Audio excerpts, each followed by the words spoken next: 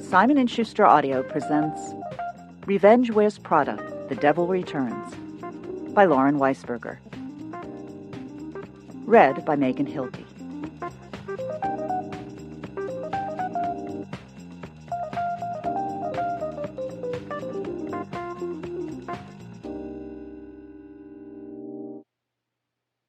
Chapter 1. As Long as She Lived. The rain fell in sideways sheets, cold and relentless. The winds whipping it in every direction, making an umbrella, slicker, and rain boots nearly useless. Not that Andy had any of those things. Her $200 Burberry umbrella had refused to open and finally snapped when she tried to force it. The cropped rabbit jacket with the oversized collar and no hood cinched fabulously around her waist, but did nothing to stop the bone-chilling cold. And the brand-new stacked suede Prada pumps cheered her with their poppy fuchsia color, but left the better part of her foot exposed. Even her skinny leggings left her legs feeling naked, the wind making the leather feel as protective as a pair of silk stockings. Already the 15 inches that had blanketed New York was beginning to melt into a slushy gray mess, and Andy wished for the 1000th time that she lived anywhere but there. As if to punctuate her thought, a taxi barreled through a yellow light and blared its horn at Andy, who had committed the grievous crime of trying to cross the street. She restrained herself from offering him the finger — everyone was armed these days — and instead gritted her teeth and hurled mental curses his way. Considering the size of her heels, she made decent progress for the next 2 or 3 blocks. 52nd, 53rd, 54th. It wasn't too far now, and at least she'd have a moment or two to warm up before beginning the race back to the office. She was consoling herself with the promise of a hot coffee and maybe, just maybe, a chocolate chip cookie when suddenly, somewhere, she heard that ring. Where was it coming from? Andy glanced around, but her fellow pedestrians didn't seem to notice the sound, which was growing louder every second. Bring, bring. That ringtone. She would recognize it anywhere, for as long as she lived, although Andy was surprised they were still making phones with it. She simply hadn't heard it in so long, and yet it all came rushing back. She knew before she pulled her phone from her bag what she would find, but she was still shocked to see those 2 words on her caller ID screen. Miranda Priestley. She would not answer, could not. Andy took a deep breath, hit ignore, and tossed the phone back into her bag. It started ringing again almost immediately. Andy could feel her heart begin to beat faster, and it got more and more difficult to fill her lungs. Inhale, exhale, she instructed herself, tucking her chin to protect her face from what was now pounding sleet, and just keep walking. She was less than 2 blocks from the restaurant. She could see it lit up ahead like a warm, shimmering promise, when a particularly nasty gust propelled her forward, causing her to lose her balance and step directly into one of the worst parts of a Manhattan winter. The black, slushy puddle of dirt and water and salt and trash and God knows what else, so filthy and freezing and shockingly deep that one could do nothing but surrender to it. Which is exactly what Andy did, right there in the pool of hell that had accumulated between the street and the curb. She stood flamingo-like, perched gracefully on one submerged foot, holding the other one rather impressively above the watery mess for a good 30 or 40 seconds, weighing her options. Around her, people gave her and the slushy little lake wide berth, only those with knee-high rubber boots daring to tromp directly through the middle. But no one offered her a hand, and realizing the puddle had a large enough perimeter that she couldn't jump to escape in any one direction, she steeled herself for another shock of cold and placed her left foot beside her right. The icy water rushed up her legs and came to a stop on her lower calf, subsuming both fuchsia shoes and a good 5 inches of leather pant, and it was all Andy could do not to cry. Her shoes and leggings were ruined. Her feet felt like she might lose them to frostbite. She had no option for extricating herself from the mess except continuing to slog through it, and all Andy could think was, that's exactly what you get for screening Miranda Priestley. There wasn't time to dwell on her misery, though. because as soon as she made it to the curb and stopped to evaluate the damage, her phone rang again. It had been ballsy, hell, downright reckless to ignore the first call. She simply couldn't do it again. Dripping, shivering, and near tears, Andy tapped the screen and said hello.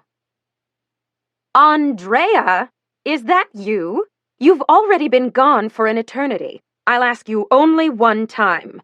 Where is my lunch? I simply won't be kept waiting like this. Of course it's me, Andy thought. You dialed my number. Who else would be answering? I'm so sorry, Miranda. It's really horrid out right now, and I'm trying my best to... I'll expect you back here immediately. That's all. And before Andy could say another word, the line was disconnected. No matter that the icy water trapped in her shoes was squishing around her toes in the most disgusting imaginable way, or that it had been hard enough to walk in those heels when they were dry, or that the sidewalks were growing slicker by the second as the rain started to freeze, Andy began to run. She sprinted as best as she could down one block and had only one more to go when she heard someone calling her name. Andy! Andy, stop! It's me! Stop running! She would recognize that voice anywhere, but what was Max doing there? He was away that weekend, upstate somewhere, for a reason she couldn't quite remember, wasn't he? She stopped and turned, searching for him. Over here, Andy! And then she spotted him, her fiancé, with his thick, dark hair and piercing green eyes and rugged good looks, was sitting astride an enormous white horse. Andy didn't know horses, nor particularly like them ever since she'd fallen from one in the 2nd grade and shattered her right wrist, but this horse looked friendly enough. Never mind that Max was riding a white horse in Midtown Manhattan in the middle of a blizzard. Andy was so ecstatic to see him she didn't even think to question it. He dismounted with the ease of a practiced rider, and Andy tried to remember if he'd ever mentioned playing polo. In 3 long strides, he was at her side, enveloping her in the warmest, most delicious embrace imaginable, and she felt her whole body relax as she collapsed into him. My poor baby, he murmured, paying neither the horse nor the staring pedestrians any mind. You must be freezing out here. The sound of a phone. That phone rang out between them, and Andy scrambled to answer it. Andrea? I don't know what part of immediately you don't understand, but... Andy's whole body was shaking as Miranda's shrill voice drilled into her ear. But before she could move a single muscle, Max plucked the phone from her fingertips, tapped end on the screen, and tossed it with perfect aim directly into the puddle that had previously claimed Andy's feet. You're done with her, Andy, he said, wrapping a large down comforter around her shoulders. Oh my God, Max, how could you do that? I'm so late. I haven't even made it to the restaurant yet, and she's going to kill me if I'm not back there with her lunch and... Shh, he said, touching 2 fingers to Andy's lips. You're safe now. You're with me. But it's already 10 after 1, and if she doesn't... Max reached both hands under Andy's arms and lifted her effortlessly into the air before gently depositing her side saddle on top of the white horse whose name, according to Max, was Bandit. She sat in shocked silence as Max removed both her soaking wet shoes and tossed them to the curb. From his duffel bag, the one he carried everywhere, Max pulled out Andy's favorite fleece-lined booty-style slippers and slid them onto her raw red feet. He settled the down comforter over her lap, tied his own cashmere scarf around her head and around her neck, and handed her a steel thermos of what he announced was specially sourced dark hot chocolate. Her favorite. Then in one impressively fluid motion, he mounted the horse and picked up the reins. Before she could say another word, they began to trot down 7th Avenue at a good clip, the police escort in front of them clearing the way of traffic and pedestrians. It was such a relief to be warm and loved, but Andy couldn't get rid of the panic she felt at not completing a Miranda-assigned task.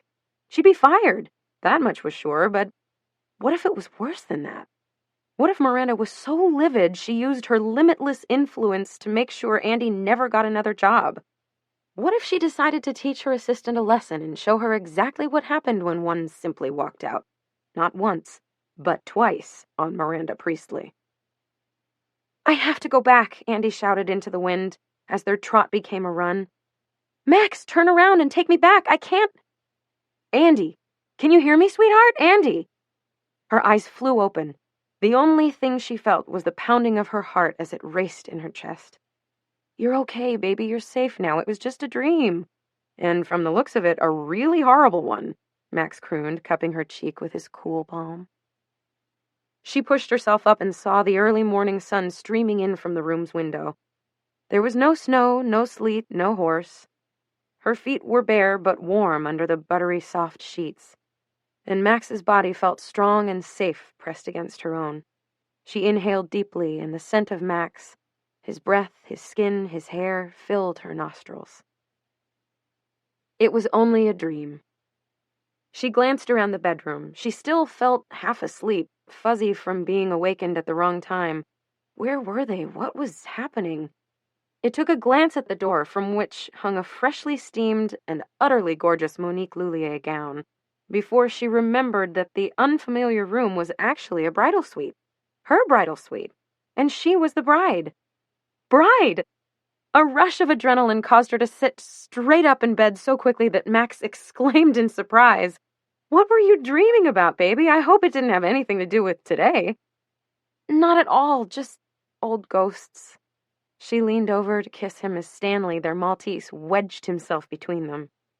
"What time is it? Wait, what are you doing here?" Max gave her that devilish grin she loved and climbed out of bed.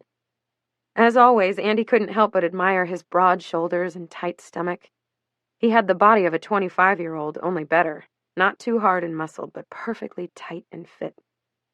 "It's 6. I came in a couple hours ago," he said as he pulled on a pair of flannel pajama pants. "I got lonely." "Well, you better get out of here before someone sees you. Your mother had some whole big thing about us not seeing each other before the wedding." Max pulled Andy out of bed and wrapped his arms around her. "Well, then don't tell her. But I wasn't going to go all day before seeing you." Andy feigned irritation, but she was secretly glad he'd sneaked in for a quick cuddle, especially in light of her nightmare. "Fine," she sighed dramatically, "but get back to your room without being seen. I'm taking Stanley out for a walk before the masses descend." Max pushed his pelvis against hers. "It's still early. I bet if we're fast, we can—" Andy laughed. "Go!" He kissed her again, tenderly this time, and let himself out of the suite. Andy gathered Stanley in her arms, kissed him square on his wet nose, and said, "This is it, Stan." He excitedly woofed and tried to escape, and she had to let him go so he wouldn't scratch her arms to shreds. For a few lovely seconds she managed to forget the dream, but it quickly reappeared again in all its detailed realness. Andy took a deep breath, and her pragmatism kicked in. Wedding day jitters. A classic anxiety dream. Nothing more, nothing less. She ordered breakfast from room service and fed Stanley bits of scrambled eggs and toast while fielding excited phone calls from her mother, sister, Lily, and Emily, all of whom were champing at the bit for her to begin preparations, and leashed Stanley up for a quick walk in the brisk October air before the day got too frantic. It was slightly embarrassing to wear the terry cloth sweatpants with a hot pink bride emblazoned across the butt that she'd received at her bridal shower, but she was secretly proud, too. She jammed her hair into a baseball cap, laced up her sneakers, zipped up a Patagonia fleece, and miraculously made it out to the sprawling grounds of the Astor Courts estate without seeing another living soul. Stanley bounded as happily as his little legs would allow, pulling her toward the tree line at the edge of the property where the leaves had already changed into their fiery fall colors. They walked for almost 30 minutes, certainly long enough for everyone to wonder where she'd gone, and although the air was fresh and the rolling fields of the farm were beautiful and Andy felt the excited giddiness of her wedding day, she couldn't get the image of Miranda out of her mind. How could this woman still haunt her? It had been nearly 10 years since she bolted from Paris and her soul-destroying stint as Miranda's assistant at Runway. She had grown so much since that dreaded year, hadn't she? Everything had changed, and for the better. The early post-Runway years of freelancing, which she'd proudly parlayed into a steady gig as a contributing editor writing for a wedding blog, happily ever after. A few years and tens of thousands of words later, she was able to launch her very own magazine, The Plunge. A beautiful, glossy, high-end book that was 3 years into the endeavor and, despite all predictions to the contrary, was actually making money. The Plunge was getting nominated for awards and advertisers were clamoring. And now, in the midst of all her professional success, she was getting married to Max Harrison, son of the late Robert Harrison and grandson of the legendary Arthur Harrison, who'd founded Harrison Publishing Holdings in the years right after the Great Depression and had built it into Harrison Media Holdings, one of the most prestigious and profitable companies in the United States. Max Harrison, long on the circuit of most eligible bachelors, a guy who dated the Tinsley Mortimers and the Amanda Hearsts of New York City, and probably a fair number of their sisters, cousins, and friends, was her betrothed. There would be mayors and moguls in attendance that afternoon, just waiting to cheer on the young scion and his new bride. But the best part of all, she loved Max. He was her best friend. He doted on her and made her laugh and appreciated her work. Wasn't it always true that men in New York weren't ready until they were ready? Max had started talking marriage within months of their meeting. 3 years later, here they were, on their wedding day. Andy reprimanded herself for wasting another second thinking about such a ridiculous dream, and led Stanley back to her suite, where a small army of women had gathered in a nervous, twittering panic, apparently wondering if she'd fled the scene. There was a collective, audible sigh of relief the moment she walked in. Immediately, Nina, her wedding planner, began issuing directives. The next few hours passed in a blur. A shower, a blowout, hot rollers, mascara, enough spackle foundation to smooth the complexion of a hormonal teenager. Someone tended to her toes while another fetched her undergarments, and a third debated her lip color. Before she could even realize what was happening, her sister Jill was holding open Andy's ivory gown, and a second later her mother was cinching the delicate fabric in the back and zipping Andy into it. Andy's grandmother clucked delightedly. Lily cried. Emily sneaked a cigarette in the bridal suite bathroom, thinking no one would notice. Andy tried to soak it all in. And then she was alone. For just a few minutes before she was expected in the grand ballroom, everyone left her to get themselves ready, and Andy sat perched awkwardly on a tuffed antique chair, trying not to wrinkle or ruin any inch of herself. In less than 1 hour, she would be a married woman, committed for the rest of her life to Max, and he to her. It was almost too much to fathom. The suite's phone rang. Max's mother was on the other end. "Good morning, Barbara," Andy said as warmly as she could. Barbara Ann Williams Harrison, daughter of the American Revolution, descendant of not one but 2 signers of the Constitution, perennial fixture on every charitable board that socially mattered in Manhattan.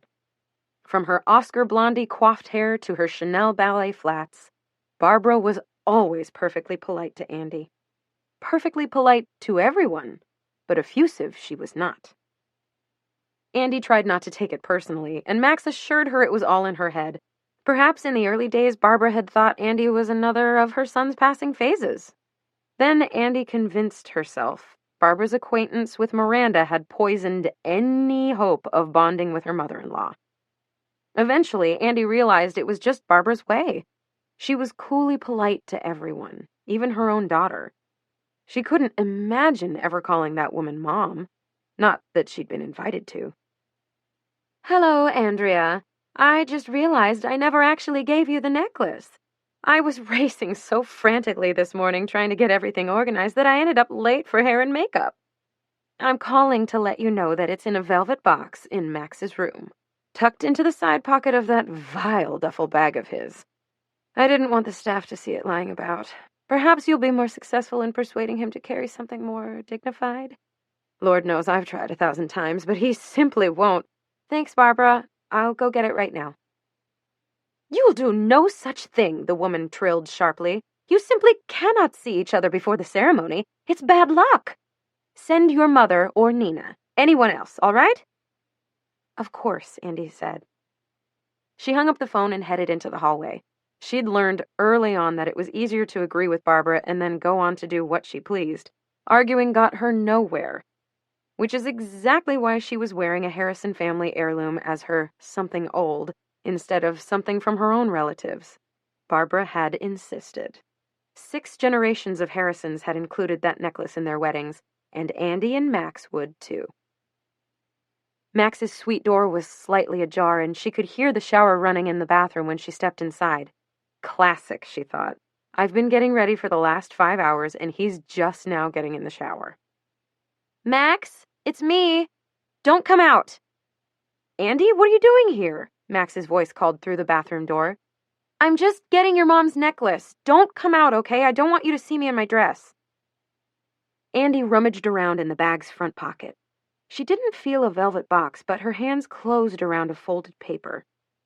It was a piece of cream-colored stationery, heavyweight and engraved with Barbara's initials, BHW, in a navy script monogram.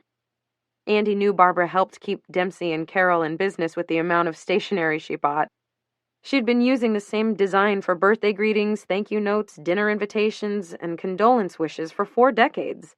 She was old-fashioned and formal and would rather have died than send someone a gauche email or, horror, a text message.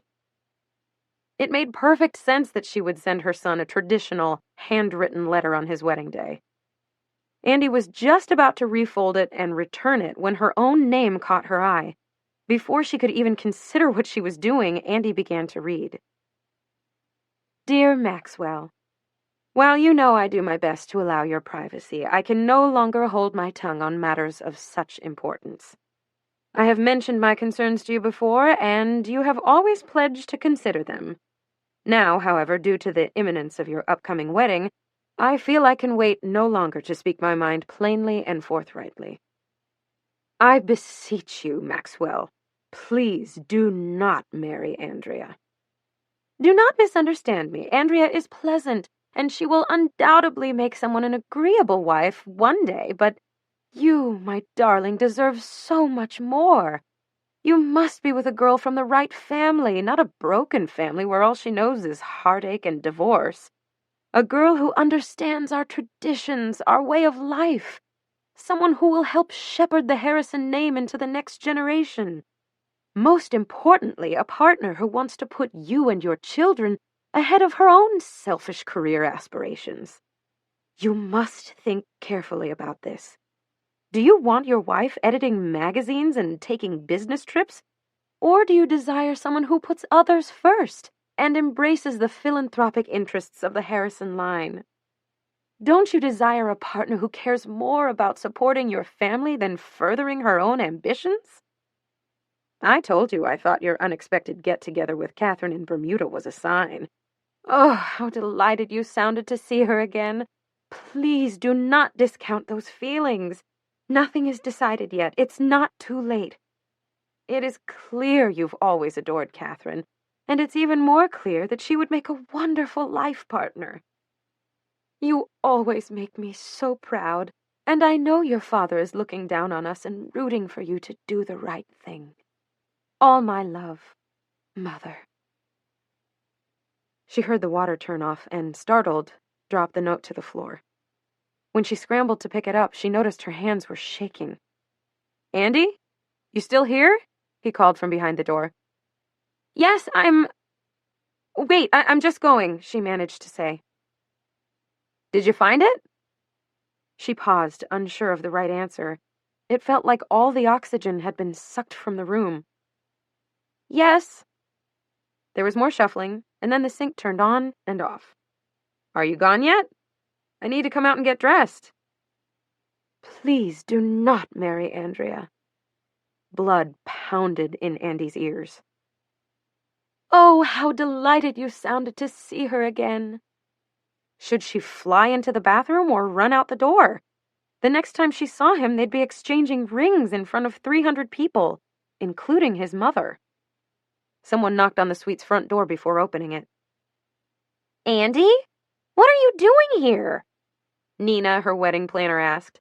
Good God, you're going to ruin that dress. And I thought you agreed you wouldn't see each other before the ceremony. If that's not the case, why didn't we do pictures beforehand? Her constant, unrelenting talking drove Andy crazy. Max, stay in that bathroom. Your bride is standing here like a deer caught in headlights. Wait, oh, just hold on a second. She scurried over as Andy tried to stand and fix her dress at the same time and extended her hand. There, she said, pulling Andy to her feet and smoothing her hand over the dress's mermaid skirt. Now come with me. No more disappearing bride antics, you hear? What's this? She plucked the note from Andy's sweaty palm and held it aloft. Andy could actually hear the pounding in her chest.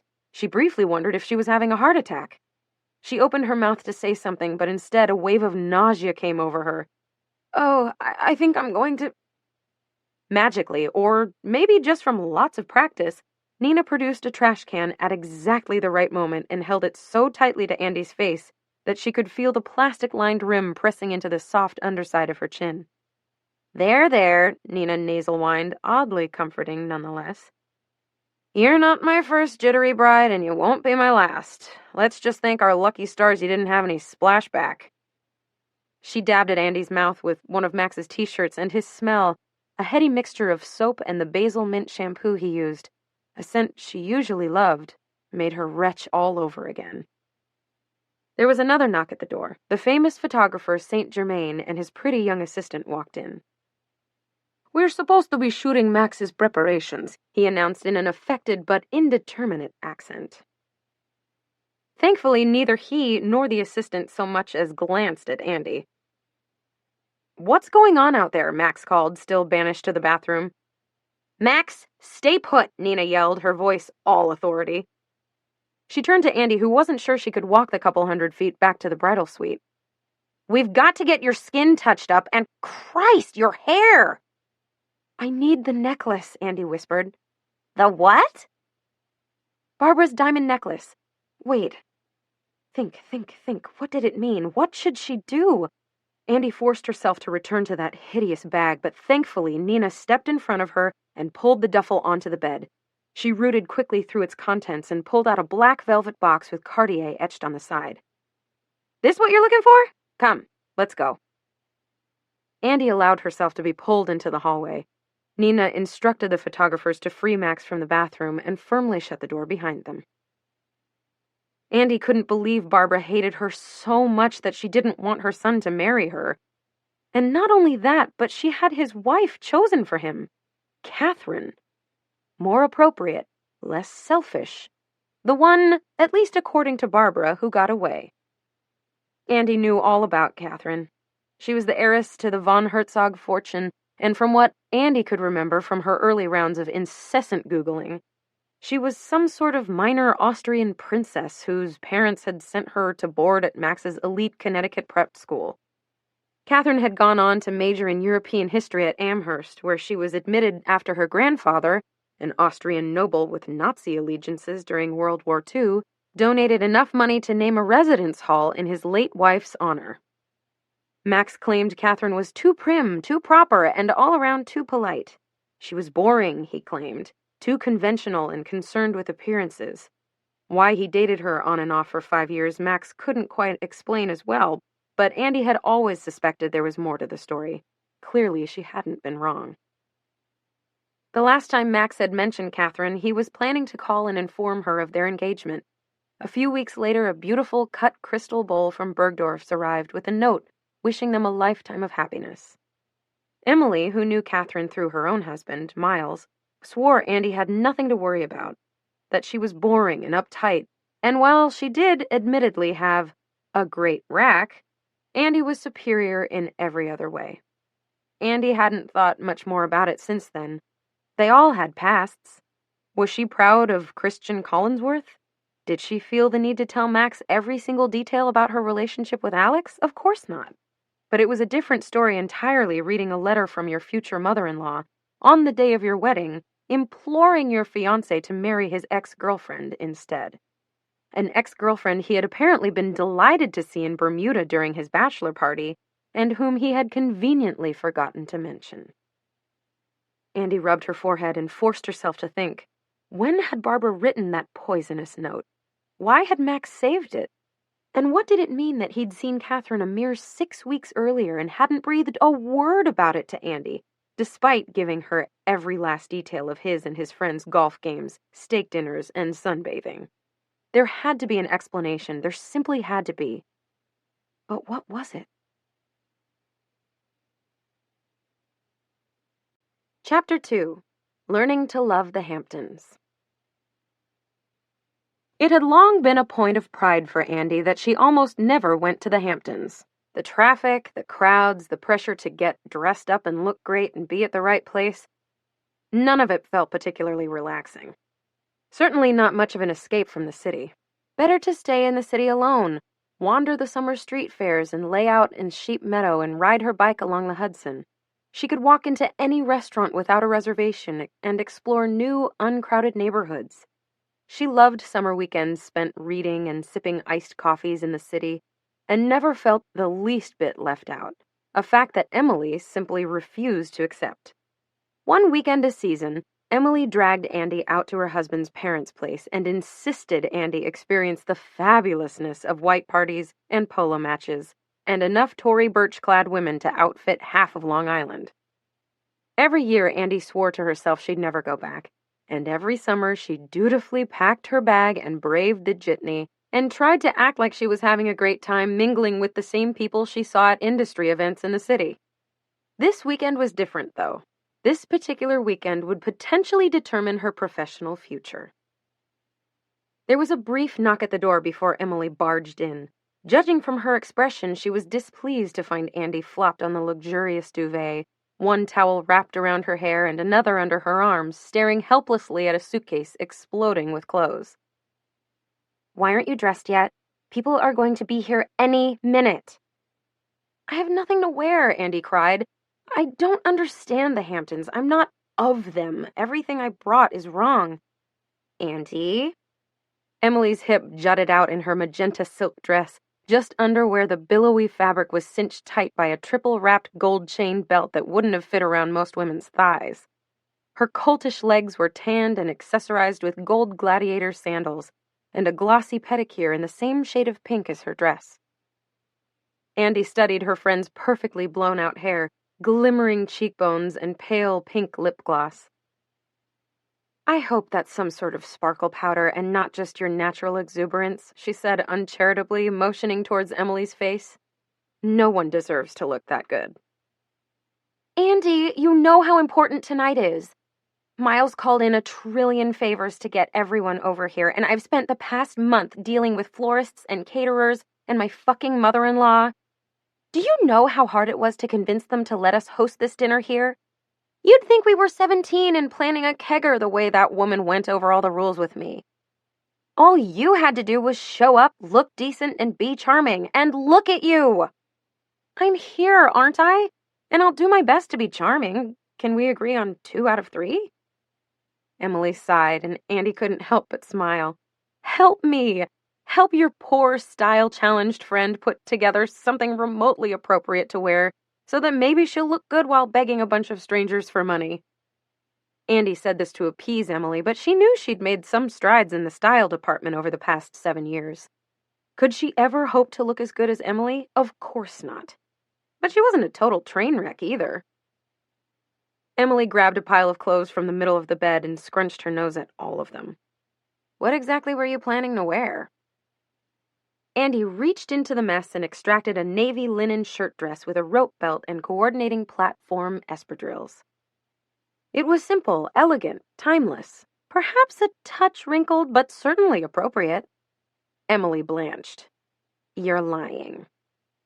Look at these gorgeous buttons. This dress wasn't inexpensive. I don't give a shit about the buttons, Emily shrieked, tossing it clear across the room. It's Michael Kors. Isn't that worth something? It's Michael Kors beachwear, Andy. It's what he has models throw on over bathing suits. What, did you order it online from Nordstrom? When Andy didn't say anything, Emily threw up her hands in frustration. Andy sighed. Can you just help me, please? I'm at a reasonably high risk of getting back under these covers right now. With that, Emily flew into high gear, muttering about how hopeless Andy was despite Emily's constant efforts to tutor her in cut, fit, fabric, and style, not to mention shoes. The shoes were everything.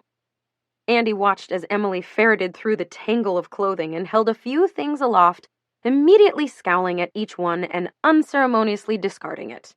After 5 frustrating minutes of this, she disappeared down the hallway without a word and reappeared a few moments later, holding a beautiful pale blue jersey maxi dress with the most exquisite turquoise and silver chandelier earrings. Here. You have silver sandals, right? Because you'll never fit into mine. I'll never fit into that, Andy said, eyeing the beautiful dress warily. Sure you will. I bought it in a size bigger than I normally wear for when I'm bloated. And there's all this draping around the midsection. You should be able to get into it. Andy laughed. She and Emily had been friends for so many years now that she barely even noticed those kinds of comments. What? Emily asked, looking confused. Nothing. It's perfect. Thank you. Okay, so get dressed. As if to punctuate her command, the girls heard a doorbell ring downstairs. First guest! I'm running down. Be adorable and ask all about the men's work and the women's charities. Don't explicitly talk about the magazine unless somebody asks, since it isn't really a work dinner. Not really a work dinner? Aren't we going to be hitting everyone up for money? Emily sighed exasperatedly.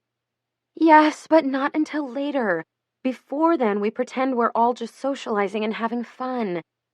It's most important now that they see we're smart, responsible women with a great idea.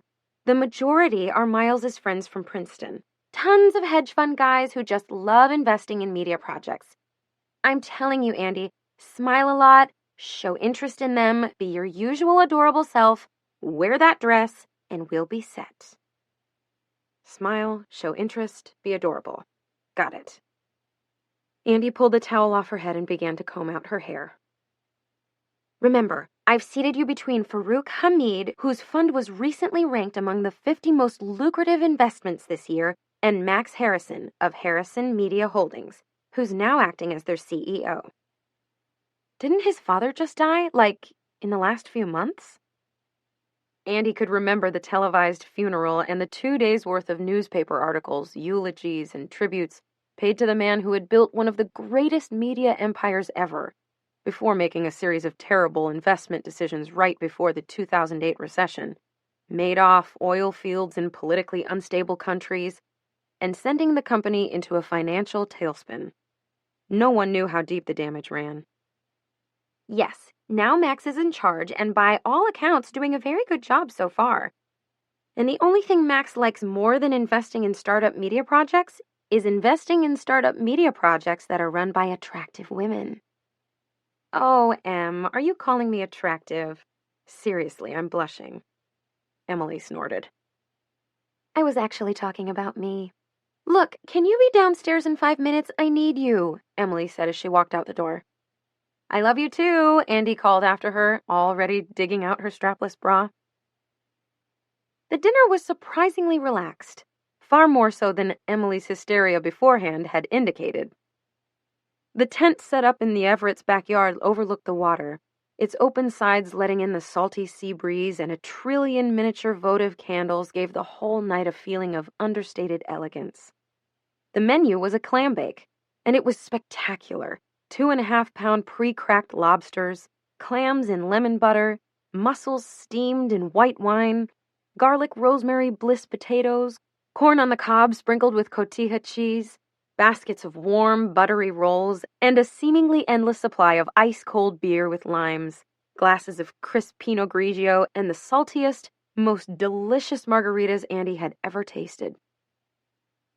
After everyone had stuffed themselves with homemade apple pie and ice cream, they shuffled toward the bonfire one of the servers had set up at the edge of the lawn, complete with a s'mores spread, mugs of marshmallowy hot chocolate, and summer weight blankets knit from a heavenly soft bamboo cashmere hybrid.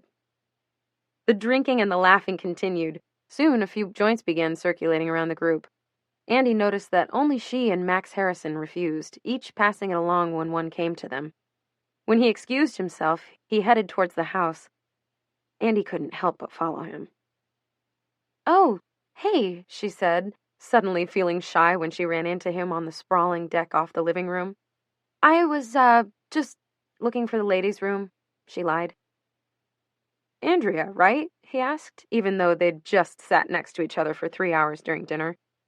Max had been involved in a conversation with the woman to his left, someone's Russian model wife who didn't appear to understand English per se, but who had giggled and batted her eyes enough to keep Max engaged. Andy had chatted with, or rather listened to, Farouk as he bragged about everything from the yacht he'd commissioned in Greece earlier that year to his most recent profile in the Wall Street Journal. Please, call me Andy. Andy, then. Max reached into his pocket, pulled out a pack of Marlboro Lights, and held them toward Andy. And even though she hadn't had a cigarette in years, she plucked one without a second thought. He lit them both wordlessly, first hers, then his, and when they both exhaled long streams of smoke, he said, "This is quite a party. You girls did a tremendous job." Andy couldn't help but smile. "Thanks," she said, but it was mostly Emily. "How come you don't smoke? The good stuff, I mean." Andy peered at him. "I noticed you and I were the only ones who weren't partaking." Granted, they were only talking about smoking a joint, but Andy was flattered he'd noticed anything at all about her. Andy knew about Max, as one of Miles's best friends from boarding school and as a name in the society pages and media blogs. But just to be sure, Emily had briefed Andy on Max's Playboy past, his penchant for pretty, dumb girls by the dozen, and his inability to commit to someone real, despite being a whip-smart, good guy who was ceaselessly devoted to his friends and family. Emily and Miles predicted Max would be single until his 40s, at which point his overbearing mother would place enough pressure on him to produce a grandchild, and he would marry a knockout 23-year-old who would gaze at him worshipfully and never question anything he said or did. Andy knew all of this. She had listened carefully and done some research of her own that seemed to confirm everything Emily said. But for a reason she couldn't quite pinpoint, the assessment felt off. No story, really. I smoked in college with everyone else, but I never really liked it. I would sort of slink off to my room and stare at myself in the mirror and take a running inventory of all the poor decisions I'd made and all the ways I was deficient as a person. Max smiled. Sounds like a blast. I just sort of figured life is hard enough, you know? I don't need my supposed recreational drug use making me unhappy. Very fair point. He took a drag off his cigarette. And you? Max appeared to think about this for a minute, almost as though he were debating which version of the story to tell her. Andy watched his strong Harrison jaw clench, his dark brows knit. He looked so much like the newspaper picture of his father. When his eyes met hers, he smiled again, only this time it was tinged with sadness. My father died recently. The public explanation was liver cancer, but it was really cirrhosis. He was a lifelong alcoholic. Extraordinarily functional for a large part of it, if you can call being drunk every night of your life functional. But then the last few years, with the financial crisis and some tough business fallout, not as much. I drank pretty heavily myself starting in college. 5 years out, it was getting out of control, so I went cold turkey. No drinking, no drugs, nothing but these cancer sticks, which I just can't seem to kick. Now that he mentioned it, Andy had noticed that Max only drank sparkling water during dinner. She hadn't thought much about it, but now that she knew the story, part of her wanted to reach out and hug him. She must have gotten lost in her own thoughts because Max said, "As you can imagine, I'm a really great time at parties lately." Andy laughed. "I've been known to disappear without saying goodbye just so I can go home and watch movies in my sweatpants. Drinking or not, you're probably a better time than I." They chatted easily for another few minutes while they finished their cigarettes, and after Max led her back to the group, she found herself trying to catch his attention and convince herself that he was nothing more than a player. He was remarkably good-looking. Andy couldn't deny that. Usually she was allergic to the bad boys, but tonight she thought she saw something vulnerable and honest. He hadn't needed to confide in her about his father or admit to his drinking problem. He had been surprisingly forthright and totally down to earth, which were two qualities Andy found immensely appealing. But even Emily thinks he's bad news, Andy reminded herself. And considering her friend was married to one of the biggest party boys in Manhattan, that was saying something. When Max said goodbye a little after midnight with a chaste cheek kiss and a perfunctory nice to meet you, Andy told herself it was for the best. There were plenty of great guys out there, and there was no need to get stuck on a jerk, even if he was adorable and seemed perfectly sweet and genuine. Emily appeared in Andy's room the next morning at 9, already looking gorgeous in miniature white shorts, a batik print blouse, and sky-high platform sandals. "Can you do me a favor?" she asked. Andy draped an arm across her face. "Does it involve getting out of bed? Because those margaritas crushed me last night." "Do you remember talking to Max Harrison?" Andy opened an eye. "Sure." "He just called. He wants you, me, and Miles to go to his parents' place for an early lunch to talk numbers for the plunge. I think he's serious about investing." "That's fantastic," Andy said, not sure if she meant it more for the invitation or the news about the funding. "Only Miles and I are having brunch with his parents at the club. They just got back this morning and they're raring to go. We've got to leave in 15 minutes and there's no getting out of it. Trust me, I tried. Can you handle Max on your own?" Andy pretended to consider this. "Yeah, I guess so if you want me to." "Great, it's decided then. He'll pick you up in an hour. He said to bring a bathing suit." "A bathing suit? I'm sure I'll also need to..." Emily handed her an oversized DVF straw tote. "Bikini, high-waisted for you, of course. The cutest little Millie cover-up, floppy sun hat, and SPF 30, oil-free. For afterward, bring those belted white shorts you wore yesterday and pair them with this linen tunic and those cute white toms. Any questions?" Andy laughed and waved goodbye to Emily before dumping the contents of the tote on her bed. She grabbed the hat and the sunblock and tossed them back into the bag, adding her own bikini, jean shorts, and tank top. There was only so far she was willing to go with Emily's dictatorial costuming. And besides, if Max didn't like her look, that was his problem. The afternoon was perfection. Together, Andy and Max went tooling around in Max's little speedboat, jumping in the water to cool off and feasting on a picnic lunch of cold fried chicken, sliced watermelon, peanut butter cookies, and lemonade. They walked on the beach for nearly 2 hours, barely noticing the midday sun, and fell asleep on the cushy lounge chairs beside the Harrisons' glistening deserted pool.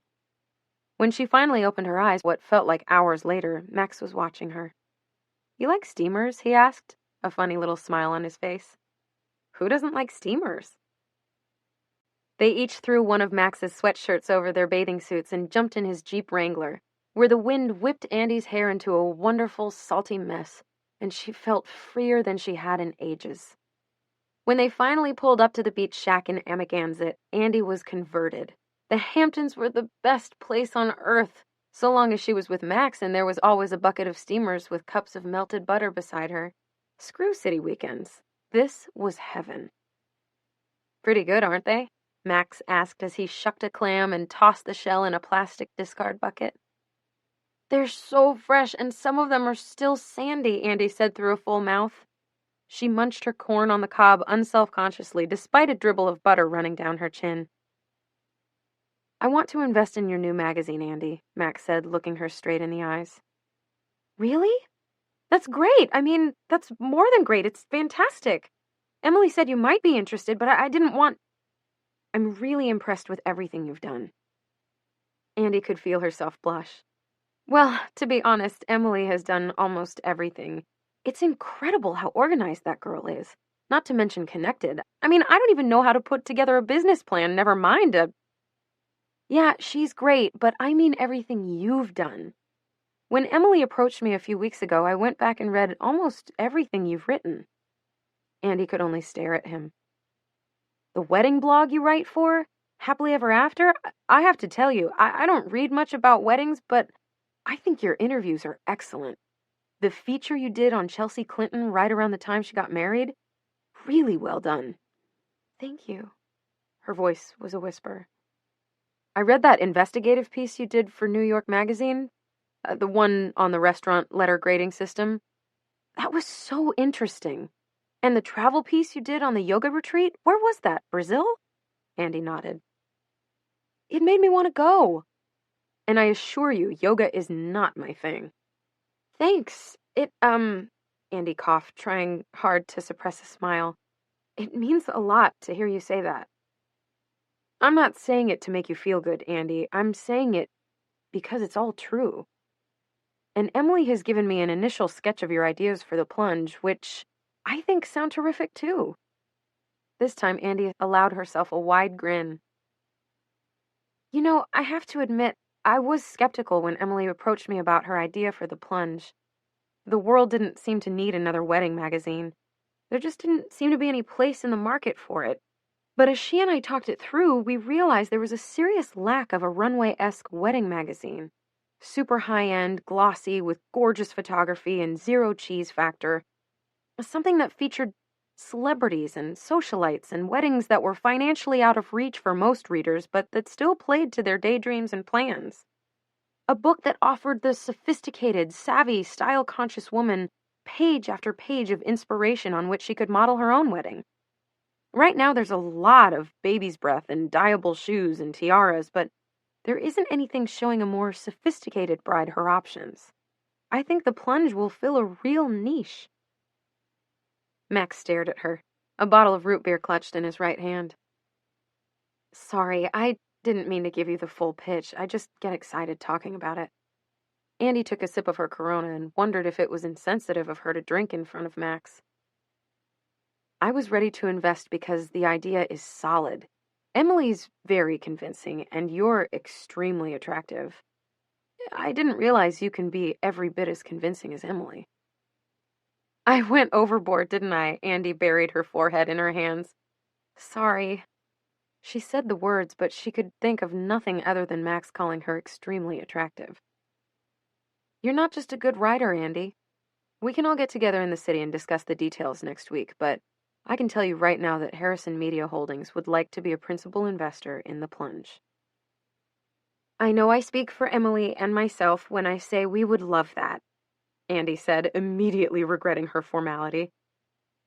We're going to make a lot of money together, Max said, holding his bottle up. Andy clinked it. Cheers to being business partners. Max looked at her weirdly, but clinked her bottle again and took a sip. Andy felt momentarily awkward, but quickly reassured herself she'd said the right thing. After all, Max was a player, linked to models and society stick figures. This was business, and business partners sounded good and smart. The mood had changed. That much was clear, so Andy wasn't surprised when Max dropped her back at Emily's in-laws right after their late afternoon steamer expedition. He kissed her on the cheek and thanked her for a great day and made no mention whatsoever of getting together again, save for a meeting in his company conference room with Emily and a full legal and accounting team. And why would he? Andy wondered. Just because he'd flirted a little and called her attractive? Because together they'd spent a single perfect day? None of it meant a damn thing more than due diligence on Max's part. He was scoping out his investment, being his usual charming and adorable self and having a little flirtatious fun on the side, which was, according to Emily and everything she could find online, exactly what Max did, and did well and often. Clearly, none of it meant he was the least bit interested in her. Emily was ecstatic to hear how successful the day had been, and the meeting in the city the following Thursday was even better. Max committed Harrison Media Holdings to a staggering 6-figure number to get the plunge up and running, more than either of them had even dreamed of. And, almost even better, Emily wasn't able to join them for the spontaneous celebratory lunch Max proposed the three of them share. If you had any idea how hard it was to get this appointment, neither of you would even suggest I skip it, Emily said, rushing off to some celebrity dermatologist she'd been waiting nearly 5 months to see. She's harder to get an audience with than the Dalai Lama, and my forehead wrinkles are getting deeper by the second. So once again, Max and Andy went alone, and once again, 2 hours turned into 5, until finally the maitre d' of the Midtown Steakhouse politely asked them to leave so he could set their table for a dinner reservation. Max held her hand as he walked her home, 30 blocks out of his way, and Andy loved the way it felt to walk alongside him. She knew they made a cute couple, and their attraction to each other elicited smiles from strangers. When they reached her building, Max gave her the most incredible kiss. It was only a few seconds, but it was soft and perfect, and she was alternately pleased and panicked that he didn't push for more. He didn't mention anything about their seeing each other again, and although Max most certainly went around kissing girls wherever and whenever he felt like it, something intangible told Andy she would be hearing from him again soon. Which she did the very next morning. They saw each other again that evening. 5 days later, Andy and Max had separated only grudgingly to go to work, taking turns sleeping over at each other's apartments and choosing fun activities. Max took her to a favorite family-style mob-esque Italian place deep in Queens where everyone knew his name. When she raised her eyebrows at him, he assured her it was only because his family had gone there at least twice a month when he was growing up. Andy took him to her favorite West Village comedy club where they laughed so hard at the midnight show that they spit their drinks across the table. Afterward, they roamed half of downtown Manhattan, enjoying the summer night, not finding their way back to Andy's place until nearly sunrise. They rented bikes and took the Roosevelt Island tram and tracked down no fewer than half a dozen gourmet trucks, sampling everything from artisanal ice cream to gourmet tacos to fresh lobster rolls.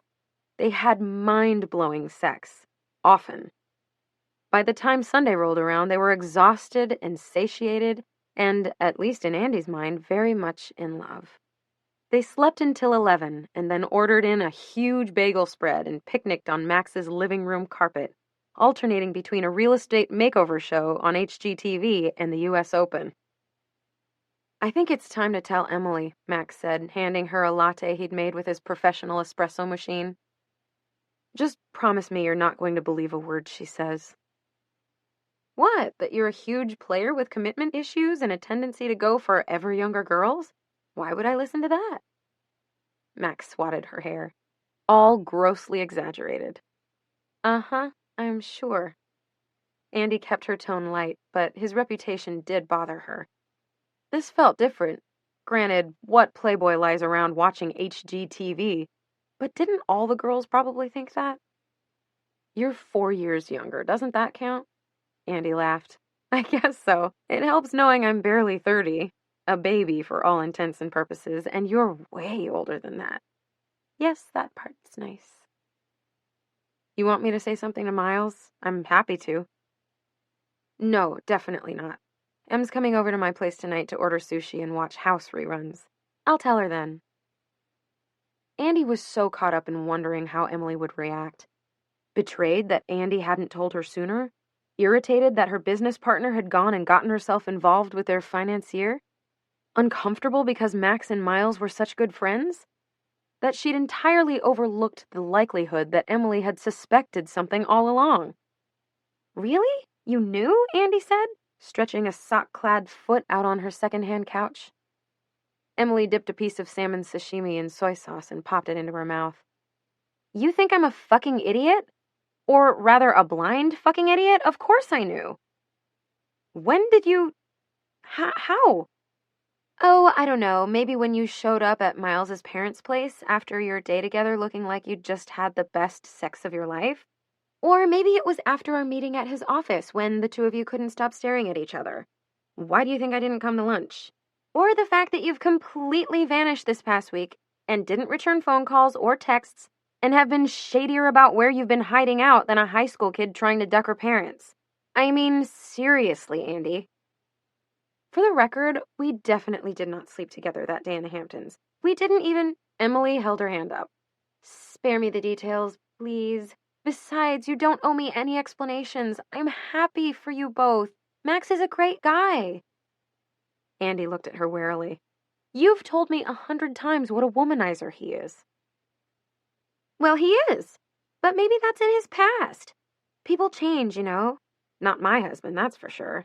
Did I tell you I found text messages with some chick named Ray? Nothing solid, but definitely requiring further investigation. Anyway, just because Miles has a roving eye doesn't mean Max can't settle down. You might be just what he's looking for.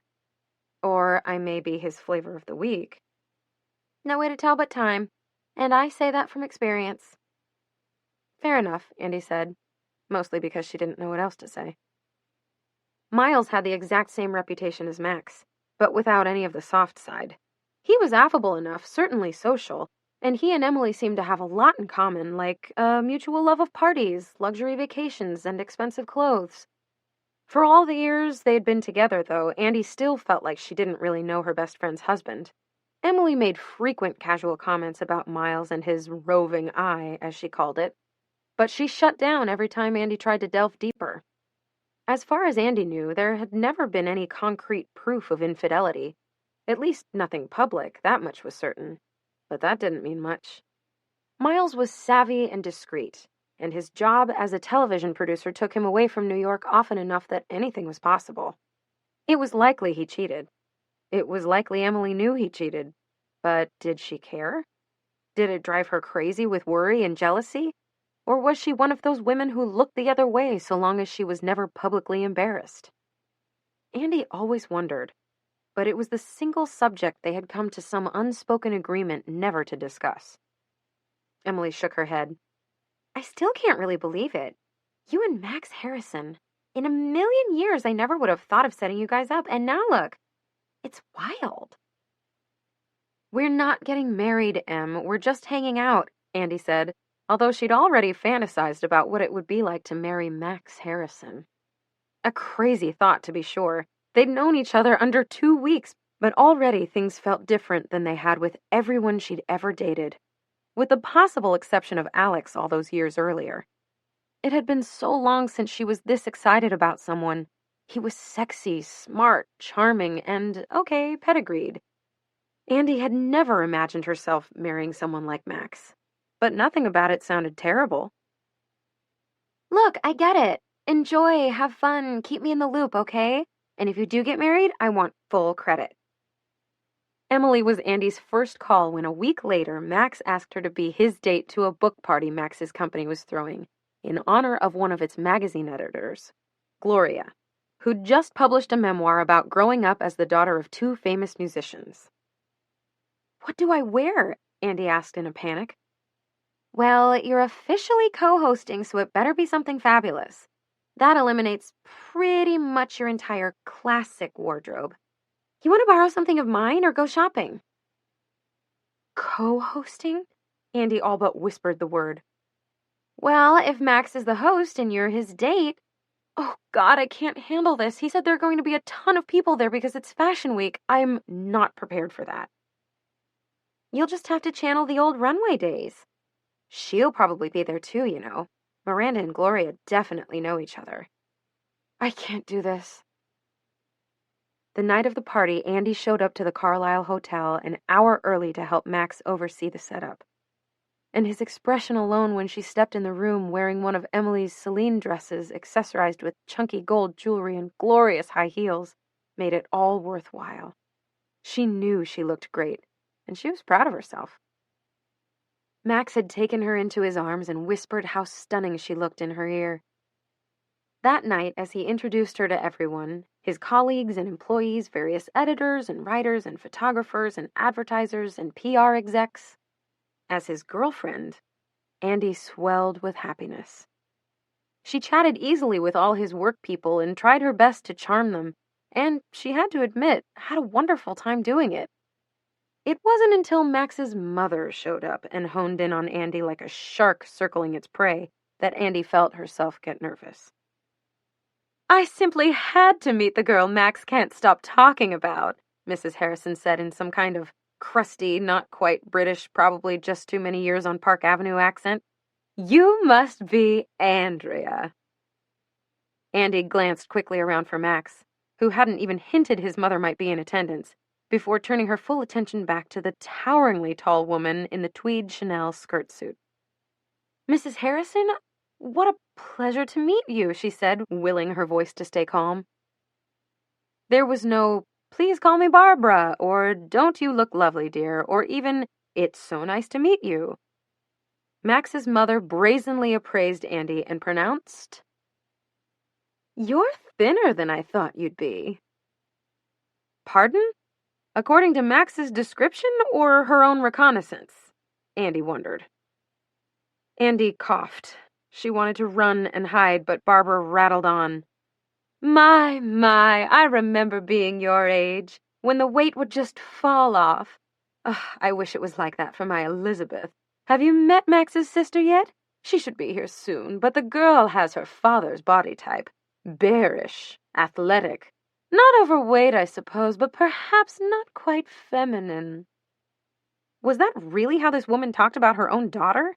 Andy instantly felt sorry for Max's sister, wherever she was. She looked Barbara Harrison in the eye. I haven't met her yet, but I've seen a picture of Elizabeth, and she's just beautiful. Barbara murmured, looking unconvinced. Her dry, slightly leathery hand wrapped around Andy's bare wrist a bit more tightly than was comfortable and pulled. Hard. Come, let's sit and get to know each other a bit. Andy tried her best to impress Max's mother, convince Barbara that she was worthy of her son.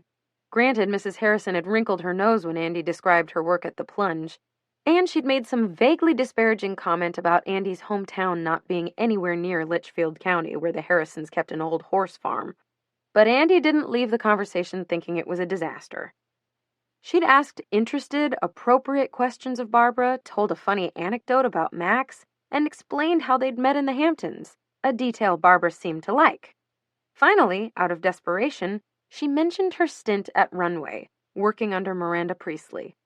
Mrs. Harrison sat up a little straighter and leaned in for further questioning. Did Andy enjoy her time at Runway? Was working for Miss Priestley simply the best learning experience she could have imagined?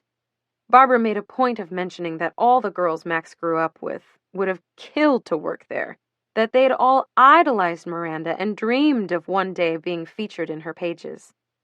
If Andy's little startup project didn't work, might her future plans include a return to Runway? Barbara had become downright animated, and Andy did her best to smile and nod as enthusiastically as she could manage. I'm sure she loved you, Andy, Max said as they sat in a 24-hour diner on the Upper East Side, still both amped up from the party. I don't know. I wouldn't say it felt like love, Andy said as she sipped her chocolate shake. Everyone loved you, Andy. My CFO made a point of telling me how funny you were. I guess you told him some story about Hanover, New Hampshire? It's my go-to anecdote for Dartmouth people. And the assistants were tittering all over the place about how pretty and sweet you were to them. I guess a lot of people don't take the time to talk to them at parties like these. Thanks for doing that. Max offered Andy a ketchup-y fry, and when she refused, popped it into his own mouth. They were all so genuinely nice. I loved hanging out with them, she said, thinking how she really had enjoyed meeting everyone. Max's icy mother being the only exception. Plus, she was thankful. Miranda hadn't shown up. It was a blessing, but given her new romance and the Harrison family circles, Andy knew the time would come. She reached across the table and took Max's hand. I had a great time tonight. Thanks for inviting me.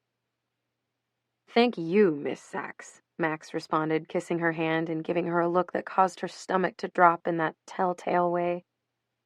Should we head back to my place? I think this night is just getting started.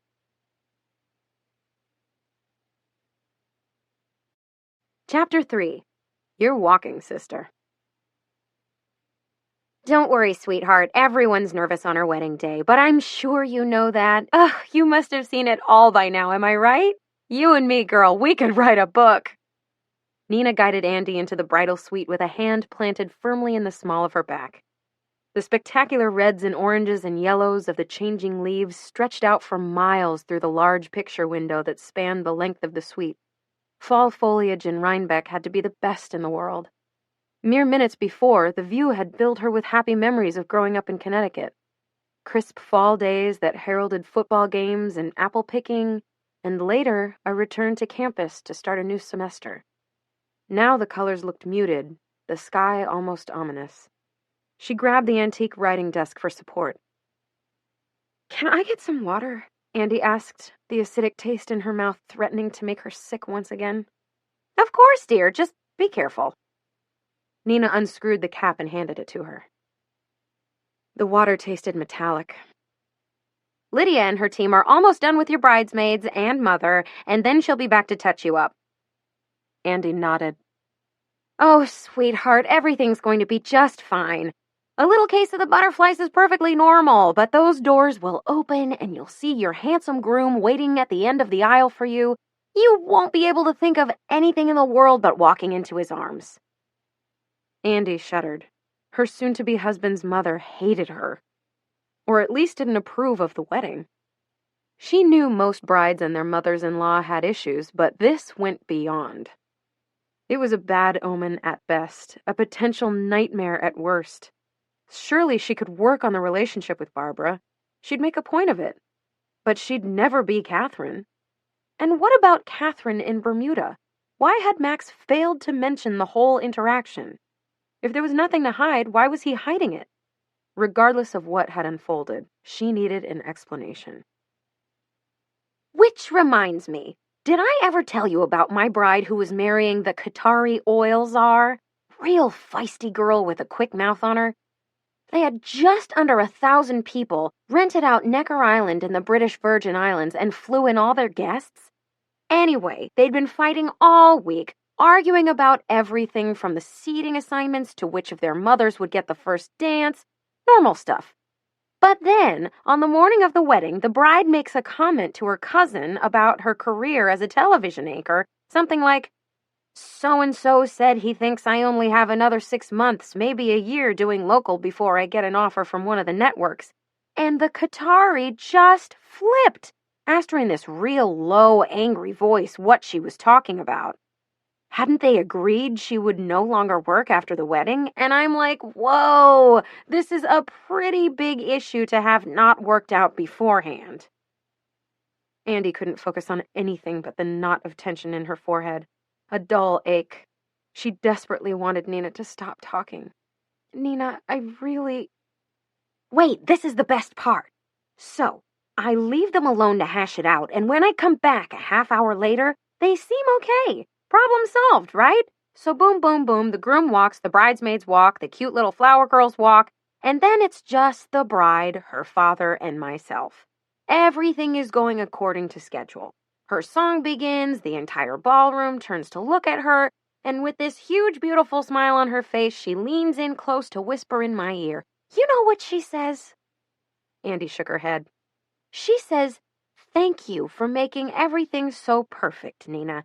This is exactly what I wanted, and I'm definitely going to use you for my next wedding.' And then she took her father's arm, held her head high, and walked. Do you believe it? She walked!" Despite feeling uncomfortably warm, almost feverish, Andy got goosebumps. "Did you ever hear from her again?" she asked. "Sure did. She divorced him 2 months later, and she was engaged again a year after that. Second wedding was a little smaller, but just as pretty. I get it, though. It's one thing to call off an engagement or even a wedding once the invitations are out. It's hard, but it happens. But on the actual day? You're walking, sister. Get yourself down that aisle and do whatever you have to do afterwards, you know?" Nina laughed and took a swill from her own water bottle. Her ponytail bobbed cheerily. Andy nodded meekly. She and Emily talked about that all the time. In almost 3 years since they'd launched The Plunge, they'd seen a handful of weddings called off in the final weeks before the big day, but on the actual day itself, not one. "Come, let's get you in the chair with the cape on so you'll be ready for Lydia. She knows to tone down the makeup once they're finished shooting the portraits. Oh, I'm just so excited to see this on the page. It's going to sell 1 trillion copies." Nina was tactful enough not to say what they were both thinking. This wedding would sell 1 trillion copies not because Andy was a co-founder of the magazine she would be appearing in, or because Monique Lhuillier had personally designed Andy's one-of-a-kind wedding gown, or because Barbara Harrison had expertly sourced the finest wedding planner, florists, and caterers money could buy, but because Max was the 3rd-generation president and CEO of one of the most successful media companies in America. No matter that the economic downturn combined with some poor investment decisions meant Max had to sell off the family's real estate piece by piece, that Max worried constantly about the financial viability of the company mattered very little to the general public. The Harrison family name, combined with good looks, impeccable manners, and impressive educations, helped maintain the illusion that Max, his sister, and his mother were worth far more than they were in reality. It had been years since they'd been named to Forbes' Richest Americans list, but the perception remained. "It sure is," she heard the voice behind her sing. "This wedding is going to sell us right off the newsstands," Emily said with a twirl and a curtsy. "Do you realize this may be the first non-hideous bridesmaid dress in the history of wedding attendance? If you insist on bridesmaids, which I personally think are tacky to begin with, then at least these dresses aren't terrible." Andy swiveled in her chair to get a better look. With her hair swept up and her long, graceful neck on display, Emily looked like a gorgeous, delicate china doll. The plummy shade of the silk brought out the rosiness in her cheeks and accentuated her blue eyes. The fabric draped languidly across her chest and hips and flowed down to her ankles. Leave it to Emily to show her up on her own wedding day, and in a bridesmaid dress, no less. "You look great, Em. I'm so glad you like the dress," Andy said, relieved for the momentary distraction. "Let's not get carried away.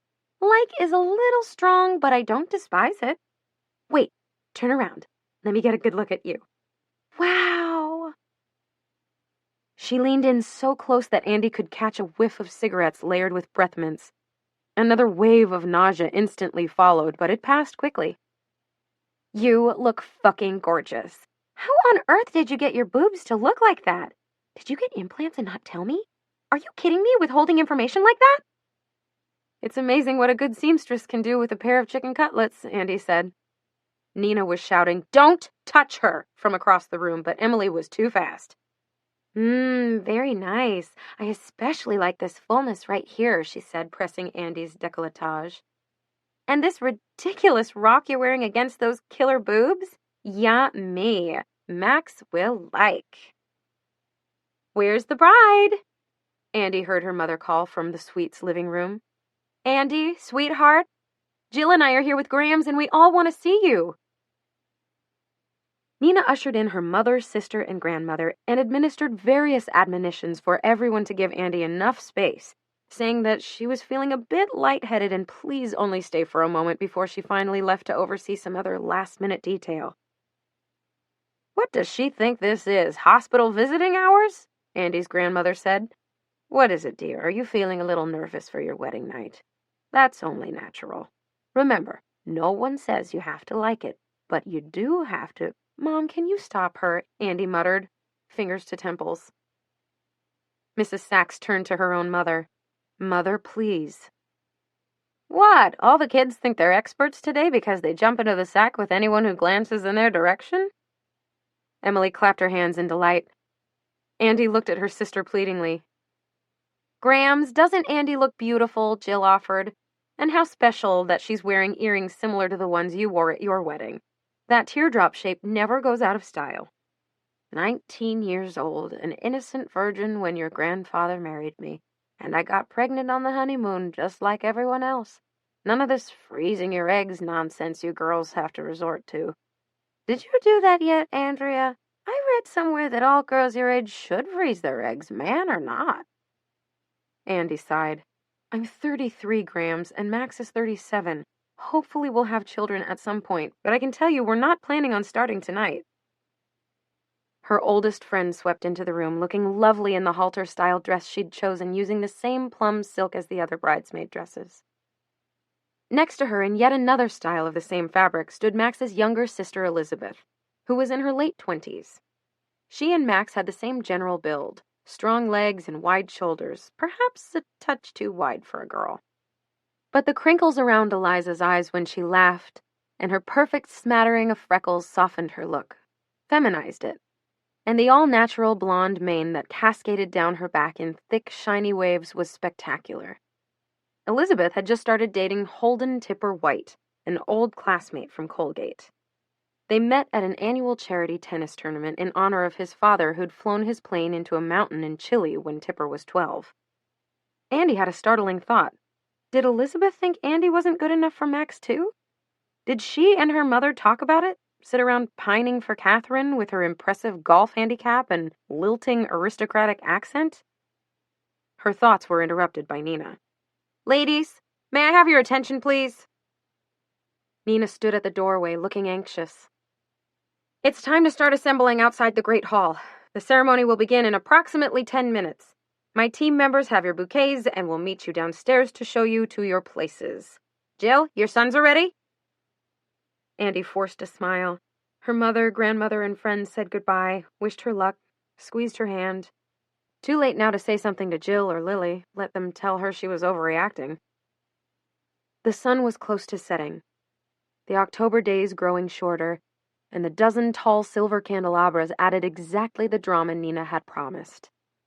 Andy knew that the seats were beginning to fill, and she imagined they were all enjoying the past flutes of champagne and the soft harpsichord music that had been arranged for these exact pre-ceremony moments by one of the myriad thoughtful planners. Andy, sweetheart, I have something for you, Nina said, closing the distance between the door and Andy's chair in 3 strides. She held out a piece of folded paper. Andy took it and looked at her questioningly. From before, when you got sick? I guess I stuck it in my pocket. Andy must have looked stricken because Nina rushed to reassure her. Don't worry, I didn't read it. It's terrible luck for anybody but the bride or groom to read a love letter on the day of a wedding. Did you know that? Andy felt a familiar roil in her stomach. Will you give me a moment, please? Of course, dear, but just a moment. I'll be back to escort you downstairs and... Andy closed the door on the rest of the sentence. Andy unfolded the letter and moved her eyes once again over the words, although they had already been seared forever in her memory. Without thinking, she moved as quickly as she could in her dress toward the bathroom, where she neatly tore up the paper and tossed the pieces into the toilet. Andy, sweetheart, are you in there? Do you need any help? Please don't try to use the bathroom yourself, not at this stage, Nina called through the door. Andy stepped out of the bathroom. Nina, Sorry, honey, it's just that time, you know? Everything we've been planning for the last 10 months, all perfectly executed for this very moment. Did I tell you I saw your groom? My goodness, he looks spectacular in that tuxedo. He's already down the aisle. Andy, he's right there waiting for you. Already down the aisle. Andy felt like she couldn't control her own legs as Nina guided her around the corner. There, beside the double doors, stood her beaming father. He walked toward her and, taking her hand in his, kissed her cheek and told her how beautiful she looked. Max is a very lucky guy, he said, holding out his left arm so she could link her arm through it. The simple words almost unleashed a tsunami. But Andy managed to choke back the lump in her throat. Was Max lucky? Or was he, as his mother suggested, making a colossal mistake? Just one word to her father and he would make it all go away.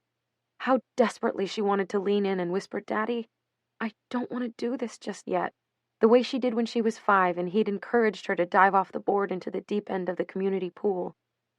But as the music filled the space around her, she realized in an almost out-of-body way that the ushers had opened the double doors and the entire room had stood to greet her.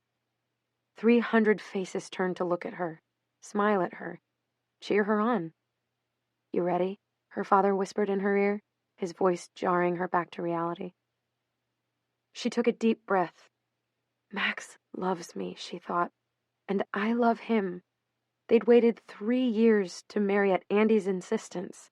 So her mother-in-law didn't like her. So her husband's ex cast a long shadow. These things didn't define their relationship, right? Andy looked at her friends and family, colleagues and acquaintances, and suppressing all doubts, focusing on Max's smiling eyes as he stood so proudly down the aisle, she told herself everything was fine. She took a deep breath in through her nose, thrust her shoulders back, and once again told herself she was doing exactly the right thing. Then she began to walk. Chapter 4. And it's official. The sound of the phone ringing woke her in the morning.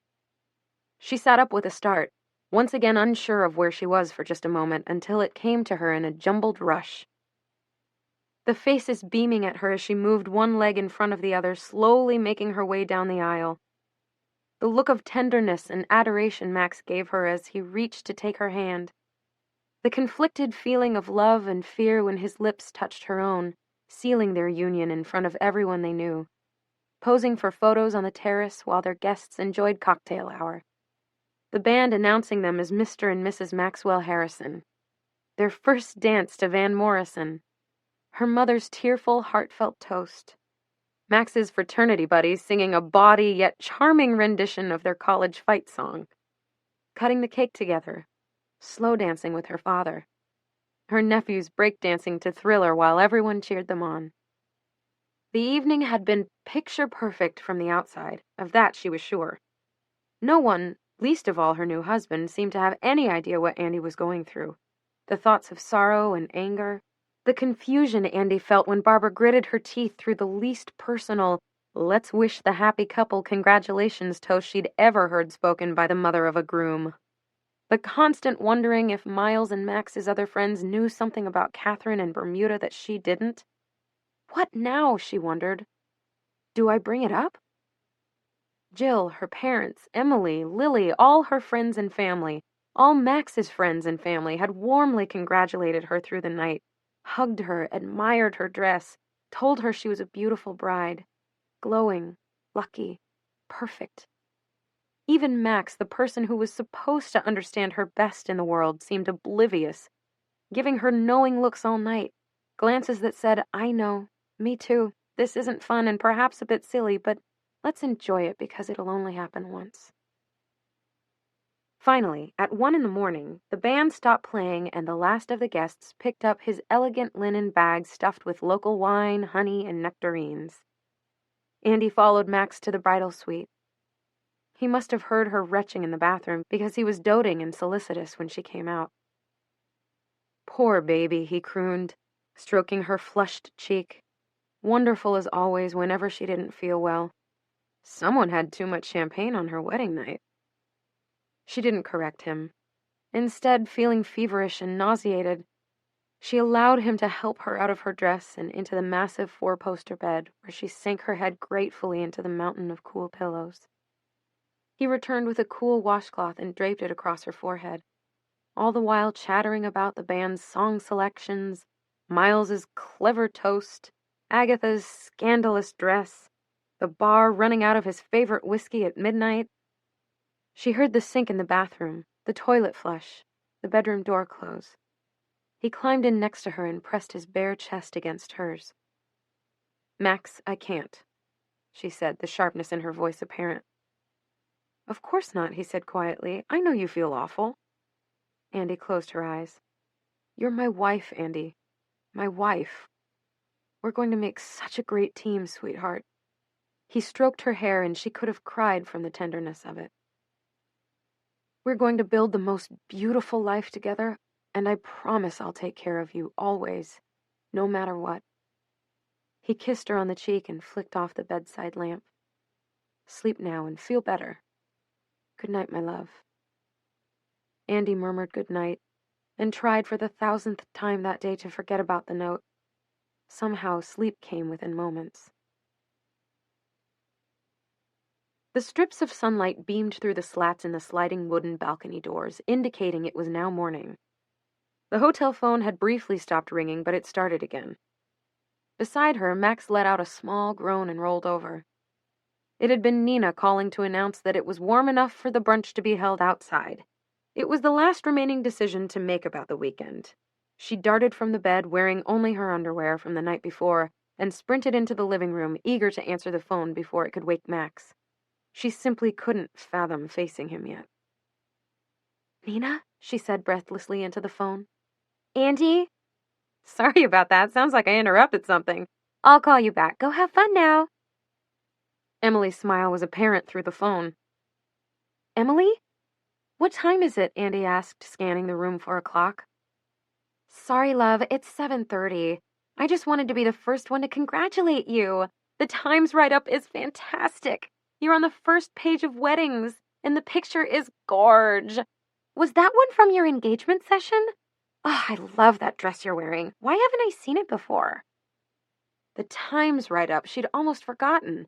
They had presented all their information so many months earlier, and even once the fact-checker had called to substantiate everything, she'd convinced herself there was no guarantee of inclusion. Ridiculous, of course. With Max's family background, the only question was whether they'd be the featured couple or a regular announcement. But she'd somehow pushed it to the edge of her mind.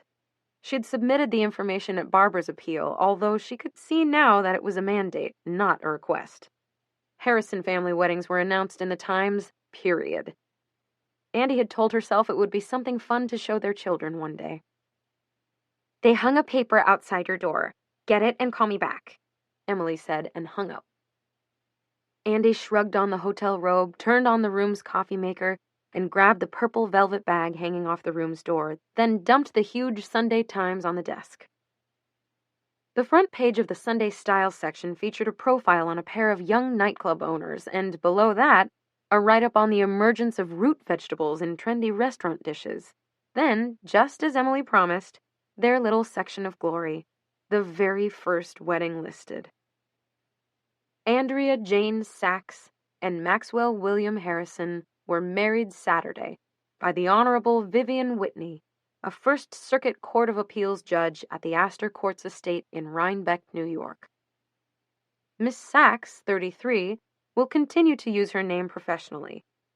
She is co-founder and editor-in-chief of the wedding magazine, The Plunge. She graduated with distinction from Brown. She is a daughter of Roberta Sachs and Dr. Richard Sachs, both of Avon, Connecticut. The bride's mother is a real estate broker in Hartford County. Her father is a psychiatrist with a private practice in Avon. Mr. Harrison, 37, is president and CEO at Harrison Media Holdings, his family-owned media company. He graduated from Duke and received an MBA from Harvard.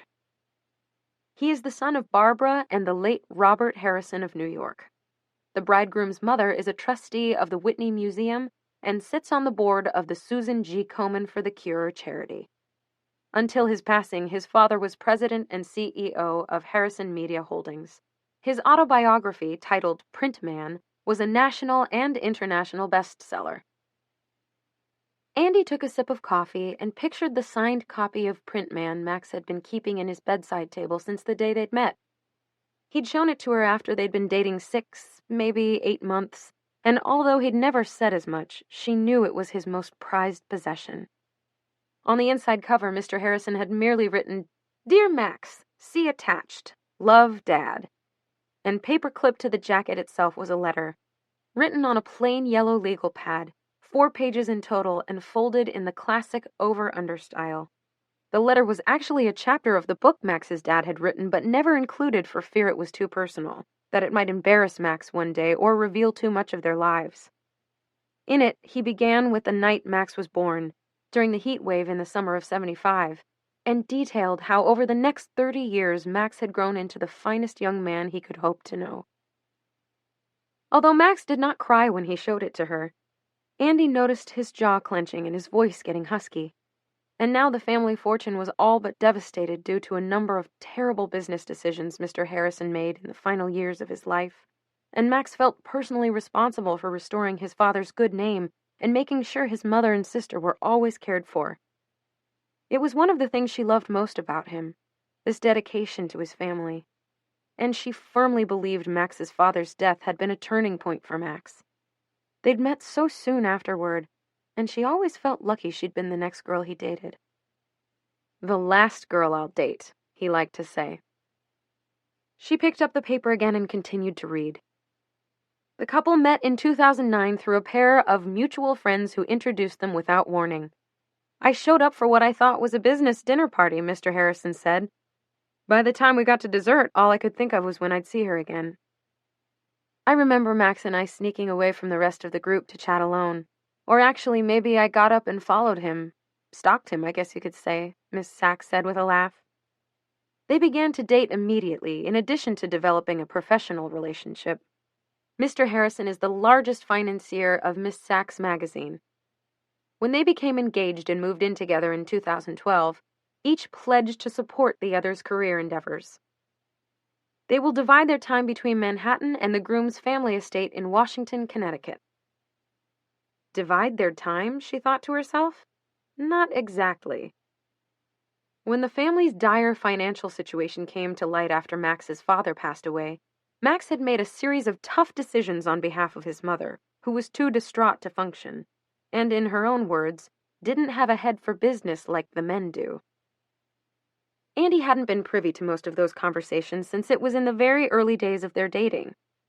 But she remembered his anguish when the Hamptons' house sold a mere 60 days after the perfect summer day they'd spent there, and she recalled some sleepless nights when Max realized he had to sell his childhood home, a sprawling Madison Avenue townhouse.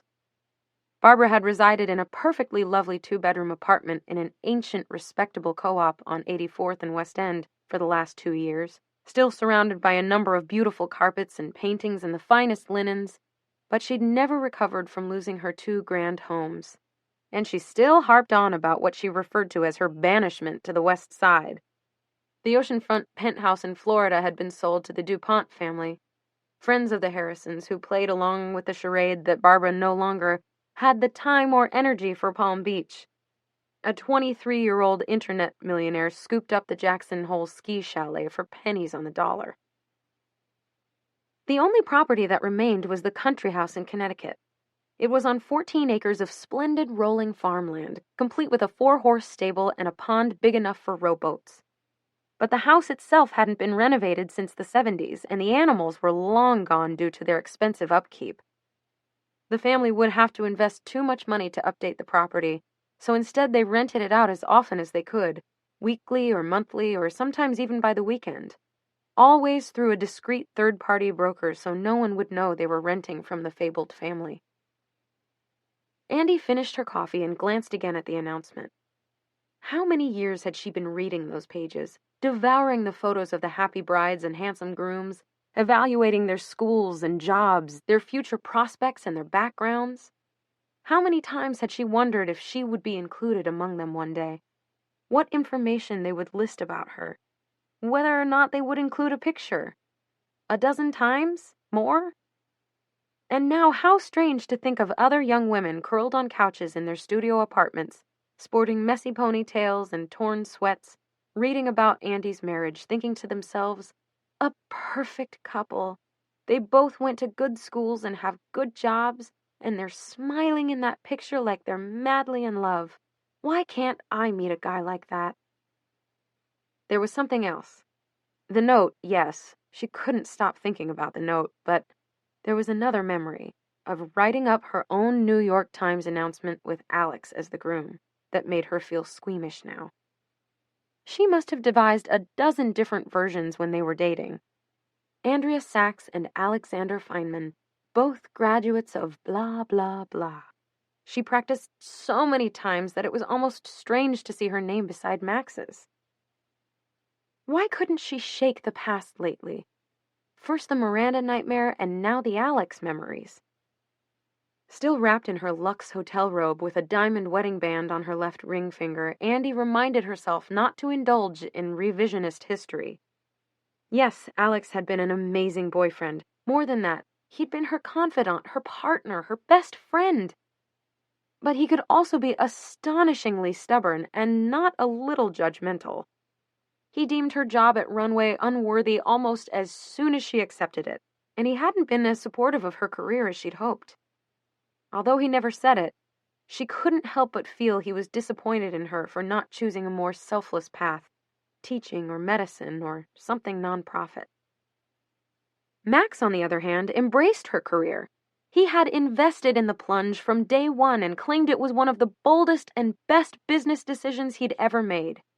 He loved her drive and her curiosity. He constantly told her how refreshing it was to date a woman interested in more than just the next charity function or who was heading to St. Bart's over Christmas. He was never too busy to hear story ideas, introduce her to valuable business connections, lend advice on securing more advertisers. No mind that he knew nothing about wedding dresses or fondant cakes. He was impressed with the product she and Emily put out, and he constantly expressed his pride to Andy. He understood busy schedules and crazy hours. Never once in all the time she'd known him had he given her hell for staying late or taking an after-hours call or going in on Saturday just to make sure a layout was perfect before it shipped. Chances were he'd be at work himself, trying to drum up a new business, checking on the dwindling portfolio of holdings Harrison Media still controlled, flying somewhere to put out fires or soothe jangled egos. They fit themselves around each other's work schedules. cheerled for each other, and offered advice and support. They both understood the rules, and they agreed on them. Work hard, play hard. And work came first. The doorbell to her suite rang, and Andy was catapulted back to reality. Not yet ready to deal with her mother or Nina or even her sister, Andy sat very still. "Go away," she silently willed. "Just let me think." It wouldn't stop, though.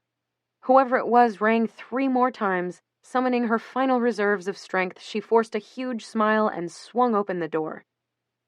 "Good morning, Mrs. Harrison," sang the manager of the estate, a portly older man whose name she couldn't recall. He was accompanied by a uniformed woman pushing a wheeled room service table. "Please accept this celebratory breakfast with our compliments. We thought you and Mr. Harrison might like something to nibble on before your brunch begins." "Oh, yes, well, thank you, that's lovely." Andy pulled her robe tighter and stepped back to allow the table to roll past her. She saw the Do Not Disturb sign she'd hung the night before on the hallway floor. Sighing, she picked it up and placed it back on the door. The server rolled the draped breakfast cart into the living room and set it up right in front of the picture window. They made small talk about the ceremony and the reception while the young woman poured the fresh orange juice, uncovered the little pots of butter and jam, and finally, blessedly, gave an awkward mini bow and excused herself. Relieved that all wedding dieting was officially over, Andy picked up the bakery basket and inhaled the delicious scent through the napkin. She pulled a warm, buttery croissant from the pile and bit into it. Suddenly she was famished. "Look who's feeling better," Max said, emerging from the bedroom with mussed hair, wearing only a pair of soft jersey pajama pants. "Come here, my little drunk bride. How's your hangover?" She was still chewing when he enveloped her in a hug. The feel of his lips on her neck made her smile. "I wasn't drunk," she mumbled through a mouthful of croissant. "What's this?" He reached for a blueberry muffin and jammed it in his mouth. He poured them each a cup of coffee, preparing Andy's just the way she liked it, with just a splash of milk and 2 Splendas, and took a long swallow. That is good." Andy watched Max shirtless drinking coffee, looking scrumptious. She wanted to crawl back under the covers with him and never come out. Had she imagined the whole thing? Was it an awful dream? Standing before her, holding out her chair and jokingly calling her Mrs. Harrison as he laid her napkin on her lap with a flourish, was the man whom up until 13 hours earlier she'd loved and trusted above all else. Screw the damn letter. Who cared what his mother thought? And so what if he'd bumped into an ex? He wasn't hiding anything. He loved her, Andy Sachs. "Here, look at the announcement," Andy said, handing Max the Sunday Styles section. She smiled as he snatched it out of her hands. "It's good, isn't it?" His eyes scanned the text. "Good," he said after another minute. "It's perfect." He came around to her side of the table and knelt down, just as he'd done when he'd proposed a year earlier. "Andy," he asked, looking directly into her eyes in that heart-stopping way of his that she loved, "I know something's going on with you. I don't know what you're jittery about or what's got you worried, but I want you to know that I love you more than anything in the world, and I'm always here for you whenever you're ready to talk about it. Okay?" "See? He understands me!" She wanted to shout for everyone to hear. "He senses something's wrong. That alone means there's no problem, right?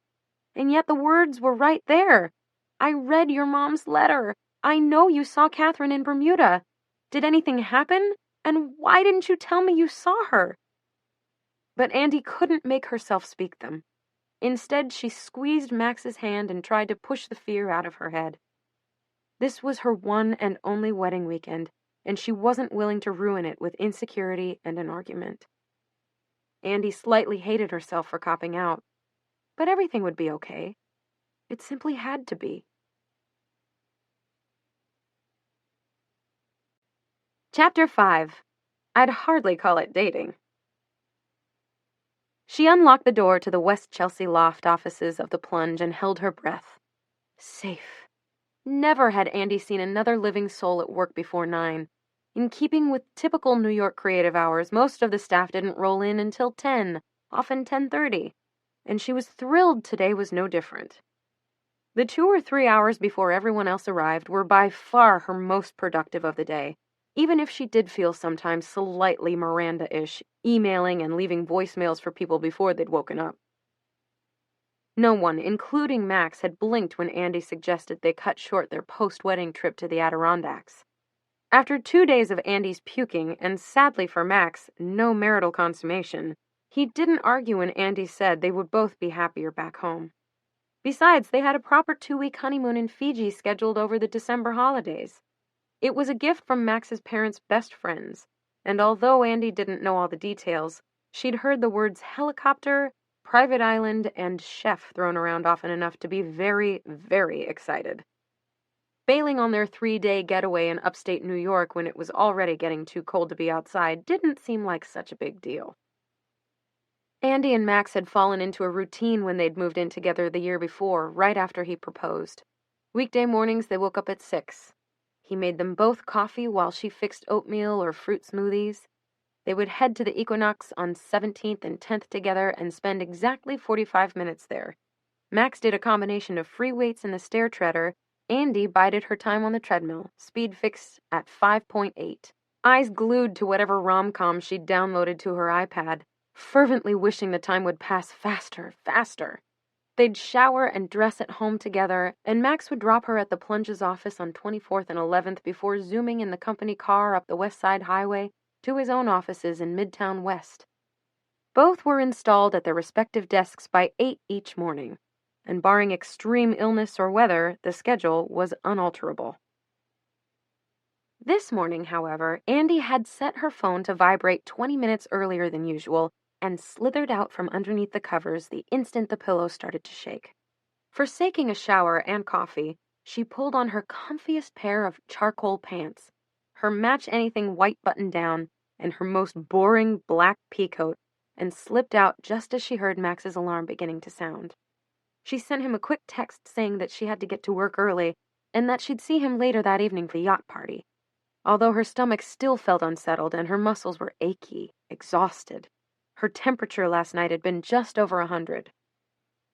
Andy's cell rang before she'd even taken off her coat. "Emily, what are you doing awake?" Andy checked her delicate gold watch, an engagement gift from her father. "It's like 2 hours too early for you." "Why are you answering?" Emily asked, sounding confused. "Because you called." "I only called to leave a message. I didn't think you'd pick up." Andy laughed. "Thanks. Should I hang up? We can try it again." "Aren't you supposed to be resting up for a grueling day of wine tasting or something?" "Leaf peeping followed by massages, actually." "Seriously, why are you awake? Aren't you still upstate?" Andy hit the speaker button and took the opportunity to remove her coat and collapse into her chair. It felt like she hadn't slept in weeks. "Well, we ended up coming back to the city because I felt like hell. Headache, puking, fever. I don't know if it's food poisoning or the flu or just some sort of 24-hour thing. Besides, Max didn't want to miss yacht party tonight, which I have to swing by, so we bailed." Andy glanced down at her atrocious outfit and reminded herself to leave enough time to run home and change. "Yacht parties tonight? Why wasn't I invited?" "You weren't invited because I wasn't going to go. And now that we're back, I'm planning to be there for exactly an hour before going home to bathe myself in Vicks Vapor Rub and watch a Toddlers and Tiaras marathon." "Whose boat is it this year?" "I can't remember his name. The usual hedge fund billionaire. More homes than we have shoes. Probably more wives, too. Apparently he used to be friends with Max's father, but Barbara thought he was such a bad influence she forbade her husband from socializing with him. I think he owns casinos, too. Sounds like a guy who knows how to throw a party." "He won't even be there. He's just lending his yacht as a favor to Max. Don't worry, you're not missing anything." "Uh-huh, that's what you said last year, and then the entire SNL cast showed up." Yacht Life magazine hadn't made a single dime in profits during its 10 years in existence, but that didn't stop Max from declaring it one of the most valuable holdings in all of Harrison Media. It gave them prestige and panache.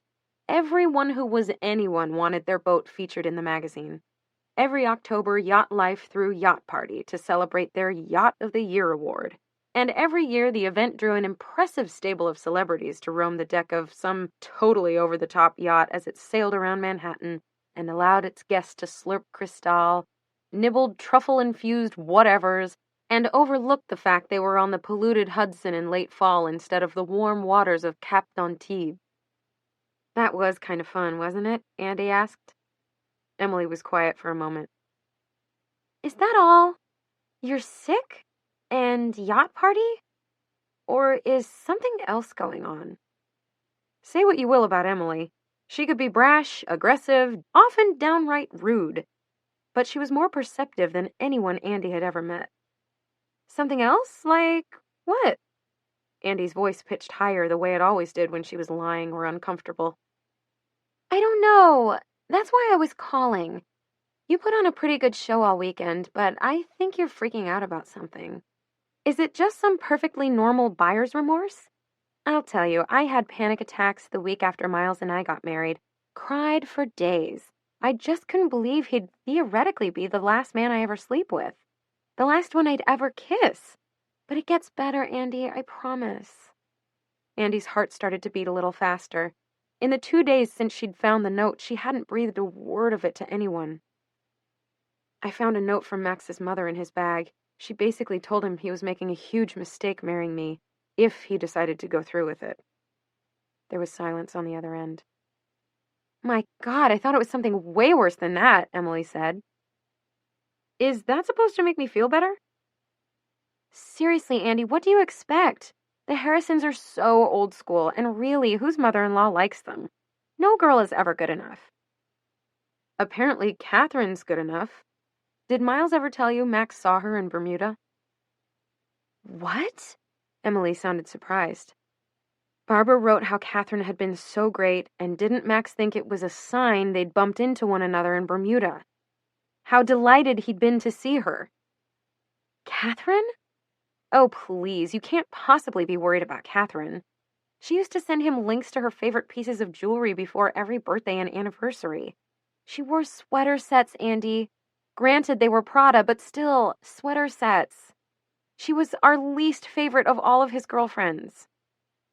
Andy pressed her fingertips to her forehead. Emily and Miles knew Max before she did, knew his entire dating history, and had met all the girls over the years.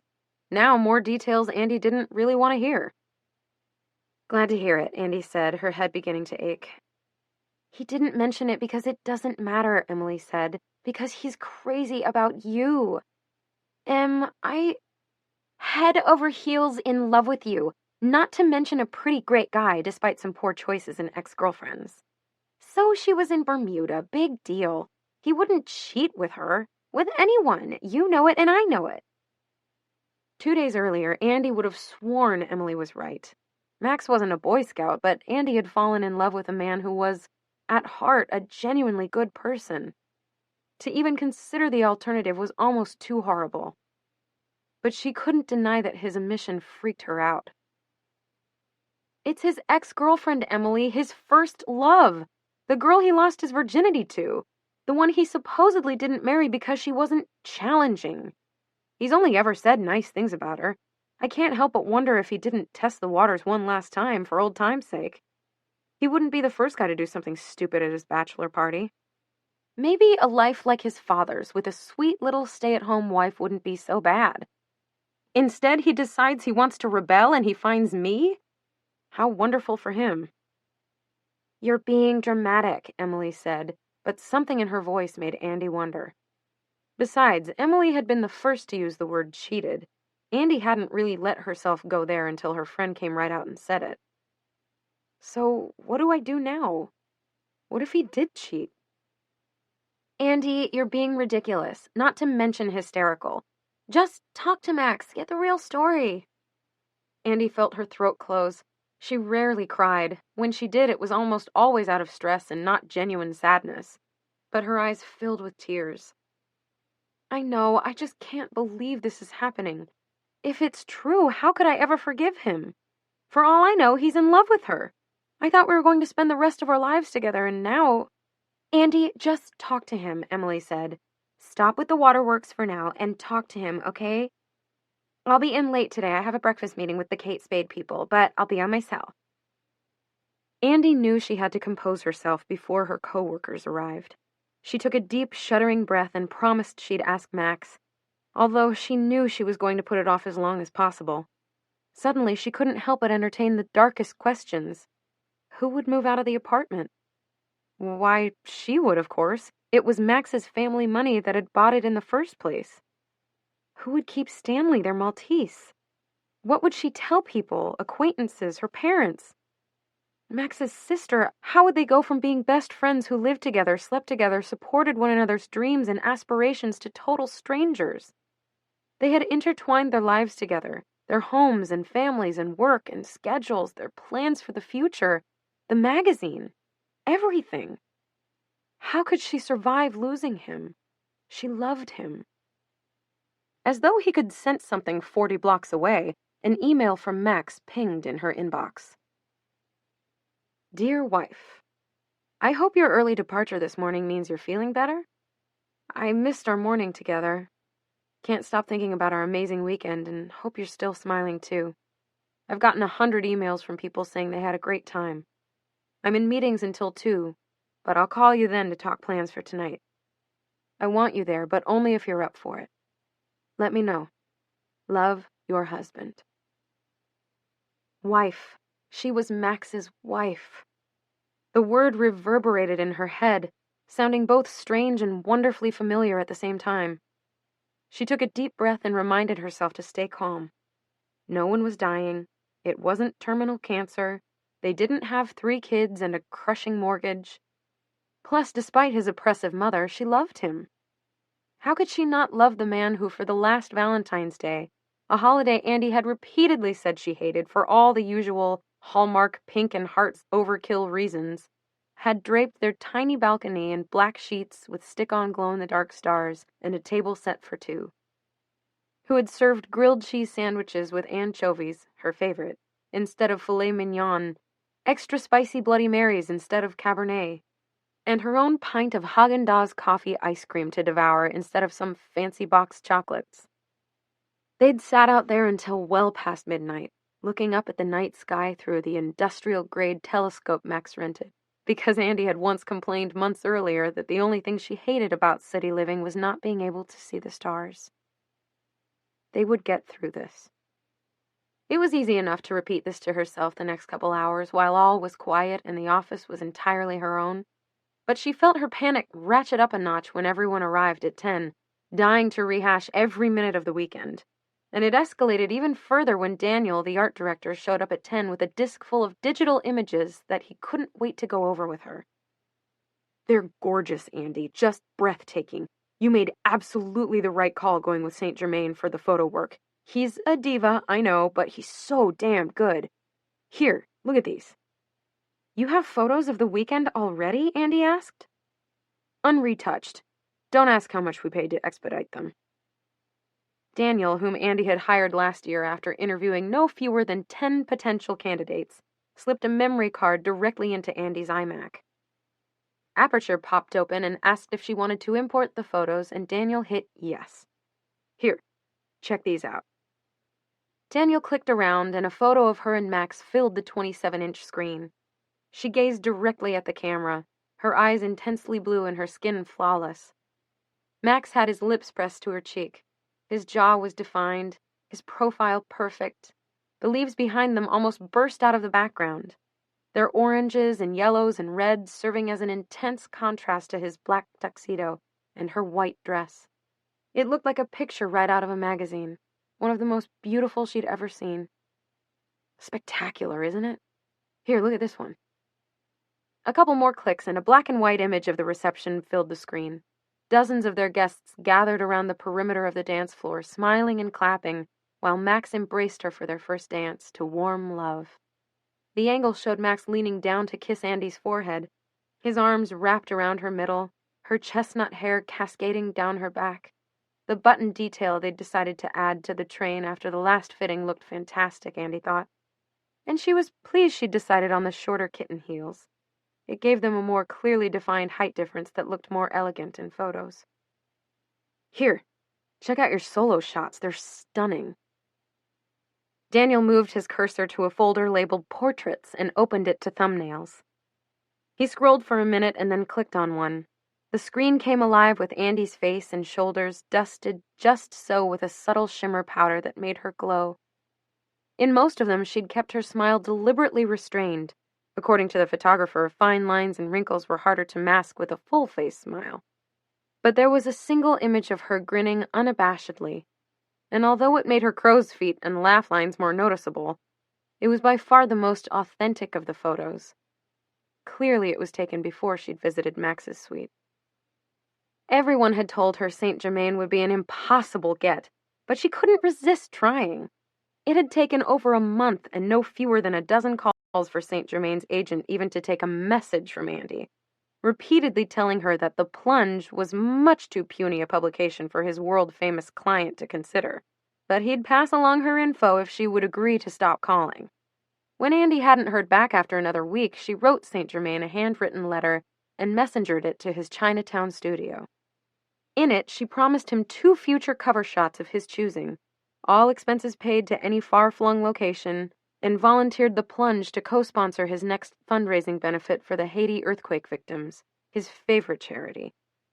That had elicited a phone call from a woman who identified herself only as Saint Germain's friend, and when Andy agreed to the woman's request for The Plunge to do a cover story on Saint Germain's much-adored niece, who was engaged to be married next fall, the impossible-to-book photographer signed on the dotted line.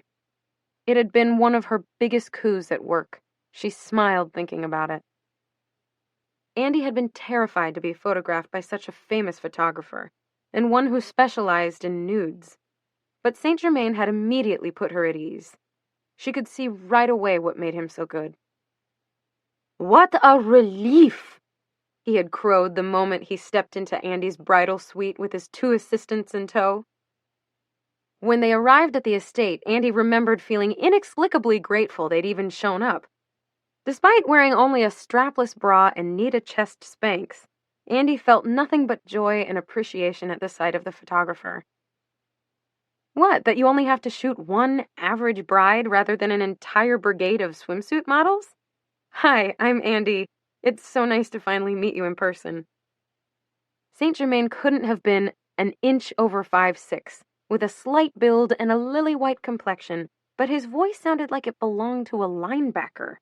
Not even his indeterminate accent, French, British, a hint of Aussie, seemed to fit. "Ha ha, yes, exactly. Those girls were crazy, completely aberrant. But seriously, mon chéri, I am so happy we do not need full-body makeup. It is so tiresome." "No full-body makeup, I promise. If all goes as planned, you will not be able to tell whether I'm up to date on my bikini wax either," Andy laughed. All the drama his booking required had prepared Andy to hate him, but Saint Germain was irresistibly charming. She knew from his friend that he'd flown in directly from Rio, where he'd been shooting the latest Sports Illustrated swimsuit edition. 5 days, 24 models, hundreds, if not thousands of inches of tanned and toned legs. Saint Germain nodded as though she'd just said something very serious. "This is good. I am so tired of looking at skinny girls in bright bikinis. Of course, this is a dream of most men, but you know what they say. Show me a beautiful woman, I will show you a man who is tired of... Well, you probably have heard the rest." He smiled devilishly. "It really doesn't sound like you had such a terrible time," Andy said with a smile. "Yes, perhaps not."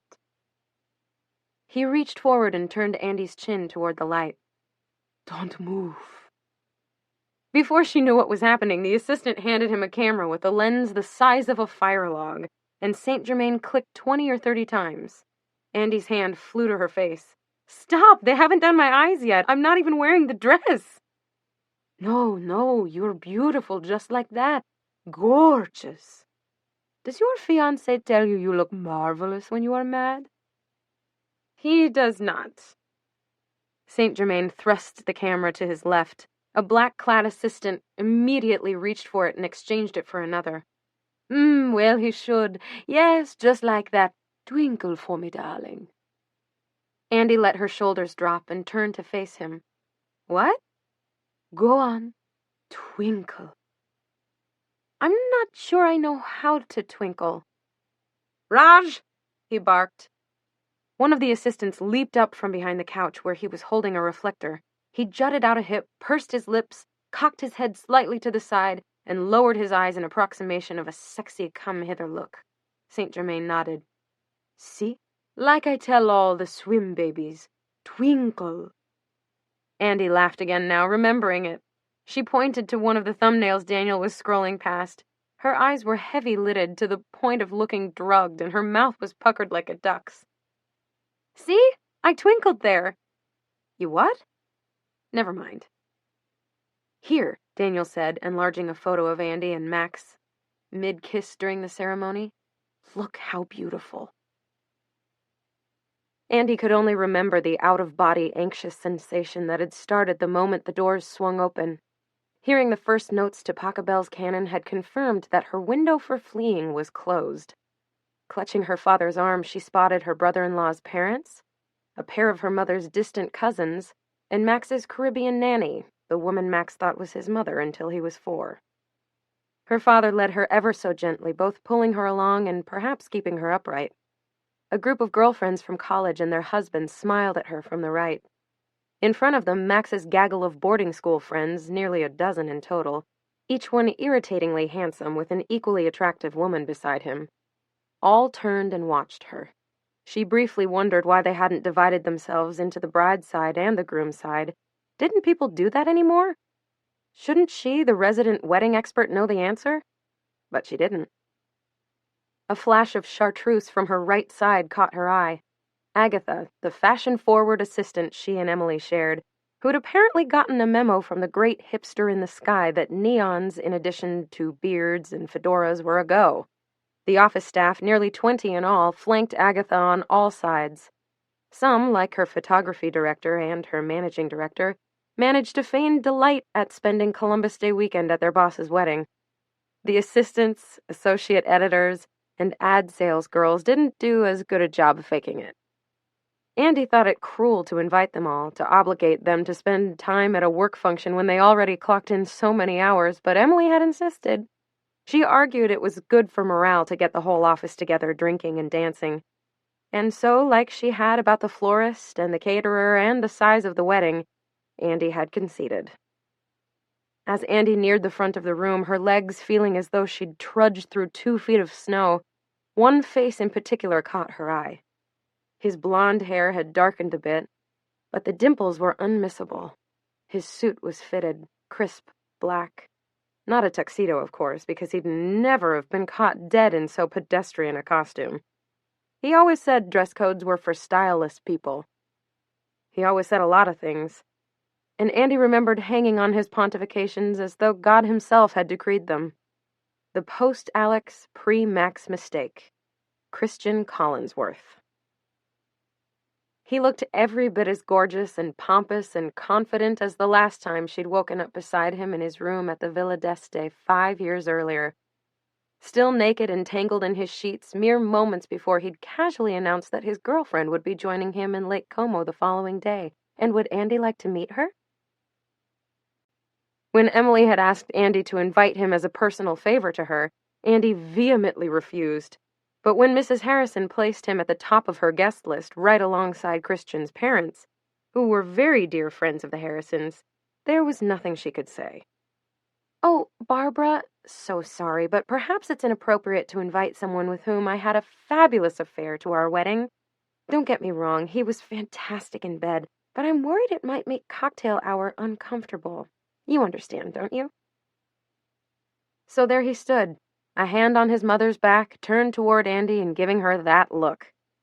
The one that hadn't changed one bit in 5 years, and said, "You and I know that we have a delicious secret." It was the look Christian gave exactly half the women in Manhattan. I'm going to be walking down the aisle and seeing someone I used to have sex with, Andy had complained to Emily when she first saw Mrs. Harrison's guest list. Never mind that Catherine had been lopped off the list at Max's behest. Andy had wanted to cheer him when he told his mom over a wedding planning brunch, no Catherine, no exes, despite her status as close family friend. When Andy had confessed to Max afterward that Christian Collinsworth was also on his mother's list, he looked her in the eye and said, "I don't give a rat's ass about Christian if you don't." Andy had nodded and agreed. It was probably best to leave well enough alone and not further upset Barbara. Emily had rolled her eyes. "That makes you like exactly 99% of brides, excluding your odd religious fanatic and the occasional freaks who met in elementary school and never slept with anyone else." "Get over it. I guarantee you Christian has." "I know," Andy said. "I was probably number 100-something for Christian, but I still think it was weird to have him at our wedding." "You're a 33-year-old woman who has lived in New York City for the last 8 years. I'd be worried if you didn't have someone at your wedding you'd slept with besides your husband." Andy had stopped marking up the layout in front of her and looked at Emily. "Which begs the question." 4. "You did not! Who? I can only think of Jude and Grant." "Remember Austin with the cats? You never told me you slept with him." "Yeah, well, it wasn't anything to brag about." Emily sipped her coffee. "That's only 3. Who else?" "Felix, from Runway. He worked in a—" Andy almost fell out of her desk chair. "Felix is gay. He married his boyfriend last year. When did you have sex with him?" "You're so label-conscious, Andy. It was a one-time thing after the Fashion Rocks event one year. At one point, Miranda made us take drink orders in the VIP room backstage. We both had way too many martinis. It was fun. We ended up at each other's weddings, and who really cares? You've got to relax a little." Andy remembered agreeing at the time, but that was before she was zipped into a wedding gown and sent strolling down the aisle to marry someone who'd potentially just cheated on her, while the guy she'd always been a little obsessed with grinned at her, naughtily, she could swear, from the sidelines. The rest of the ceremony was a blur. It took the sound of the glass shattering under Max's foot to bring her back to reality. Crash! They'd done it. From here on in, she would never again be just plain old Andy Sachs herself, whatever that meant. After that split second, she would forever carry one of 2 titles, and neither was particularly appealing at that very moment. Married or divorced. How had it happened? Andy's office line began to ring. She glanced at the clock. 10:30. Agatha's voice came through the intercom. "Morning, Andy. Max, line 1. Agatha came in later and later every day, and still Andy couldn't bring herself to say anything. She reached over to depress her own intercom button to tell Agatha she couldn't take Max's call, but she simultaneously knocked over her coffee cup and pressed line 1. "Andy? You okay? I'm worried about you, sweetheart. How are you feeling?" The coffee, now cold enough to feel worse than if it had been hot, slowly streamed off the desk and directly into Andy's pants. "I'm fine," she said hurriedly. She looked around for a tissue or even a piece of scrap paper to mop up the spill. Finding nothing, Andy watched as the coffee slowly soaked through her desk plotter calendar and into her lap, and she began to cry. Again. For someone who rarely cried, she sure was crying a lot lately. "Why are you crying? Andy, what's wrong?" Max asked. And the concern in his voice only made her tears stream faster. "No, nothing. I'm fine," she lied, watching the coffee spread into a circular stain over her left thigh. She cleared her throat. "Listen, I'm going to have to stop by and change tonight before yacht party, so I can walk Stanley. Will you cancel the walker? Are you coming home first, or would you rather meet there? What pier does it leave from again?" They went over details for the evening, and Andy managed to hang up without any more talk of her crying jag. She fixed her face in a little desk mirror, popped 2 Tylenols, chased them with a Diet Coke, and jammed through the rest of her day with barely a breather and, thankfully, no more tears. She even found a half hour to get a blowout at Dream Dry, which, in addition to a quick change at home and an ice-cold glass of Pinot Grigio, made her feel somewhat human. Max swooped over to her the moment she stepped off the red-carpeted gangplank and into the yacht's open-air living room. His soft kiss and minty, spicy smell made her dizzy with pleasure. And then she remembered everything else. "You look great," he said, kissing her neck. "I'm so glad you're feeling better." A wave of queasiness hit Andy like a shovel, and her hand flew to her mouth. Max's forehead kneaded. The wind is making the water rough in the boat roll. Don't worry, it's supposed to calm down any minute. Come on, I want to show you off. The party was in full swing, and together she and Max must have fielded 100 congratulations on their wedding. Could it only have been 4 days earlier that she'd walked down that aisle? A chilly breeze blew, and Andy moved one hand to her hair. With her other hand, she tightened the cashmere wrap around her shoulders. More than anything, she was grateful her mother-in-law had some prior social engagement on the Upper East Side and wouldn't be joining them that evening. This may be the most gorgeous one yet, Andy said, looking around the boat's Moroccan-inspired living room. She nodded toward an intricately woven tapestry and ran her fingers across the hand-carved bar. So tasteful. The wife of Yacht Life's editor, a woman whose name Andy could never remember, leaned in and said, "I heard they gave him a blank check to decorate. Literally, blank, as in unlimited." "Gave who?" The woman peered at her. "Who? Why, Valentino! The owner commissioned him to decorate the entire yacht. Can you imagine? How much must it cost to hire one of the world's preeminent fashion designers to pick fabrics for your couch?" "I can't even fathom," Andy murmured, although of course she could. Little shocked her after her year at Runway, and what still did was certainly not the extent to which crazy rich people would spend their money. Once again, Andy watched as the woman, Molly, Sadie, Zoe, scarfed a miniature tartare-topped tortilla and gazed, munching, past Andy. The woman's eyes grew wide. "Oh my God, he's here. I can't believe he's actually here," she mumbled through her half-chewed food, the hand in front of her mouth doing little to hide it. "Who's here?" her husband asked with seemingly zero interest. "Valentino! He just arrived! Look!" The woman managed to swallow her chip and reapply lipstick in one almost graceful motion. Max and Andy swiveled toward the red carpet, and sure enough, a tan, taut, and pulled-tight Valentino gingerly removed his loafers and stepped aboard. A lackey standing just off the side handed him a snorting, wet-faced pug, which he accepted without comment and began to stroke. He brazenly scanned the party and, appearing neither pleased nor displeased, turned to offer his one free hand to his date.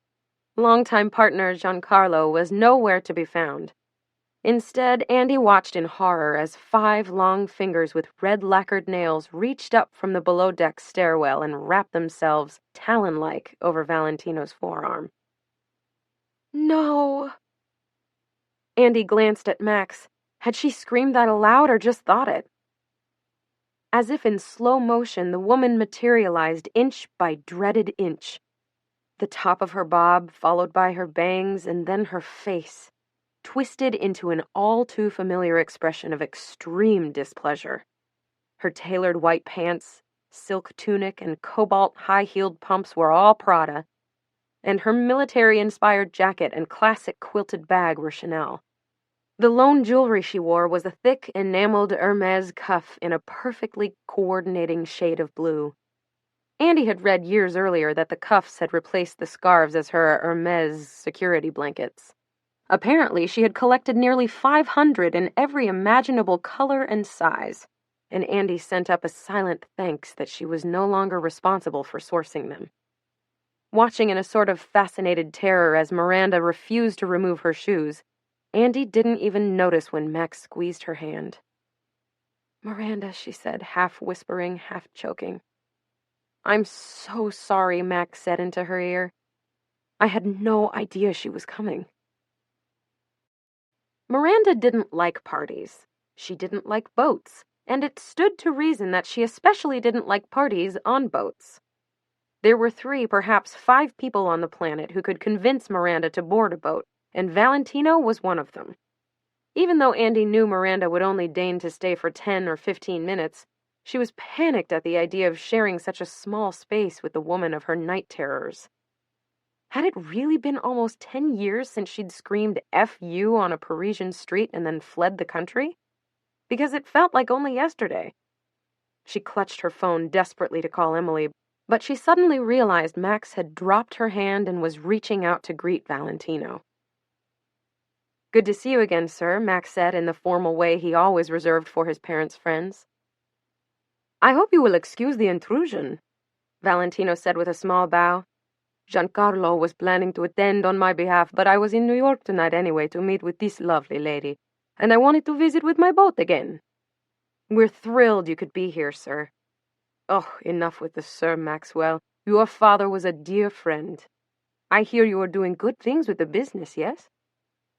Max smiled tightly, unable to discern if Valentino's question was merely polite or fraught. "I'm certainly trying. May I get you and Miss Priestley something to drink? Miranda, darling, come here and say hello. This is Maxwell Harrison, son of the late Robert Harrison. Maxwell is currently overseeing Harrison Media Hall—" "Yes, I'm aware," she interrupted coolly, gazing at Max with a cold, disinterested expression. Valentino looked as surprised as Andy felt. "Aha! I did not realize you two knew each other," he said, clearly looking for a further explanation. At the exact same moment that Max murmured, "We don't," Miranda said, "Well, we do." An awkward silence ensued before Valentino broke into a raucous laugh. "Ah, I sense there is a story there. Well, I look forward to hearing it one day." Andy bit her tongue and tasted the tang of blood. Her queasiness had returned, her mouth felt like chalk, and she couldn't for the life of her figure out what to say to Miranda Priestley. Thankfully, Max, ever more socially graceful than she, placed his hand on Andy's back and said, "And this is my wife, Andrea Harrison." Andy almost reflexively corrected him, "Professionally, it's Sachs," until she realized he'd deliberately avoided using her maiden name. It didn't matter, though. Miranda had already spotted someone more interesting across the room, and by the time Max's introduction was out of his mouth, Miranda was 20 feet away. She had not thanked Max, nor even so much as glanced in Andy's direction. Valentino shot them an apologetic look and, clutching his pug, dashed off behind her. Max turned to Andy. "I'm so sorry. I had absolutely no idea that—" Andy placed her open palm on Max's chest. "It's okay, really. Hey, that went better than I could have ever hoped. She didn't even look at me. It's not a problem." Max kissed her on the cheek and told her how beautiful she looked. How she didn't have to be intimidated by anyone, least of all the legendarily rude Miranda Priestley, and asked her to wait right there while he went to find them both some water. Andy offered him a weak smile and turned to watch as the crew drew up the anchor and began to motor off the pier. She pressed her body into the boat's metal railing and tried to steady her breathing with deep inhalations of the brisk October air. Her hands were shaking, so she wrapped her arms around herself and closed her eyes. The night would be over soon. Chapter 6. Writing the obit doesn't make it true. The morning after yacht party, when Max's alarm went off at 6, she thought she might bludgeon it. Or him. Only with his prodding was she able to drag herself out of bed and into a pair of running tights and an old brown sweatshirt. She slowly chewed the banana he handed her on their way out the door and followed him listlessly around the block to their gym, where the mere effort of swiping her membership card felt overwhelming. She'd climbed atop an elliptical machine and optimistically set it for 45 minutes, but that was the extent of her capabilities. As soon as the program moved from warm-up into fat burn, she hit the emergency stop button, grabbed her Poland Spring and her Us Weekly, and retreated to a bench outside the spin studio. When her cell phone rang with Emily's number, she almost dropped her phone. "It's 6:52 in the morning. Are you kidding me right now?" Andy said, bracing herself for the Emily onslaught. "What, are you not up yet?" "Of course I'm up. I'm at the gym. What are you doing up? Are you calling from jail? Or Europe? This is like the second day this week I've heard from you before 9. You're not going to believe who just called me, Andy." Emily's voice contained a level of excitement that was usually reserved for celebrities, presidents, or unresolved ex-boyfriends. "Nobody, I hope, before 7 in the morning. Just guess." "Really, Em? I'll give you a hint. It's someone you're going to find very, very interesting." Suddenly, Andy just knew. Why was she calling Emily? To confess her guilty conscience? Defend herself with claims of true love? Announce she was pregnant with Max's baby? Andy had never been more certain of anything in her entire life. It's Catherine, isn't it? Who? Max's ex-girlfriend, the one he saw in Bermuda, and... Have you still not asked him about that? Seriously, Andy, you're being ridiculous. No, it wasn't Catherine. Why on earth would she be calling me? It was Elias Clark. Miranda, Andy whispered. Not exactly. Some dude named Stanley who didn't bother much with details or job titles. But I think I figured out from some Googling that he's the general counsel for Elias Clark. Andy leaned over and put her head between her knees for just a moment before Call Me Maybe began blaring from the spin studio. She stood up and placed a hand over her free ear.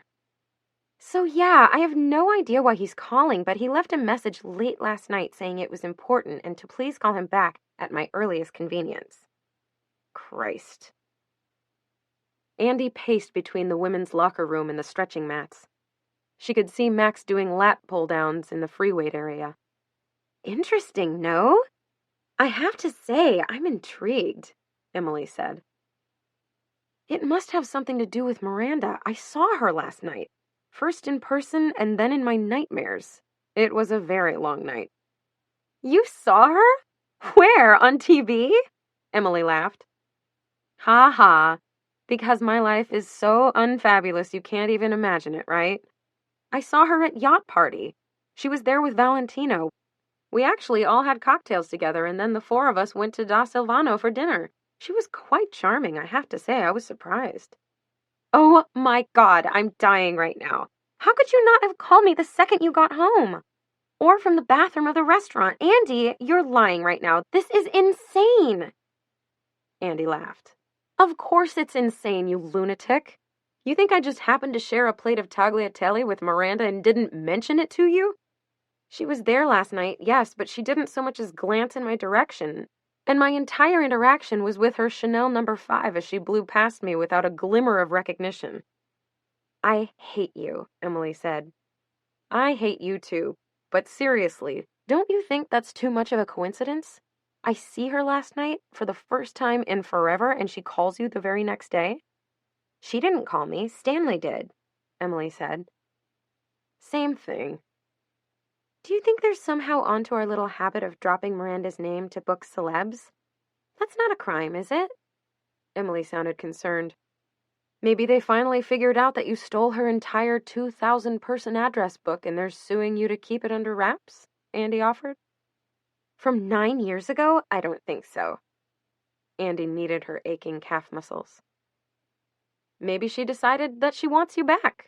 That you were the best dry cleaning dropper-offer and lunch fetcher she's ever had, and she simply can't live without you. Adorable. Look, I'm jumping in the shower now, and I'll be out of here in 30 minutes. Meet me at the office? Andy looked at her watch, thrilled for the excuse to leave the gym. All right, I'll see you there. Oh, and Andy, I'm making the steak tonight. Come early and help me, okay? You can do the zucchini. Miles won't be home until 8. Sounds good. I'll tell Max to get in touch with Miles. See you soon. Pan-seared strip steaks and zucchini matchsticks had become their go-to meal for every dinner the girls had cooked for each other in over 5 years, ever since they'd learned to make it together in a remedial cooking class. It was the only dish either of them had actually mastered the entire semester. And no matter how many times they made the damn steak and zucchini, probably in the neighborhood of 2 or 3 times a month, it always made Andy think of 2004. The year after she left Runway, and her entire world had changed. Andy wasn't one of those girls who remembered what she wore on every first day of school, third date, or birthday, or even when she had met certain friends or how she'd celebrated most holidays. But the year after Andy left Runway was etched forever in her mind. It wasn't every year of your life that you quit your job, your parents got divorced, your boyfriend of 6 years dumped you, and your best friend, okay, fine, only friend, moved clear across the country. It had started with Alex, a mere month after she returned from her infamous Fuck You Miranda Paris trip. Yes, she cringed inwardly every time she remembered the exchange, aghast at her own bad behavior. Yes, she thought it was just about the most unprofessional and uncouth way of leaving a job, no matter how dreaded said job was.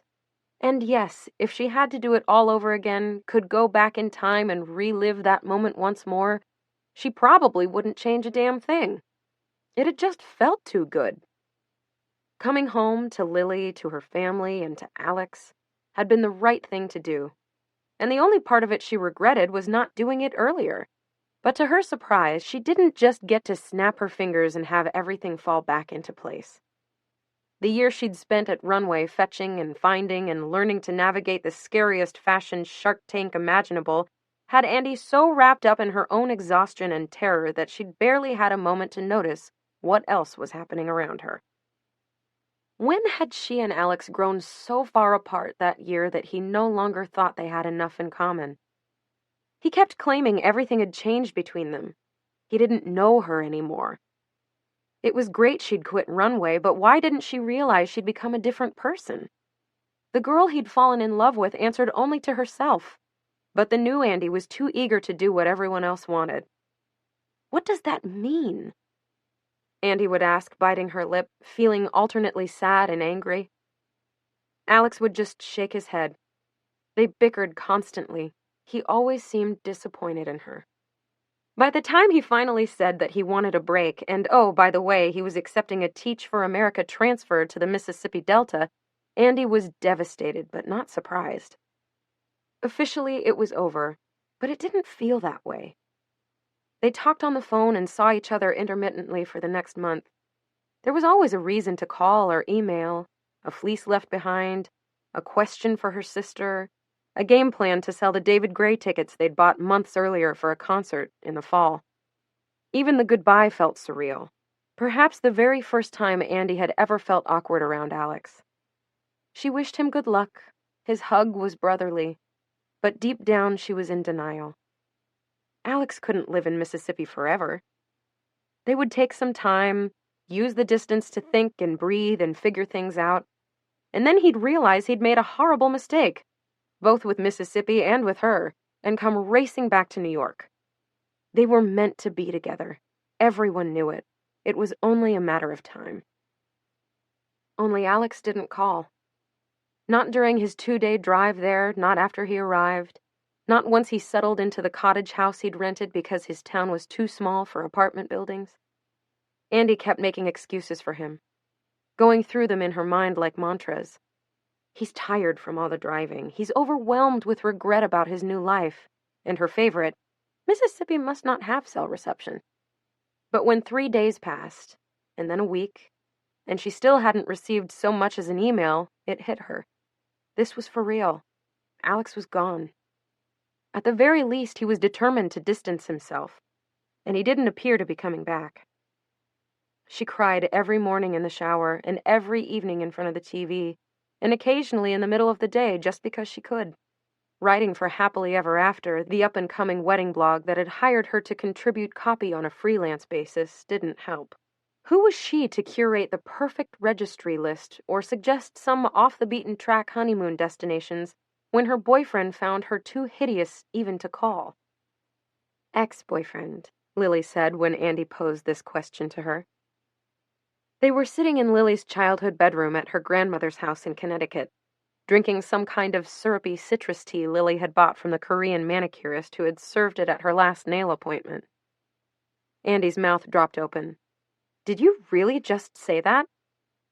I'm not trying to hurt you, Andy, but I think it's important you start facing reality.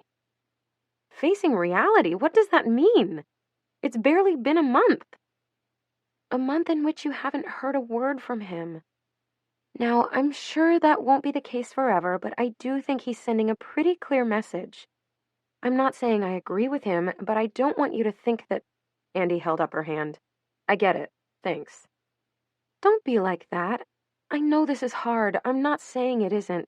You loved each other, but I think you need to start focusing on moving forward with your life. Andy snorted. Is that one of your brilliant pearls of wisdom from your 12-step meetings? Lily leaned back as though she'd been struck. I'm only saying it because I care about you, she said quietly. I'm sorry, Lil. I didn't mean it like that. You're right. I know you're right. I just can't believe... As hard as she tried to choke back the tears, her throat tightened and her eyes welled. She sobbed. Come here, sweetheart, Lily said, moving closer to Andy's floor cushion. In an instant, her friend's arms were wrapped around her, and Andy realized this was the first time anyone had hugged her in weeks. It felt good, so pathetically good. He's just being a typical guy, taking some time, doing his thing. He'll come around. Andy wiped away tears and managed a small smile. I know. She nodded, but they both knew Alex was no typical guy. And he'd given no indication whatsoever that he was going to come around. Not then or ever. Lily flopped down on the floor.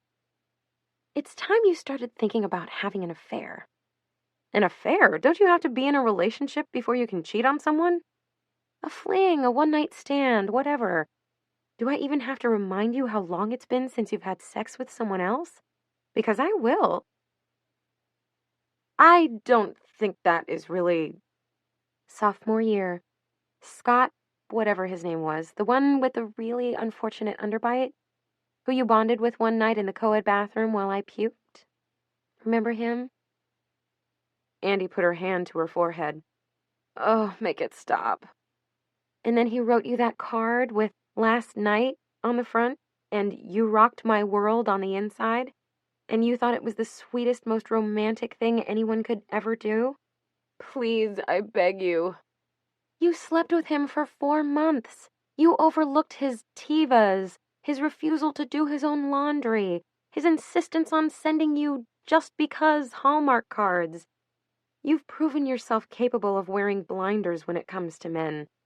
I'm just saying, do it again. Lily, or don't.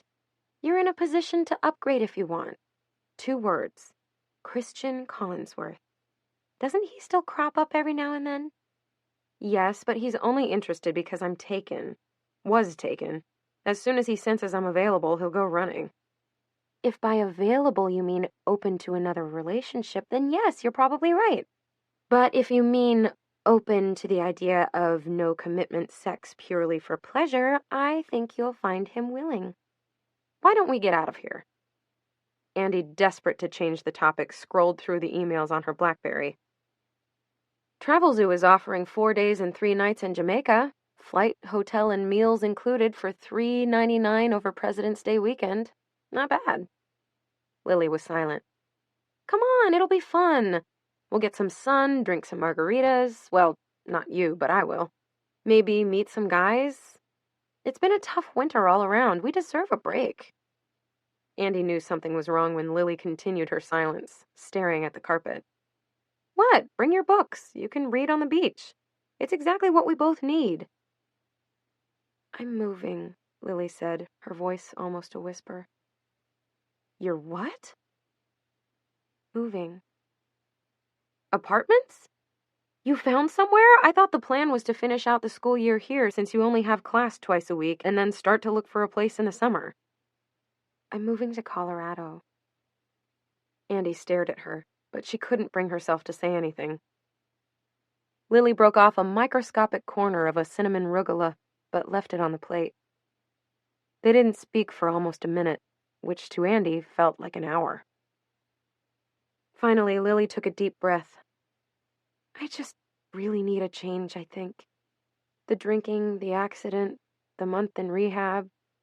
I just associate so many things with the city, so many negative connotations. I haven't even told my grandmother yet.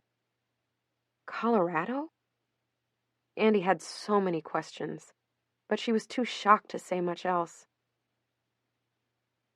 UC Boulder is making it really easy for me to transfer my credits, and they'll give me a full ride for only teaching 1 undergraduate class each semester. They have fresh air and a great program, and a whole lot of people who don't know my whole story already. When Lily looked up, her eyes were filled with tears. They don't have you. That's the only part of the whole thing making me sad. I'm going to miss you so much. Blubbering ensued. Both girls were sobbing and hugging and wiping mascara from their cheeks, unable to imagine a situation where an entire country separated them. Andy tried to be supportive by asking Lily a million questions and paying close attention to the answers, but all she could think about was the obvious. In a few weeks' time, she was going to be all alone in New York City. No Alex, no Lily, no life. A few days after Lily's departure, Andy retreated back to her parents' house in Avon. She'd just finished scarfing down 3 servings of her mother's butter and heavy cream-laden mashed potatoes, washed down with 2 glasses of Pinot, and was considering unbuttoning her jeans when her mother reached across the table to take Andy's hand and announced that she and Andy's father were getting divorced. "I can't stress enough how much we both love you and Jill, and of course this has nothing to do with either of you," Mrs. Sachs said, talking a mile a minute. "She's not a child, Roberta. She certainly doesn't think she's the reason her parents' marriage is ending." Her father's tone was sharper than normal, and if she were being honest with herself, she'd have admitted she'd noticed it had been that way for some time. "It's completely mutual and amicable. No one is seeing anyone else, nothing like that. We've just grown apart after so many years. We want different things," her father added unhelpfully. Andy nodded. "Aren't you going to say anything?" Mrs. Sachs' brow furrowed in parental concern. "What is there to say?" Andy downed the rest of her wine. "Does Jill know?" Her father nodded, and Mrs. Sachs cleared her throat. "Well, just if you have any questions or anything." Her mother looked worried. A quick glance at her father confirmed he was about to launch into full shrink mode, start interrogating her about her feelings and making irritating comments like, "Whatever you're feeling right now is understandable," and "I know this will take some getting used to," and she wasn't in the mood for it. Andy shrugged. "Look, it's your deal. So long as you're both happy, it's none of my business." She wiped her mouth with her napkin, thanked her mother for dinner, and left the kitchen. No doubt she was reverting back to teenage brattiness, but she couldn't help herself. She also knew that the demise of her parents' 34-year marriage had nothing to do with her, but she couldn't help thinking, first Alex, then Lily, now this. It was too much. As far as distractions went, logging in the hours, researching, interviewing, and writing happily ever after articles worked for a little while, but Andy still couldn't fill that interminable stretch of time between finishing work and going to sleep. She'd gotten drinks a couple times with her editor, a tiger of a woman who mostly looked over Andy's shoulder at the recent college graduates milling around the happy hour bars they frequented. And occasionally she'd see a Brown acquaintance for dinner or a friend visiting New York on business. But mostly, Andy was alone. Alex had dropped off the face of the planet. He hadn't called a single time, and the only contact had been a curt, "Thanks so much for remembering, hope you're well" email in response to a long, emotional, and in hindsight, humiliating voicemail Andy left for his 24th birthday. Lily was happily settled in Boulder and babbling excitedly about her apartment, her new office, and some yoga class she'd tried and loved. She couldn't even fake being miserable for Andy's sake. And Andy's parents officially separated after agreeing that Mrs. Sachs would keep the house, and Andy's father would move into a new condo closer to town. Apparently the papers were filed, they were both in therapy, although separately this time, and each was at peace with the decision. It was a long, cold winter. A long, cold, lonely winter. And so she did what every young New Yorker before her had done at some point during their first decade in the city, and signed up for a how-to-boil water cooking class. It had seemed like a good idea, considering she only used her oven for storing catalogs and magazines. The only cooking she ever did was with a coffee pot or a jar of peanut butter. And ordering in, regardless of how frugal she tried to be, was way too expensive. It would have been a good idea if New York wasn't the smallest city in the world at the exact times you needed anonymity. Sitting across the test kitchen from Andy on her very first day of class, looking supremely hassled and a lot intimidating, was none other than runway first assistant extraordinaire, Emily Charlton. 8 million people in New York City, and Andy couldn't avoid her only known enemy? She desperately wished for a baseball cap, oversized sunglasses, anything at all that could shield her from the imminent blaze-eyed glare that still haunted Andy's nightmares. Should she leave? Withdraw? See about attending another night? As she debated her options, the instructor read the class roster. At the sound of Andy's name, Emily jolted a bit but recovered well. They managed to avoid eye contact and came to an unspoken agreement to pretend they didn't recognize each other. Emily was absent the second class, and Andy was hopeful she had bailed on the course altogether. Andy missed the third one because of work. Each was displeased to see the other at the fourth class, but there was some subtle shift making it too difficult for them to ignore each other entirely, and the girls nodded in icy acknowledgement. By the end of the fifth class, Andy grunted a barely discernible hey in Emily's general direction, and Emily grunted back. Only one more session to go. It was conceivable, even likely, that they could each finish out the course with nothing more than guttural sounds exchanged, and Andy was relieved. But then the unthinkable happened. One minute the instructor was reading the ingredient list for that night's meal, and the next he was pairing the two sworn enemies together as kitchen partners, putting Emily in charge of prep work and instructing Andy to oversee the sautéing. Their eyes met for the first time, but each looked quickly away. One glance and Andy could tell. Emily was dreading this as much as she was. They moved wordlessly into position side by side, and when Emily settled into a rhythm of slicing zucchini into matchsticks, Andy forced herself to say, "So, how is everything?" "Everything? It's fine." Emily still excelled at conveying that she found every word Andy uttered extremely distasteful. It was almost comforting to see nothing had changed. Although Andy could tell Emily didn't want to ask, and couldn't have cared less about the answer, Emily managed to ask, "How about you?" "Oh, me? Fine. Everything's fine. I can't believe it's already been a year. Can you?" Silence. "You remember Alex, right? Well, he ended up moving to Mississippi for a teaching job." Andy still couldn't bring herself to admit that he'd broken up with her.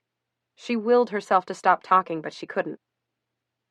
"And Lily, that friend of mine who was always stopping by the office late at night after Miranda left, the one who had the accident while I was in Paris, she moved too, to Boulder. I never thought she had it in her, but she's become a yoga fanatic and a rock climber in, under 6 months. I'm actually writing now for a wedding blog, Happily Ever After. Have you heard of it?" Emily smiled. Not meanly, but not nicely either. "Is Happily Ever After affiliated with The New Yorker? Because I remember there was a lot of talk about writing for them." Andy felt her face grow hot. How naive she'd been. So young and foolish.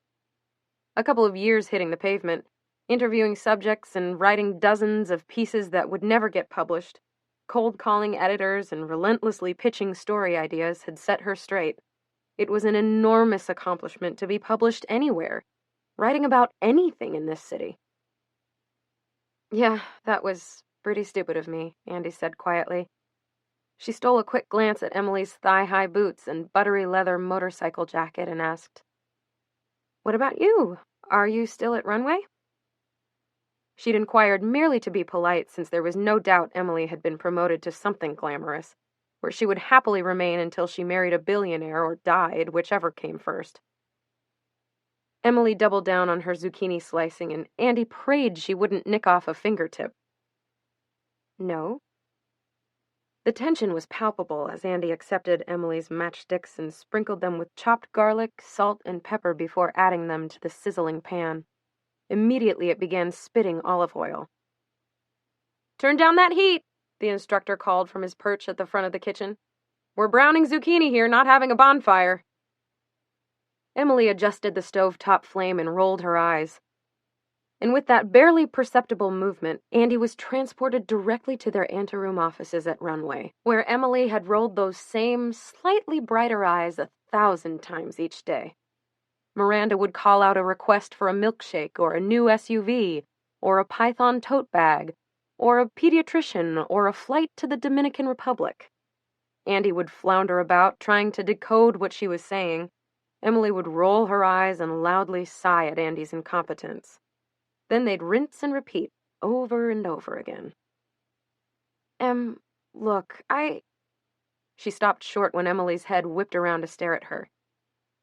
"It's Emily," she said tightly. "Emily, sorry, how could I forget?" Miranda called me that for a year of my life." Surprisingly, this made Emily snort, and Andy thought she might have even detected a small smile. "Yeah, she did, didn't she?" "Emily, Andy, unsure how to proceed, stirred the zucchini despite the instructor's command to let them stand and brown without bothering them too often. "I know it's been a really long time since that year, but I feel badly about how we left things." "What? You mean how you weaseled your way into the Paris trip despite it being my lifelong dream, and despite my working way longer and harder than you ever did, and then you having the nerve to up and quit in the middle of it? Never taking a second to consider what a very bad mood that might put Miranda in, or how long it would take for me to hire and train someone new. Nearly 3 weeks, by the way, which meant I was at her beck and call 24/7, totally solo?" Emily stared down at her zucchini. "You never so much as emailed to say goodbye, or thanks for the help, or go to hell, or anything. That's how we left it." Andy peered at her cooking partner. Was Emily actually hurt? Andy wouldn't have believed it if she didn't see it herself. But it seemed like Emily was actually upset Andy hadn't gotten in touch. "I'm sorry, Emily. I figured I was the last person you'd want to hear from. It's no secret I didn't love working for Miranda, but I recognize now that it wasn't so easy for you either, and I probably could have been a little less difficult." Emily snorted again. "Difficult? You are a first-class bitch." Andy took a deep breath in through the nose and out through the mouth. She wanted to take it all back, call Emily the brown-nosing sycophant she really was, and kiss Runway and everyone associated with it goodbye forever. Merely talking about the place for the last 60 seconds had brought back all the old pain and anxieties, the sleepless nights, the endless requests, the forever ringing phone, the constant belittling and insulting and passive-aggressive comments. Feeling fat, stupid, and inadequate every morning, and exhausted, beaten down, and depressed every night. But what was the point of engaging now? In an hour and a half, the class would be over for good, and Andy would be able to leave, pick up a pint of tasty delight on her walk home, and hopefully never see her nasty ex-colleague again. "Here, these zucchini are finished. What's next?" Andy asked, moving the pan back to the burner and coating a clean one with fresh olive oil. Emily dropped 2 handfuls of halved Brussels sprouts into the pan and then poured a Dijon wine and vinegar mix over it. "She fired me, you know." Andy's wooden spoon clattered to the floor. "She what?" "Fired me. About 4 months after you quit. I'd just finished training the 4th new girl. It was probably 8 in the morning on a totally average day, and she waltzed in, barely glanced at me, and told me she didn't need me to come back the next day. Or ever." Andy couldn't keep her mouth from dropping open. "Are you serious? And you have no idea why?" Emily's hand was shaking slightly as she stirred the sprouts. "None. I worked for her almost 3 years. I fucking learned French so I could tutor Caroline and Cassidy in all my free time. And she threw me out like garbage. I was weeks away from a promised promotion to associate fashion editor, and bam! Goodbye. No explanation, no apology, no thank you, nothing." "I'm so sorry. That's horrible." Emily held up her left hand. "That was last year. I'm over it. Well, maybe not over it exactly. I still wake up every morning and pray she gets run over by a bus. But after that, I can get on with my day." Had it not been for the expression of pain on Emily's face, Andy would have rejoiced. How often had she wondered why Emily didn't recognize all the hideous ways Miranda humiliated and terrorized the people who worked for her? How many times had she wished she had a friend in the office? How much more bearable would it have been if she'd had a partner in crime with whom to commiserate? No one had worked harder or with more dedication than Emily, and Miranda had reneged on all of her promises to her anyway. It was so fundamentally unfair. Andy wiped her hands on her apron. "I wrote her obit once. Is that weird?" Emily put down her tongs and stared. It was the first time the entire class they'd made direct eye contact. You what? Just as, like, an exercise, you know? I think it's fair to say I didn't exactly dwell on her accomplishments either. It was surprisingly cathartic. You're not the only one who hopes she meets an untimely death. Finally, Emily smiled. So, does that mean you worked at a newspaper? I Googled you for a while after you left, but I never found much. Andy didn't know where to start with that one. There was a weird feeling of satisfaction in knowing that Emily tried to keep track of her, too. In the weeks after she left Runway, she'd often thought of calling Emily to apologize for quitting so suddenly and putting the first assistant in such a lousy situation. But in the end, she always chickened out.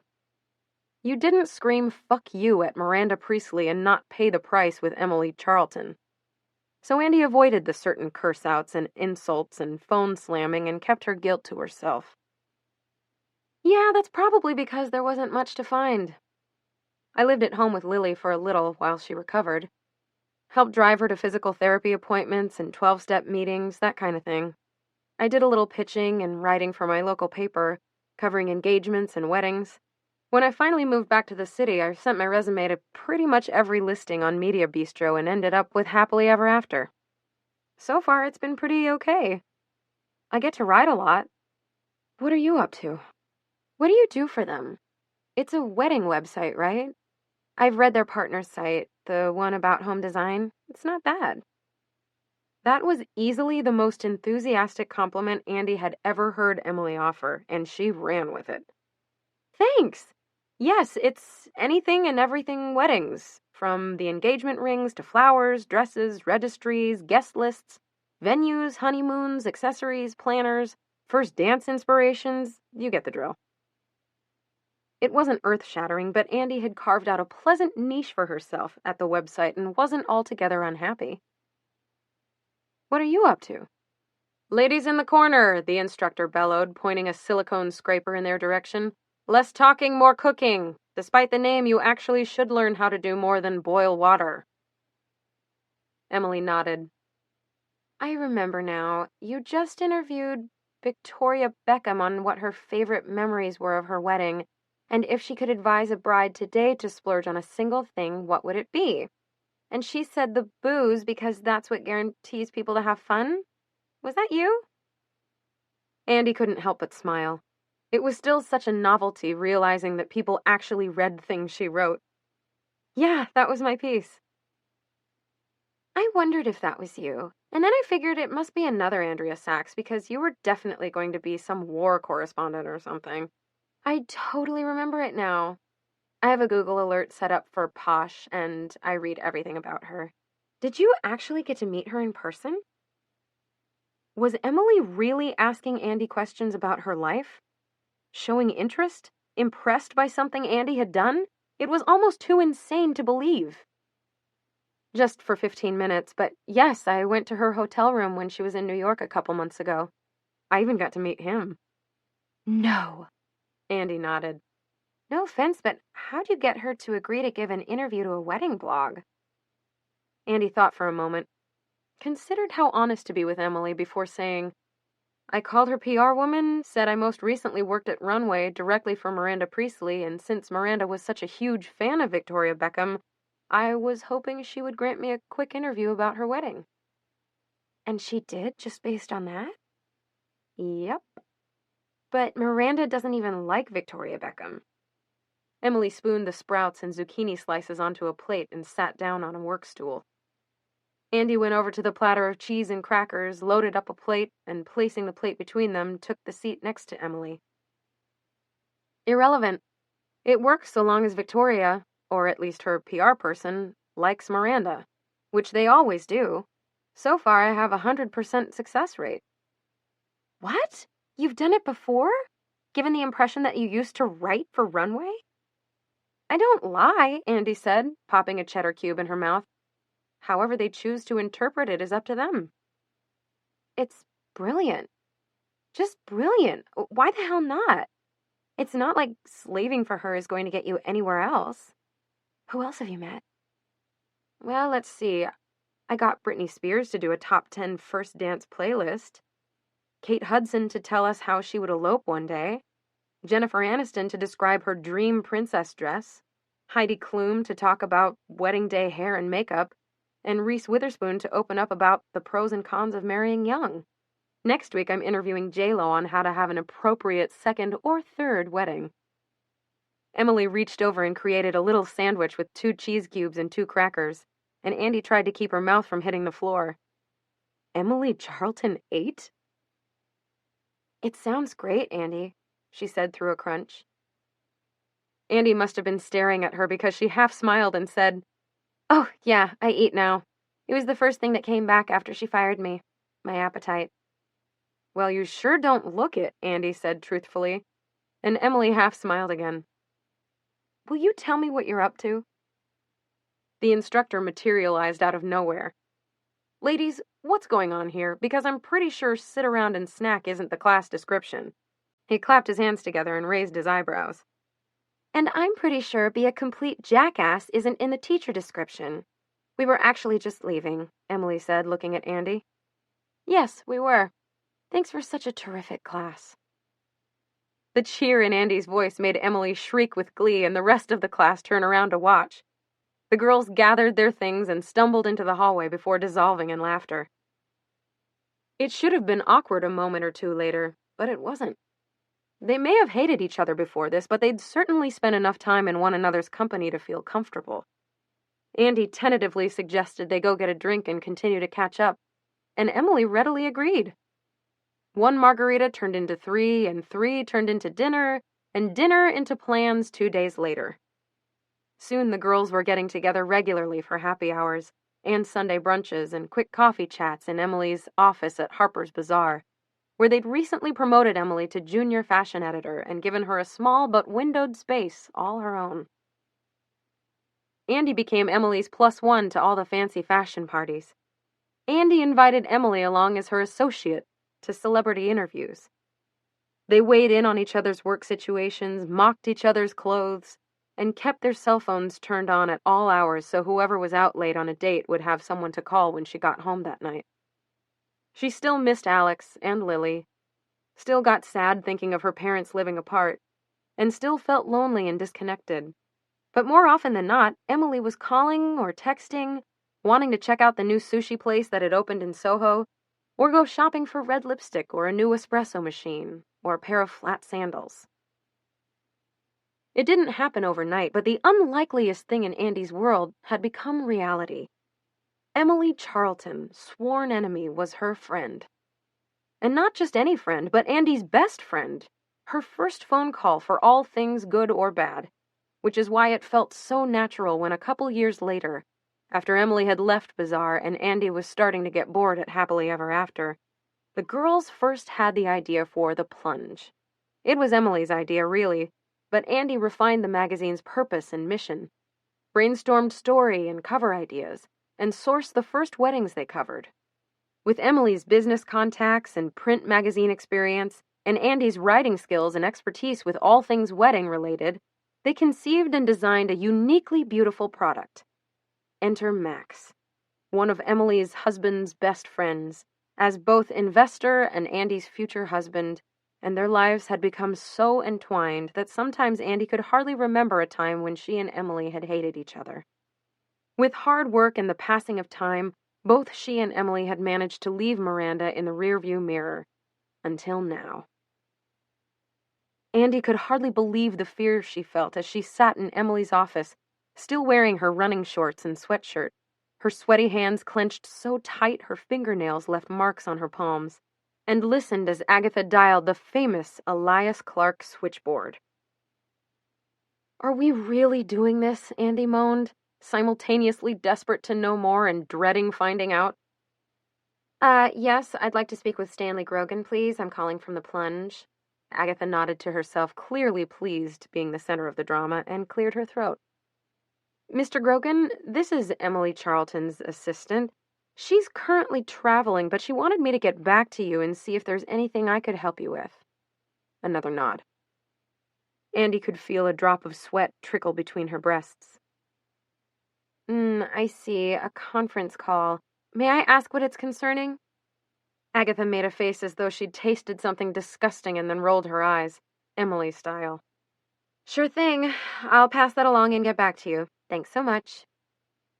Emily didn't even wait for the girl to put the phone down on the receiver before leaning over and depressing the button to end the call. What did he say? Andy and Emily asked in unison. Agatha took a sip of her green smoothie and appeared to be enjoying herself. He said that he'd like to schedule a conference call between himself and the two of you. A conference call? About what? Andy asked.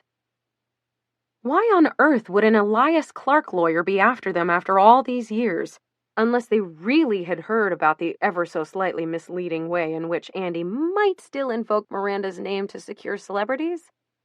He wouldn't say. What do you mean he wouldn't say? Emily nearly shrieked. What did he say when you asked him? Just that he's free most mornings before 11 and that he would only discuss the private matter with both of you, and a couple of his colleagues. Oh God, she's back. She's suing us. She's going to make our lives a living hell. I just know it, Andy moaned. Miranda couldn't care less about either one of us. I promise you that, Emily said with her old authority as first assistant. If you don't remember a damn thing, remember this.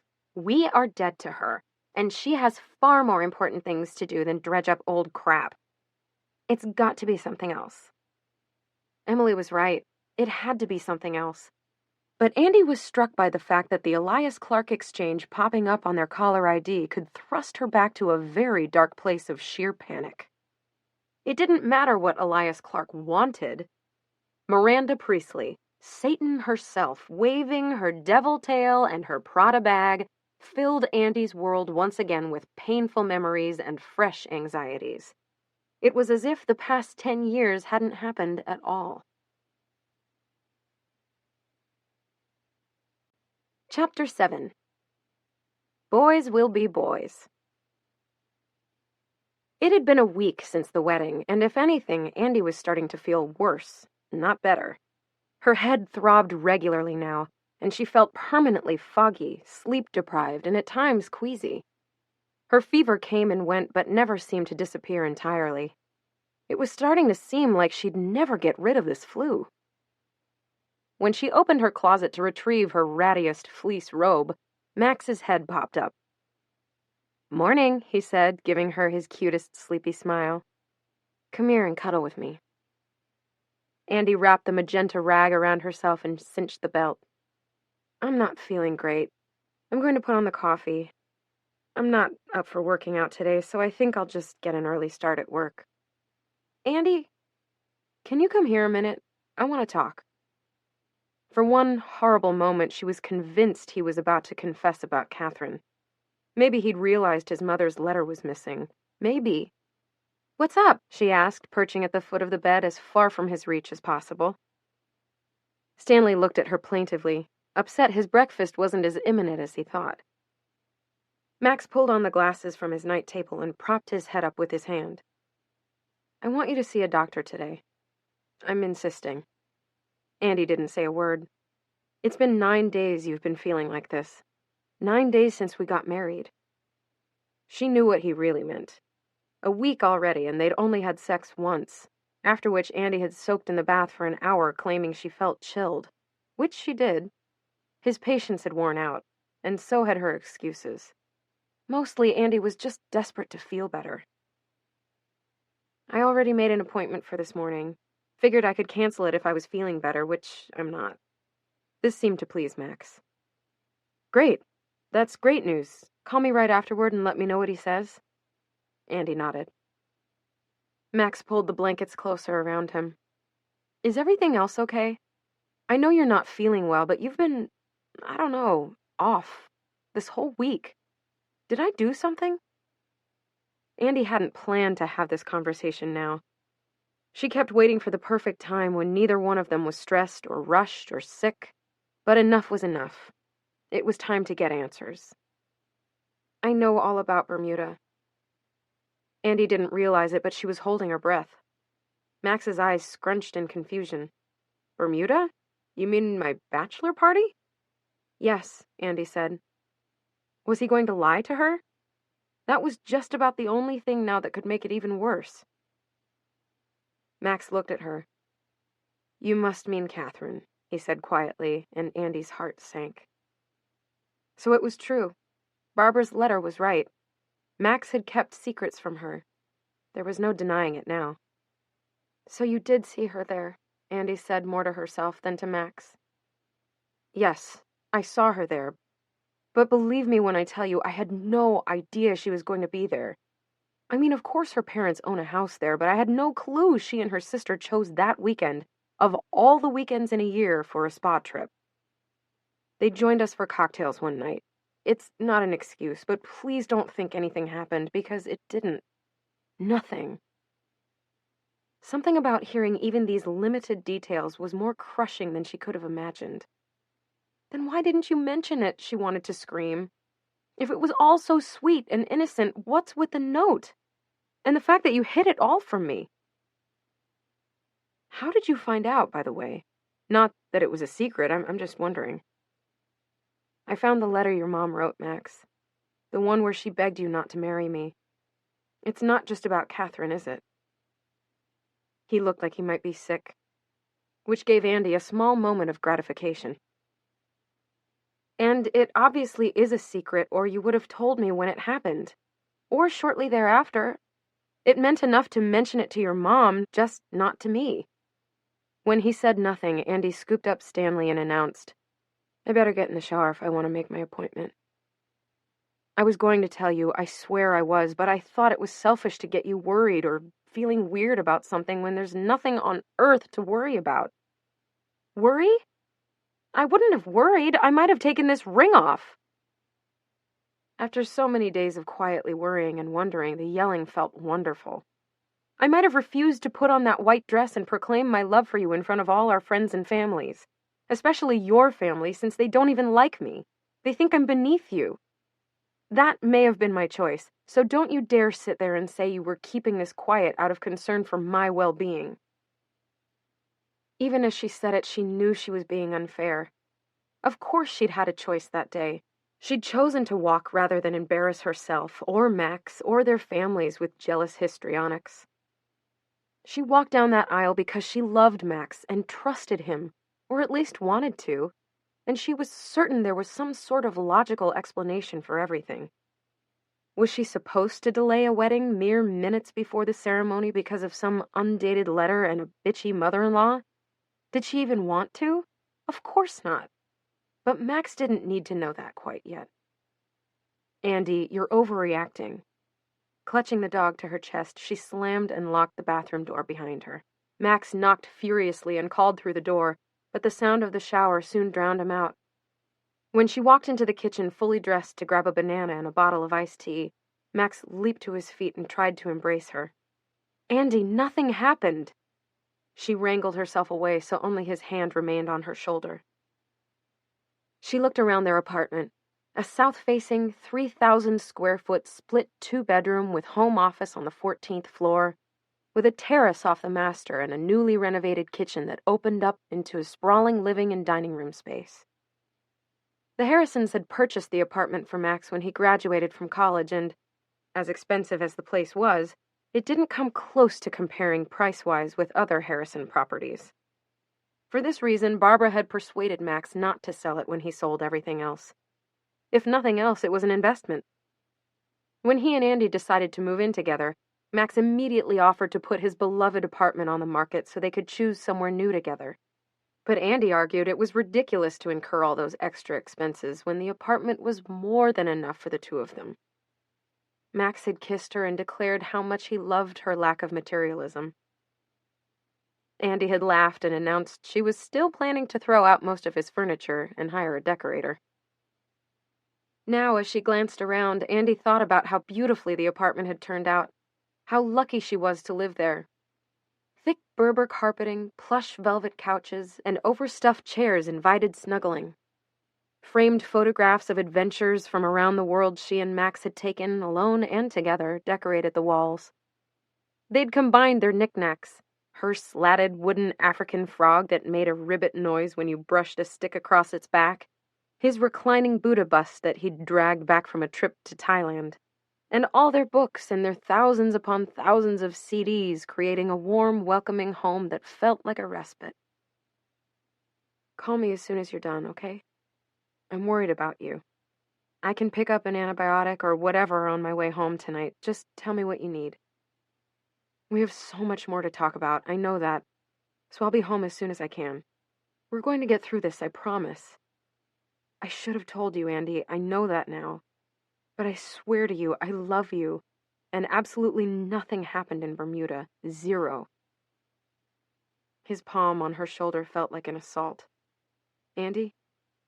She didn't look at him, didn't respond. I love you so much. I'll do anything to win back your trust. I made a bad decision not to tell you I saw an ex, but I didn't cheat. And I'm not my mother. Please come home tonight and talk to me, okay? Please? She forced herself to look up and meet his gaze. There, peering at her through worried eyes, looking as anxious as she felt, was her best friend, her partner, the man she loved more than anyone else on earth. This wasn't the last of it, Andy knew that. They would talk that night, and she would need some more convincing. But not then. She nodded and squeezed his arm, and without another word, she hoisted her bag over her arm and closed the door behind her. Andrea? Good to see you again, dear, Dr. Palmer said as he perused Andy's chart. He didn't look up. After, 30, maybe 40 years in practice, how could the man bear to hear another complaint about headaches and a sore throat? Andy almost felt bad for him. Let's see here. You had your last physical almost 2 years ago. You're due, you know that. But you made a sick appointment today, so what's going on? Well, I'm sure it's nothing serious, but I've been feeling pretty lousy for a week now. It doesn't seem to be getting any better. I've had a nonstop headache and my stomach's been upset. Sounds like a typical bug that's been going around. Anything upper respiratory?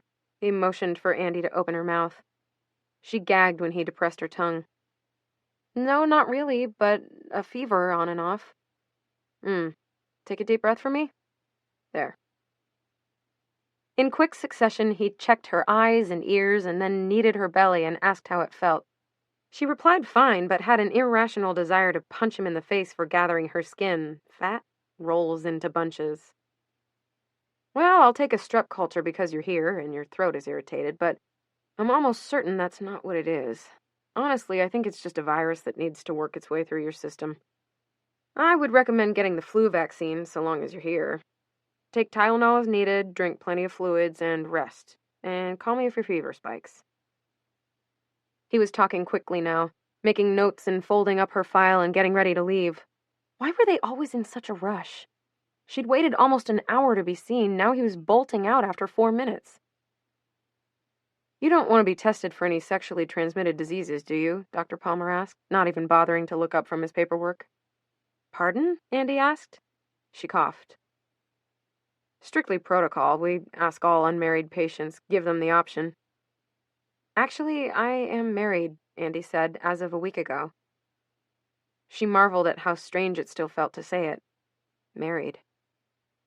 Congratulations! Well then, if that's all, I'll be getting on my way. Good to see you, Andy. I think you'll be feeling better soon. He turned to leave the exam room, and before Andy could think anything through, she blurted, I'd like to be tested for everything, please. Dr. Palmer turned around. I know it's probably all in my head and there's nothing to worry about, but I did just find out that my husband saw his ex at his bachelor party. I mean, I know it's his ex-girlfriend and not some prostitute, and of course I don't actually think anything happened. He swears it didn't, but better safe than sorry, I guess. She paused for just a moment to take a deep, gasping breath. And then, more calmly, she said, We just got married last weekend. 99% of Andy knew she was being completely and utterly ridiculous. She was almost certain Max hadn't cheated on her with Catherine or anyone else. He'd never been anything but loving and upfront with her. And while he'd made a mistake in not mentioning the run-in, she really did believe him when he claimed nothing happened. And even if by some unlikely chance something had happened, what were the chances he was going to get a sexually transmitted disease from Catherine von Herzog, the virgin princess herself? Von Herzogs didn't do herpes. Period. All that said, on the teensy-tiny chance her current illness had something to do with Max and Catherine, she should know once and for all. He nodded. The lab is down the hall to your left. Go there now and they'll draw your blood. Leave a urine sample in the bathroom. When you return, take everything off. There's a paper gown by the chair over there, opening in the front. I'll be back with a nurse momentarily. Andy tried to thank him, but he disappeared too quickly. She scooted off the exam table and headed toward the lab, where a large, unsmiling woman quickly and near painlessly drew her blood without ever making eye contact, and then directed Andy to the bathroom. She returned to the exam room and, as directed, changed into the front opening gown and climbed back up on the table. The ancient copy of Real Simple magazine on the chair caught her eye, and she managed to stay focused on a 10-step plan for cleaning out your laundry room when the doctor and another man entered. Andy, this is Mr. Kevin, our nurse practitioner, Dr. Palmer said, motioning toward the Asian man who appeared not a day older than 17.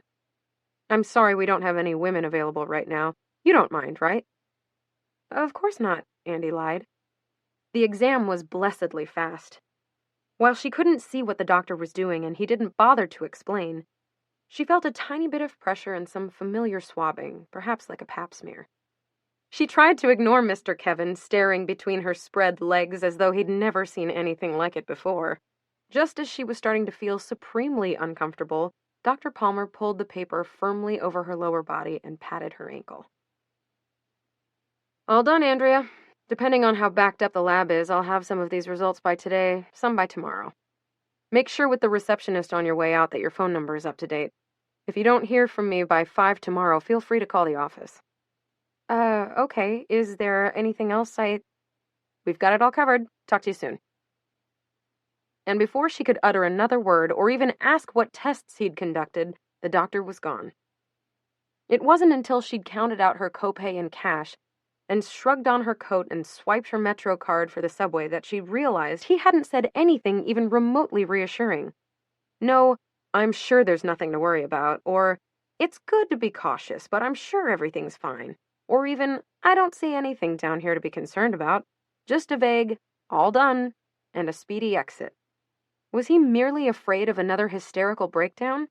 Or had he seen something that raised a red flag? Andy could barely concentrate at work. Barbara, Catherine, Bermuda, and Chlamydia on one hand, Miranda on the other. She honestly didn't know which was scarier. She tried to distract herself with a quick glance through page 6 online, but a photo of Miranda's daughters stared back at her. No longer the little girls who had tormented Andy years ago. The twins looked no less miserable. In the photo from some gallery opening the previous evening, Caroline was dressed in head-to-toe black and draped across some guy sporting a waxy mustache and acne. Cassidy had attempted, and pulled off, Andy had to admit, the half-shaved head look. Her skin-tight, glossy leather pants accentuated her frightening thinness, and, combined with her ruby-red lipstick, gave her a goth China doll appearance. The caption told her both girls were currently freshmen, home for their fall breaks. Caroline from RISD, and Cassidy from some French-run university in Dubai. Andy couldn't help but wonder how Miranda felt about her daughter's choices, and the thought made her smile for a moment. Emily knocked on Andy's office door and walked in without waiting for a response. Hey, you look horrible. Are you still sick? More to the point, did you talk to Max? Yes, on both counts. Andy plucked a Hershey's Kiss from the glass bowl she kept on her desk before pushing the bowl toward Emily.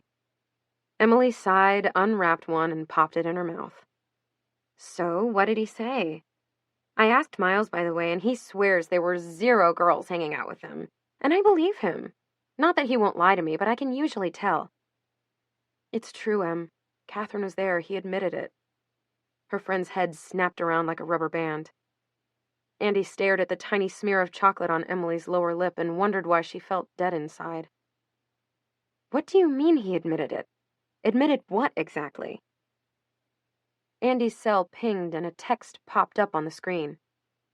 Both girls leaned forward to see if it was from Max, which it was, and Emily looked questioningly at Andy. What did Doc say? The thought of lying on that cold table having her lady private swabbed while two men watched came rushing back, and Andy was filled with an overwhelming desire to murder Max. In all the years since high school that she'd been sexually active, including a number spent dating in the Shark Tank that was New York City, Andy had never once worried she'd caught some sexually transmitted disease. She was careful, bordering on obsessive, and proud of it. How unfair that now, when she finally felt secure enough to let her guard down, to give herself completely to her husband, for God's sake, she was being tortured waiting for STD results to come back. She began typing with her thumbs. Test results later today or tomorrow. Probably just a bug. Andy? Andy unwrapped another kiss and bit the top off before popping the whole thing in her mouth. Can you lay off the binging for a second here and tell me what's going on? Emily snatched the candy bowl from Andy's reach and put it on the floor.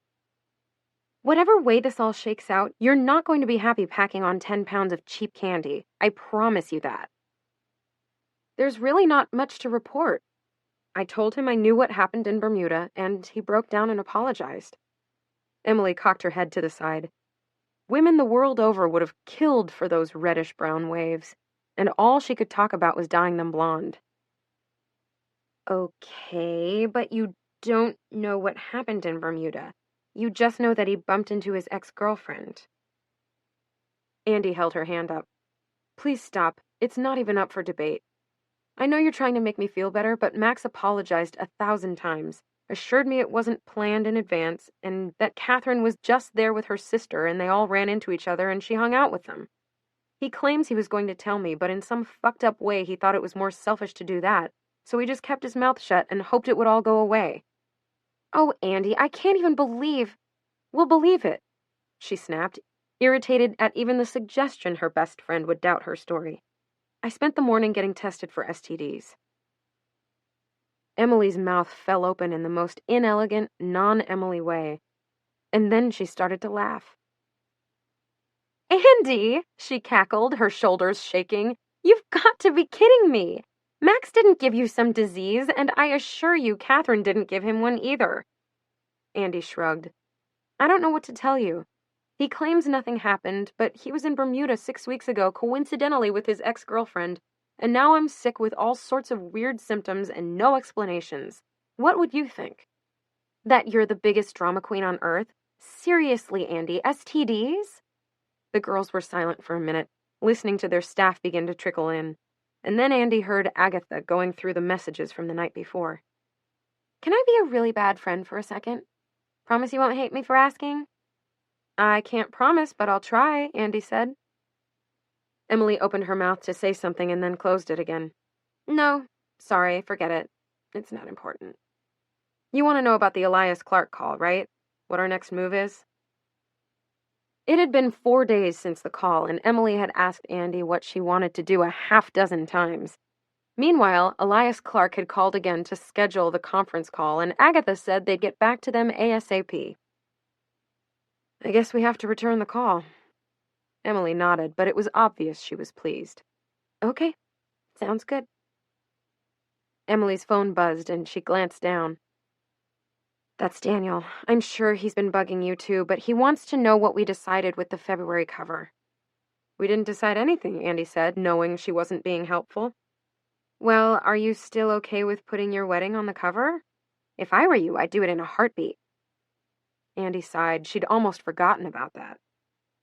We got the film back, and it's gorgeous. And we blew almost her entire editorial budget on Saint Germain. And we don't have anything half as good to sub in.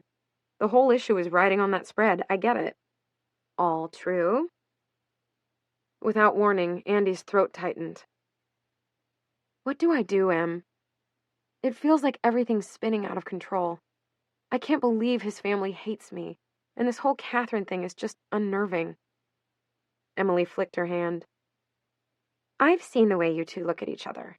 My God, if Miles and I had half of what you and Max have, we'd be golden. He worships you, and I know him. He's kicking himself right now, wondering why he was an ass, and he's terrified he's going to lose you. But you know what that makes him? A guy. A guy who's screwed up by not telling you, but still the same guy you fell in love with. The one who always said he'd never met anyone he wanted to settle down with, until he met you. Andy gave Emily a look. If this is his way of settling down, I'd hate to see what playing the field looks like. Do you remember him begging you to move in with him 6 months after you met? He wanted to go ring shopping for your first anniversary. And if that man mentions starting a family one more time, Miles is going to kill him. He really does love you, Andy, and you know it. I do know. I just need to keep telling myself. Andy coughed and dabbed her eyes with a tissue. It's fine to run the wedding in the February issue, she said before she could chicken out. Really? The look of relief on Emily's face was almost comical. Really, the pictures really are beautiful. There's no reason to waste them. Emily nodded and then hightailed it out of Andy's office, probably before either one of them could say something to screw it up. By the time Andy walked to her block, she was feeling, if not calm, then some similar approximation of it. Max played in a basketball league after work once a week, but Andy knew he planned to skip it that night so he could come home and take care of her. If he left work at the usual time, he'd be home in the next 30 minutes. What should she do? Accept her husband completely lied to her about seeing his first love? Wasn't she old enough to know that where there's smoke, there's fire? If he omitted the information that he'd seen Catherine, there had to be more, right? And if there was more, what would she do? Leave him? Wouldn't Barbara just love that one? Andy up and gone 2 weeks in.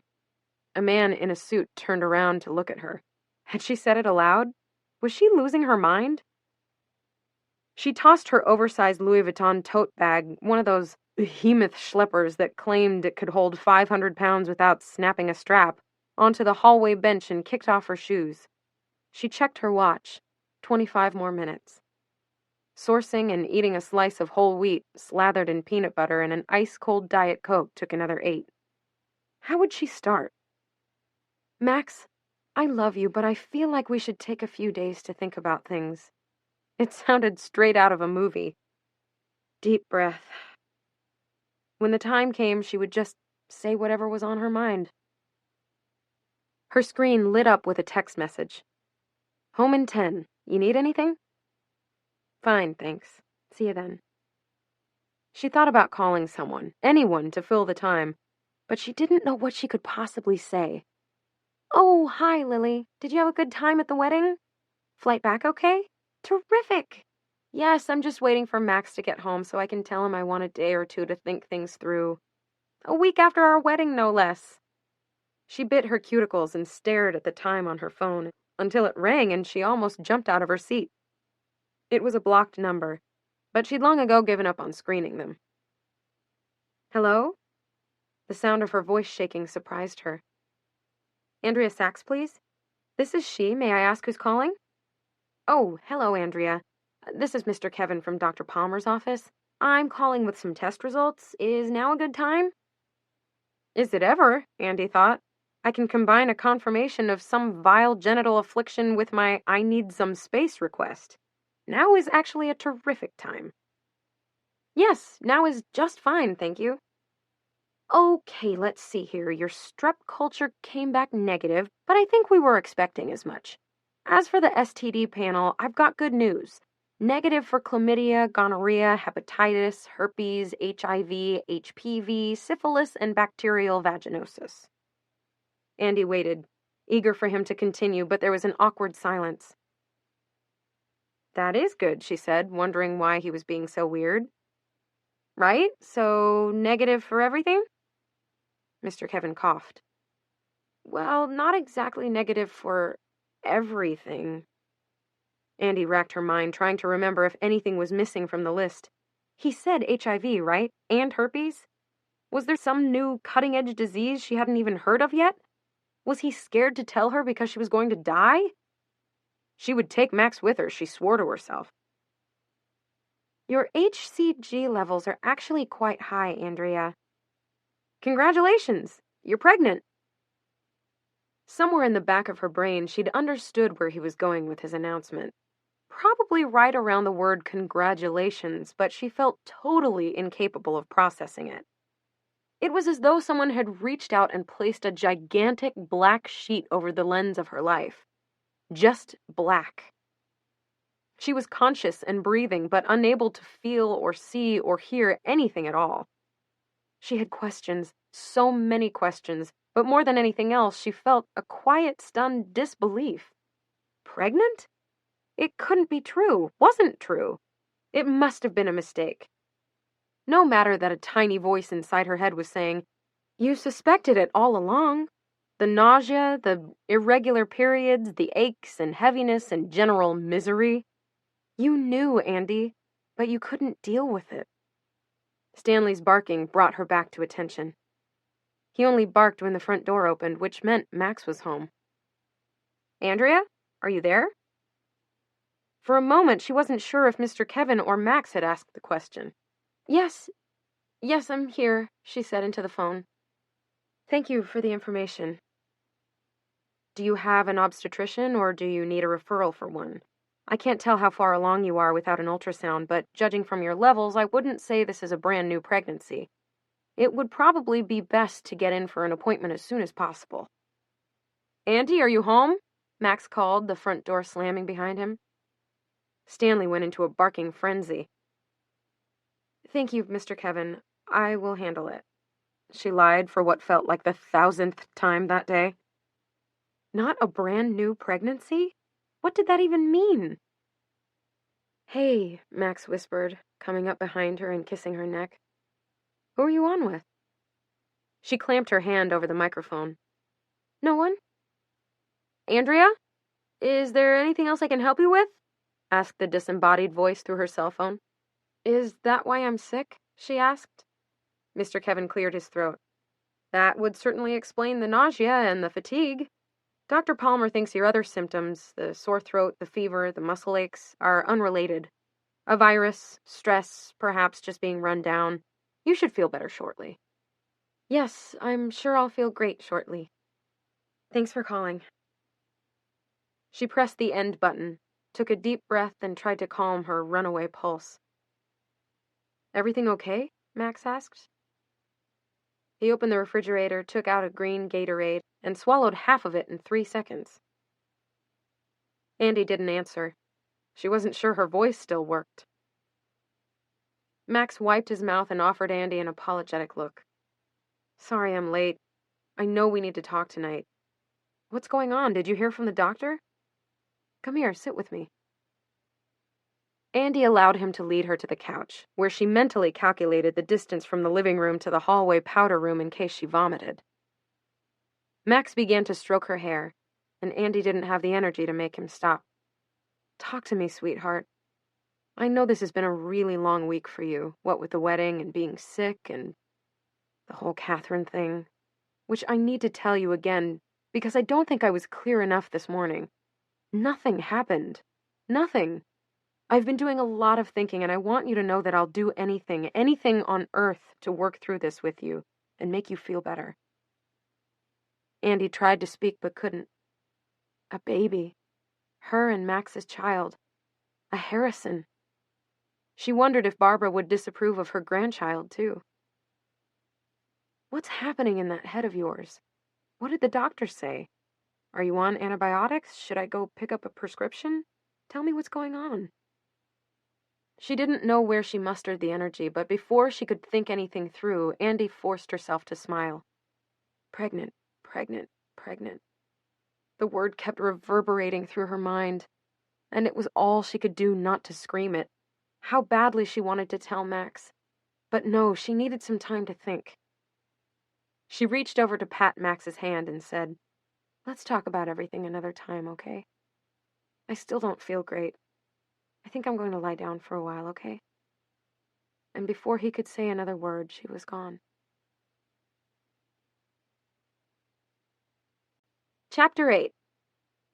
No David's bridal, no baby's breath, no dyeable shoes of any kind. In the week since Mr. Kevin had called with the news that had changed her life, Andy hadn't told a soul. Not Emily, not Lily, not her mother or sister, and certainly not Max. She needed time to think. Not a lot of unsolicited advice and opinions, and certainly not the excited congratulations and happiness that would surely follow. On one hand, it was thrilling. A baby! She'd never been one of those little girls who could spout off every detail of her dream wedding starting at her 10th birthday, from the material of the gown to the shade of the bridal bouquet. But she most definitely had always envisioned her future as a mother. Back then it had been 2 kids by 30, a boy and a girl. The boy first, of course.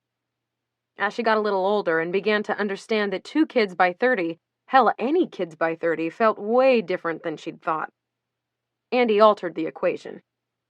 In her mid to late 20s, she'd spent quite a bit of time thinking about it, and she had come to the conclusion that 2, maybe 3 kids at some point between 30 and 40 would be perfect. The first 2, an older boy and a younger girl, would be 2 years apart, guaranteeing their closeness and friendship later in life despite their different genders. The third, a girl, would come 3 years later, long enough to give Andy a bit of a breather, but not so long that Andy would be too old or the new baby wouldn't be the best of friends with her big sister and the apple of her big brother's eye. What she'd failed to envision, of course, was the piece of this puzzle that kept it from being 100% fantastic news.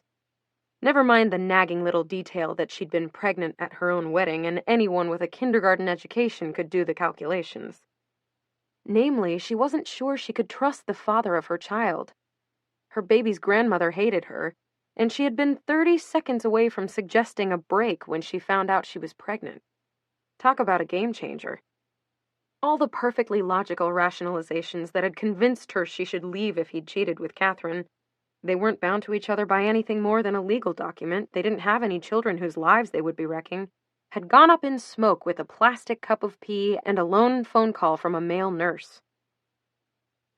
The lights dimmed and Andy's mother emerged from the kitchen carrying a cake, its entire surface alight with candles. They all began to sing. "Had to make sure you had all 42 on there, didn't you, Mom?" Jill asked. 43. 1 for good luck, Mrs. Sachs said. The boys and Kyle finished their screeching rendition of Happy Birthday and then insisted Jill make a wish. "I wish my husband would get a vasectomy," Jill murmured under her breath as she leaned over her cake. Andy almost choked on her coffee. The sisters dissolved in laughter. "What did you say, Mommy?" "I wish for health and happiness for my children, my husband, my sister, and my mother," Jill said, and blew out the candles. "Hey, you okay?" Kyle asked, nudging Andy's arm with his elbow. Her brother-in-law offered her a slice of cake on a paper plate, but Jonah grabbed it out of his hand before Andy could reach for it. "Jonah, give that back to your aunt right now. You know the rules. Ladies first." Jonah glanced up, fork poised over the icing, a desperate look on his face. Andy laughed. "Leave him be. I'll get the next one." Jonah's fork immediately plunged into the icing.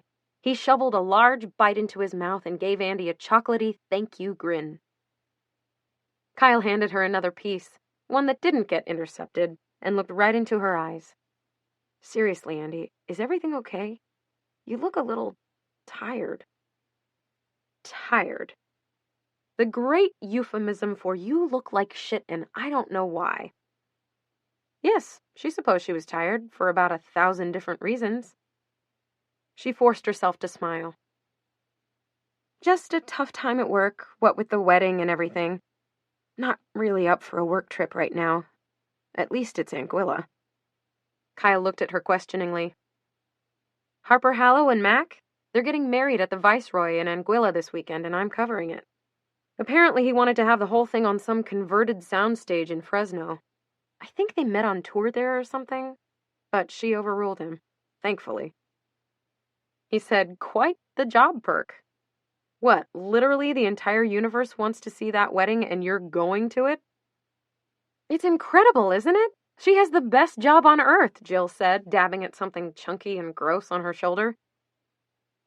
Although Andy still got instinctively anxious when anyone talked about her having the best job on earth, even she had to agree it was pretty spectacular. She loved the feeling of creating something from scratch, of getting to shepherd new ideas from pitches to polished layouts to finished issues. It was tremendously satisfying to brainstorm one day and write the next, then perhaps spend a few days editing, followed by a week of issue planning. The variety kept things exciting, and there were always new challenges, but most of all, she loved being her own boss. When Emily had pitched Andy the idea of starting their own print wedding magazine together, Andy flatly refused. The girls were on their second annual spa weekend away together, a tradition Andy had proposed when she realized she'd scrimped and saved all year to afford a vacation, but had no one to go with. Despite Emily's recent and, Andy thought, impulsive marriage to Miles, a reality TV producer 5 years older who'd just had a huge surprise hit, Emily agreed to leave her new husband for 4 days of spa treatments, sun and sand with Andy. They were sitting together in the warmest of 3 indoor hot tubs at the Mandarin Oriental Spa in the Mayan Riviera, naked. They'd just completed a hot stone massage in the romantic couple's room that overlooked the ocean and retired to the women's relaxation area, where Emily had tossed her towel on a chaise lounge and did a little happy dance before sipping her ginger tea, taking a nibble of the dried apricot, and then slowly, ever so slowly, lowering herself into the steaming hot water.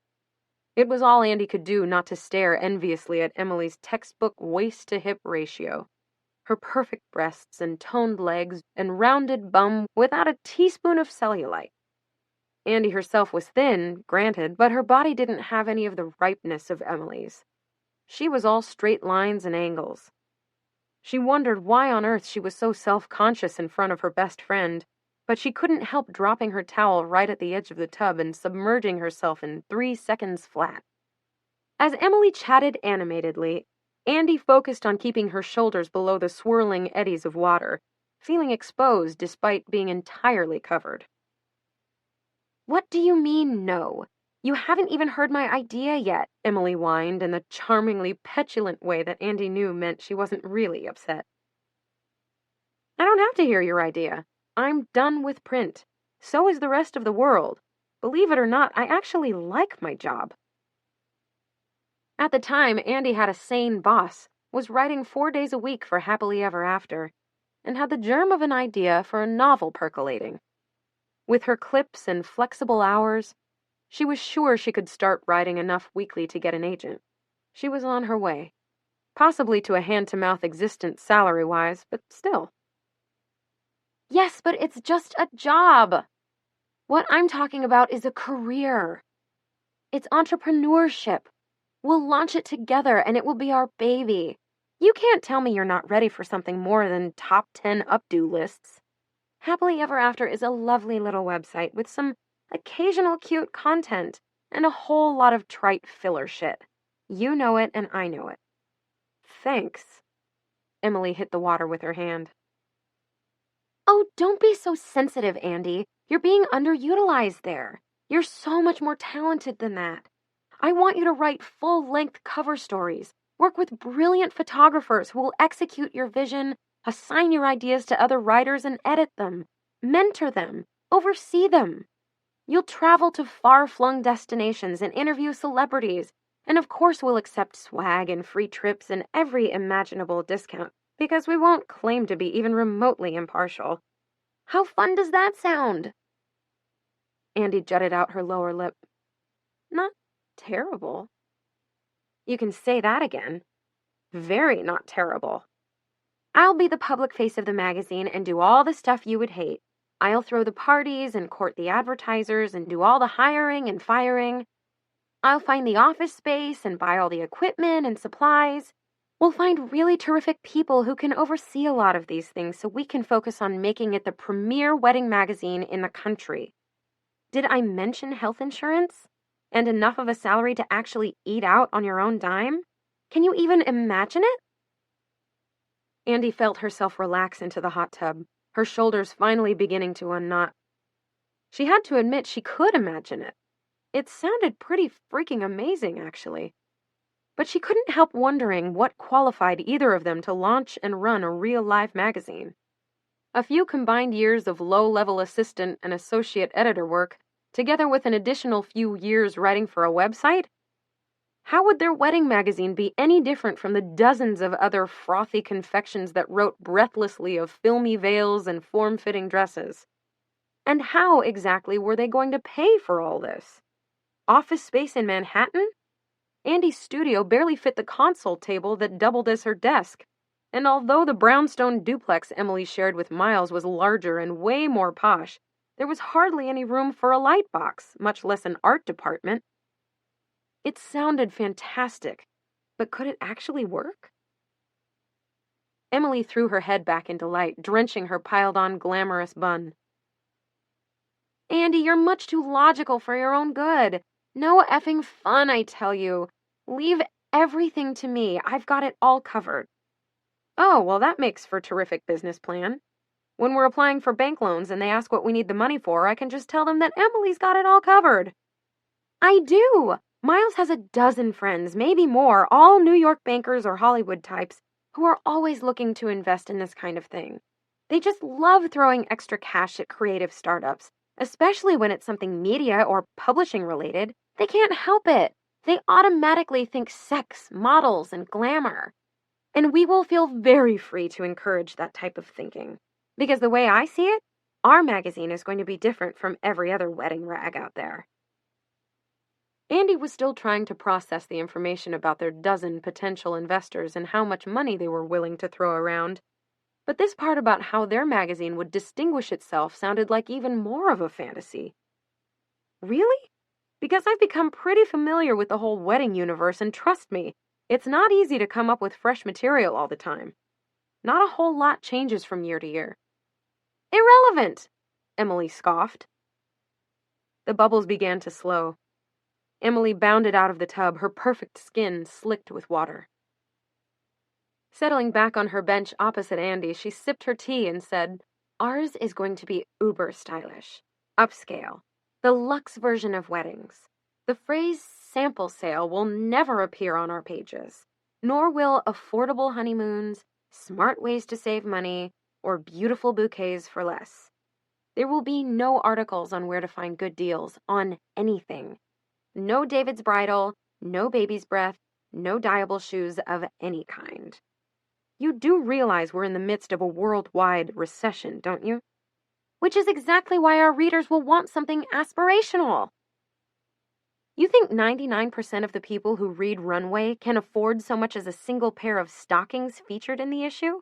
Of course not, Emily said. Despite her pragmatic streak, Andy could feel herself getting excited. That's true, she said. Runway isn't their catalog. It's their inspiration. It gives smart, style-savvy women who don't necessarily have the funds to dress in couture or anything a muse when designing their own style, when it comes time to choose things they can afford.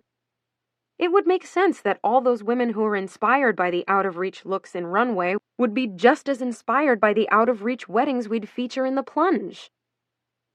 Emily beamed. The Plunge? Don't you love it? Take The Plunge. Plunging necklines. It's simple, dramatic, effortless. It's perfect. I do. I freaking love it. The Plunge. You're brilliant. That's exactly what we're calling it. At this point, Emily stood up and actually did a little naked jig.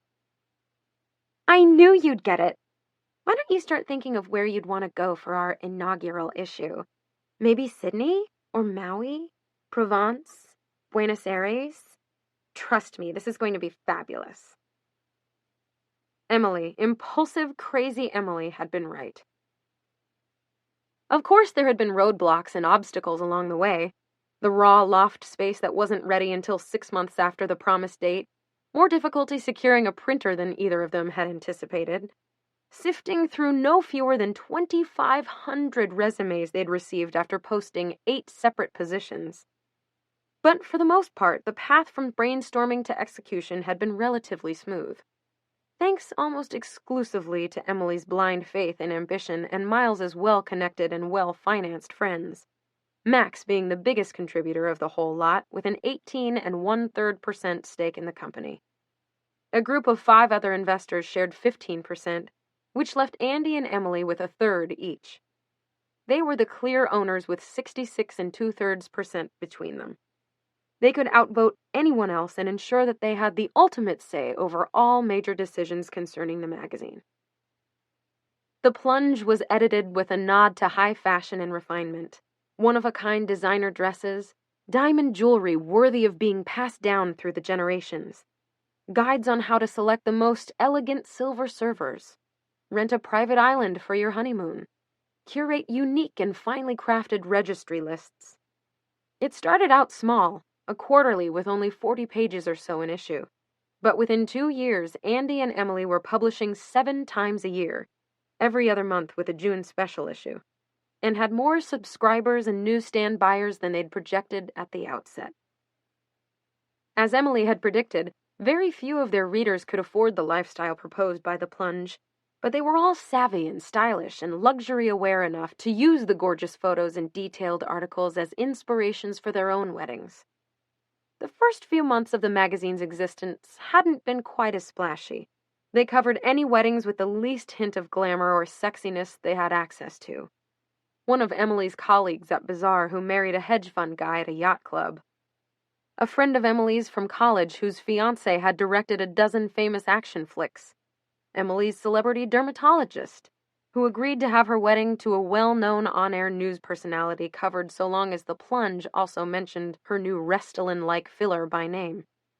The brides and grooms may not have been household names, but the weddings were always lavish, and the resulting photographs lent the magazine a hint of prestige it couldn't have attained through registry suggestion lists and ring guides alone. Ironically, it was Andy's connection who got them the couple that launched the plunge from semi-obscurity into a national curiosity. Max was invited to the wedding of a socialite he'd grown up with, a beautiful girl with a trillionaire Venezuelan father who was engaged to marry the son of a Mexican businessman. Nod, nod, wink, wink. It had only taken a single call from Max and a promise that the bride could have final say over which photos were used. The resulting feature, with all its gorgeous insider photographs of compounds in Monterey and stunning Latina women dripping in diamonds, had gotten a lot of attention at all the gossip and entertainment sites online, and even a mention in a 60-minute story about the FBI, the Mexican businessman and his security team's arsenal of automatic weapons, which made the Navy SEALs look under-provisioned. From there, it had been easy to book weddings.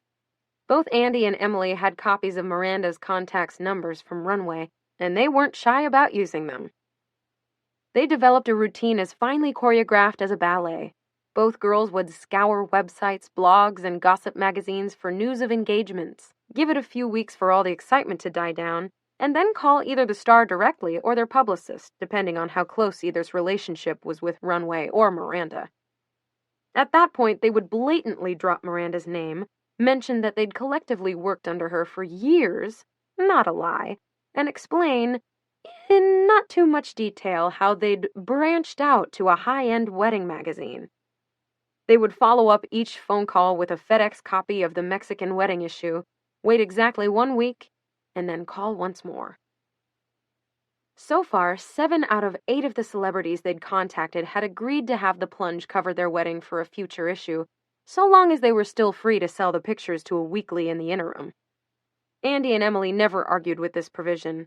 Their photography, the in-depth interviews they conducted with couples, and the homey, accessible way Andy wrote the articles set them worlds apart from the grocery aisle's competition. Plus, each issue that featured a famous actress, model, musician, artist, or socialite made it easier to persuade the next celebrity to sign on, usually without a lot of the Runway name-dropping. The formula had been working beautifully for years now, and they were running with it. These real-life celebrity weddings had become not just the highlight of each issue, but also the magazine's defining feature and selling point. Sometimes she could still barely believe it. Even now, flipping through the just-published November issue with Drew Barrymore and Will Kopelman on the cover, it was hard to comprehend that the entire magazine existed because of Emily's vision a few years earlier, and all their mutual brainstorming and ideas and hard work and mistakes since then. Andy had gone into it hesitantly, yes, but the magazine was her love, her baby. They had built something from scratch that they could be proud of, and every day she was grateful to Emily for the magazine and for its happy dividend, her introduction to Max.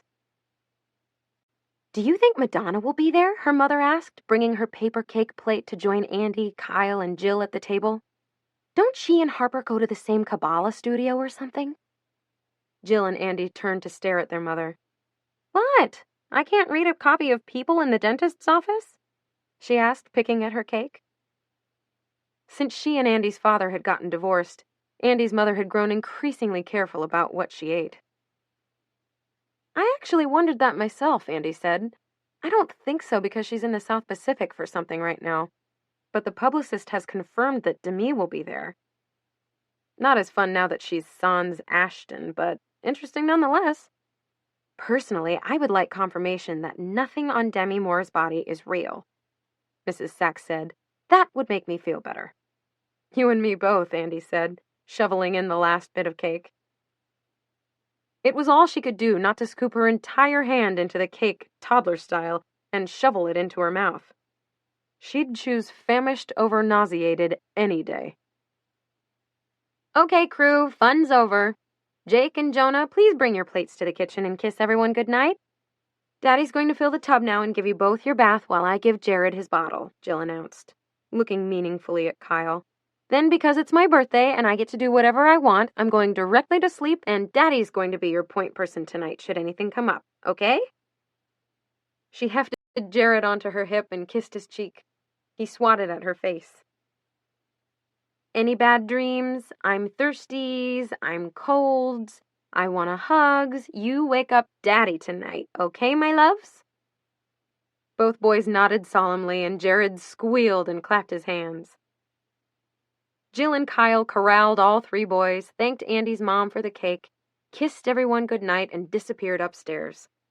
A moment later, Andy heard the bathtub begin to run. Mrs. Sachs disappeared into the kitchen for a moment and came out with 2 mugs of decaf English breakfast tea, still steeping but already fixed with milk and Splenda. She pushed one across the table toward Andy. I heard Kyle ask you earlier if everything is okay. Andy's mother concentrated on wrapping her tea bag around a spoon. Andy opened her mouth to say something and quickly closed it again. She wasn't one of those girls who called home 3 times a day from college or would recount all the intimate details of her romantic relationships to her parents. But it was harder than she thought. Damn near impossible not to tell her own mother that she was expecting a child. She knew she should tell her, wanted to tell her. It felt totally unnatural that besides her doctor and the lab techs, she and Mr. Kevin were the only 2 people on the planet who knew she was pregnant. But she still couldn't bring herself to say the words. It didn't feel real. And as conflicted as she was over everything with Max, it certainly didn't seem right to tell anyone, even her own mother, before she told him. Everything's fine, she said, not meeting her mother's gaze. I'm just tired. Mrs. Sachs nodded, although it was clear she knew Andy was withholding something. What time is your flight tomorrow? 11, out of JFK. I'm getting picked up here at 7. Well, at least you'll have a couple days somewhere warm. I know you don't really get to relax when you're covering a wedding, but maybe you'll find an hour or 2 to sit outside? Yeah, I hope so. She briefly considered telling her mother about the call from Elias Clark, but knew a huge conversation would ensue. Better she got some rest than wind herself up for a night of Miranda nightmares. How's Max? Is he upset you're headed out so soon after your wedding? Andy shrugged. He's fine. He's going to the Jets game on Sunday with the guys, so he probably won't even notice I'm gone. Mrs. Sachs was quiet at this, and Andy wondered if she'd gone too far. Her mom had always liked Max and loved seeing Andy happy, but she didn't pretend to understand the Harrison family wealth and what she saw as their need to be constantly social. I ran into Roberta Feynman last week at that Federation luncheon I went to in the city. Did I tell you that?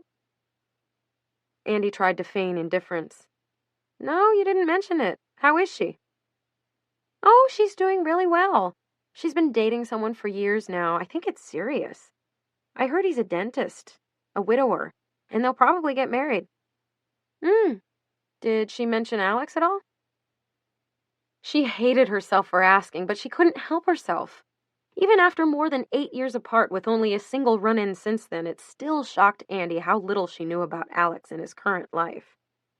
Google failed to provide anything but the basic biographical information she already knew, and a lone article 3 years back that quoted Alex raving about the live music scene in Burlington.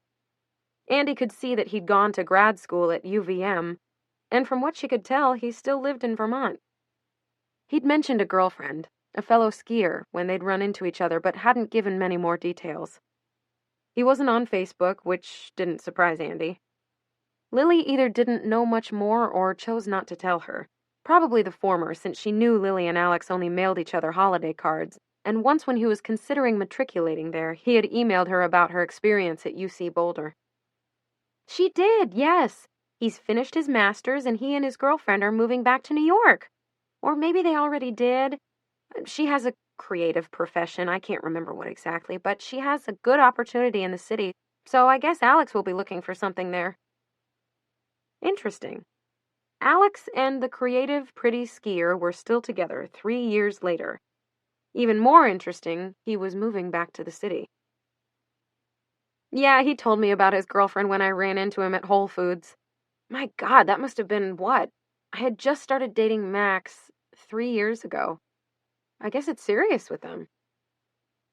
She said this last part, wanting her mother to deny it, rationalize it, come up with some ridiculous analysis or opinion that of course Alex wasn't serious about the girl, but Mrs. Sachs merely shook her head and said, "Yes, Roberta hopes they'll be engaged by the end of the year. Of course she's only in her mid-20s, so I don't think there's any rush, but I'm sure Roberta is as eager for grandchildren as I am." "You have grandchildren, 3, actually. Treasures, each of them." Andy's mom laughed. "They're a handful, aren't they? I wouldn't wish 3 boys on anyone." She took a sip of her tea. "I don't remember you bumping into Alex. Did I know about it?" "I was still working at Happily Ever After, and I'd just met Max. You were on the riverboat cruise with your book club. I remember because I wrote you about it, and your reply was from some funky keyboard that replaced every Y with a Z. Your memory never ceases to amaze me." Alex was in the city for the summer doing some sort of educational internship through Columbia. I still don't know why he was at Whole Foods that day, but of course Max and I had just gone for a run and stopped in to pick up some water. I looked like hell, and Alex was dressed up for an interview. The 3 of us got coffee for 10 minutes upstairs, which was every bit as awkward as you'd think. He mentioned then he was dating a master's student, but that it wasn't serious. Andy omitted the part of the meeting where her heart was racing through the entire too short latte. How she laughed a little too hard and nodded a little too vigorously every time Alex cracked a joke or made an observation. She didn't tell her mother how she wondered if he was excited to see his girlfriend later that night, if he loved her, if he thought of this new girl as the one person who truly understood him.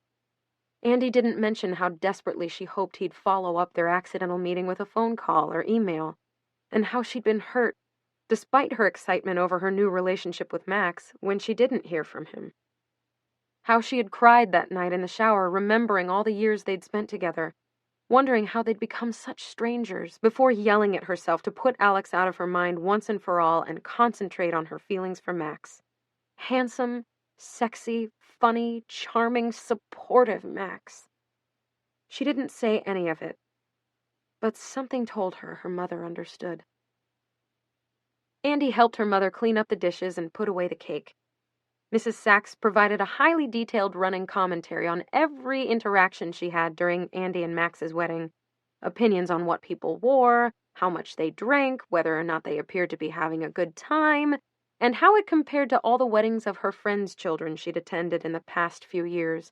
Superior on all counts, of course. She was careful not to mention the Harrisons either way. Jill reappeared briefly to pour 2 cups and 1 bottle of milk, and Andy felt like she was betraying both her mother and sister by not telling them the news. Instead, she wished Jill a happy birthday, kissed them both good night, and retreated to her childhood bedroom, the one farthest from the stairs on the 2nd floor. Plans were underway to update Andy's bedroom now that she was all grown up. She'd helped her mother choose a queen bed with a leather headboard, plus a set of those hotel-style sheets, and a duvet, crisp white with a straight line of espresso stitching. But nothing was ready yet.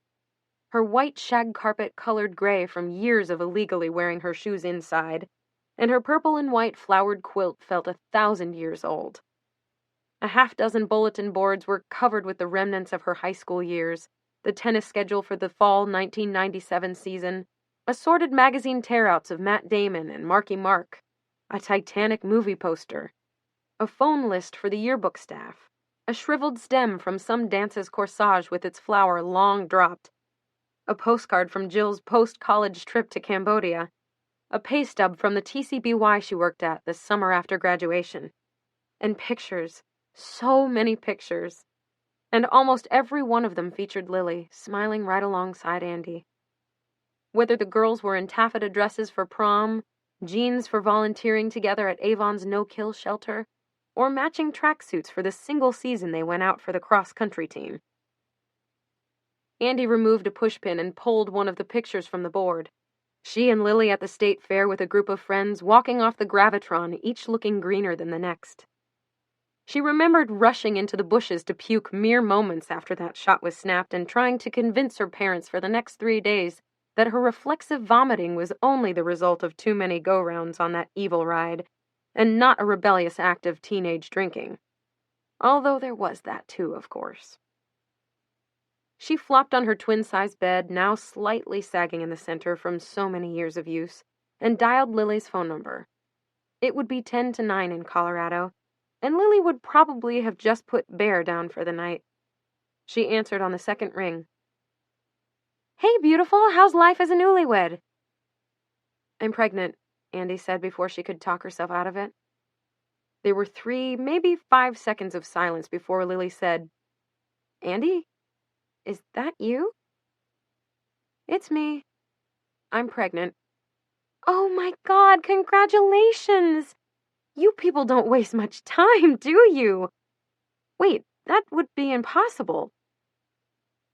Andy held her breath as Lily did the math.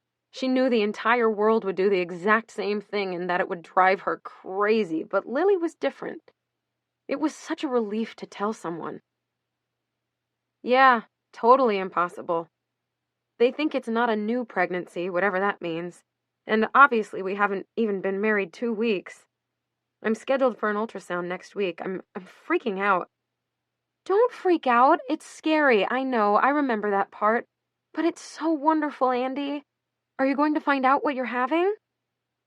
There it was, the quintessential normal question to ask a newly pregnant friend. It made Andy choke up with its innocence, and for a moment she was doubly upset to realize that this conversation with her oldest friend in the world couldn't be solely a celebration.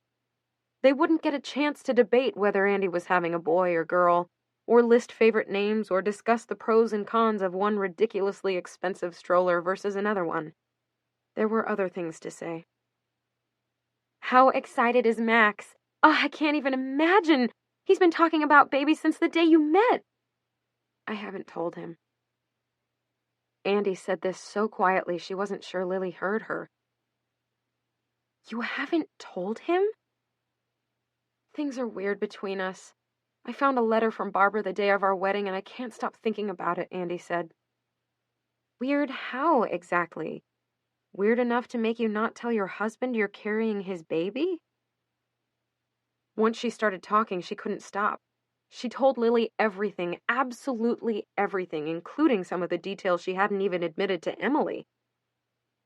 How she debated asking for some time apart to think, and was 5 seconds away from telling Max when she got the call from Mr. Kevin. How she didn't want to touch him.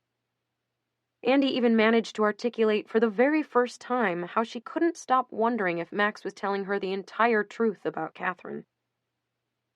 So, there you have it. Pretty picture, isn't it? Andy pulled the elastic out of her ponytail and shook her hair. She laid her cheek against her pink floral pillow and inhaled. It was probably just the same tide or bounce or whatever, but it smelled like her childhood, and she didn't ever want it to change. "I don't even know what to say. Do you want me to come there? I can leave Bear with Bodhi, probably, and be on a plane tomorrow." "Thanks, Lil, but I'm headed to Anguilla for work in the morning. And you were just here, but I appreciate it." "You poor thing. And screw Barbara. What a witch. But God, you must feel so vulnerable." I distinctly remember being pregnant with Bear and having these fears, terrors really, that Bodhi was going to leave me, stranded, pregnant, alone. I don't know what it is, but there's something about expecting a baby that puts you in this mindset. I can't explain it. No, you just did, and I know exactly what you mean. A week ago, I was considering a timeout to think things through, give us a chance to be honest with each other and really figure things out. It wasn't going to be easy, but I was doing it. Now, there's a baby. Max's baby, and I want to be upset with him, but I already love his baby. Oh, Andy, I know. It's just the beginning. Andy sniffed. She hadn't even realized she'd been crying. You think you love that baby now? Just wait. I just thought it would be different.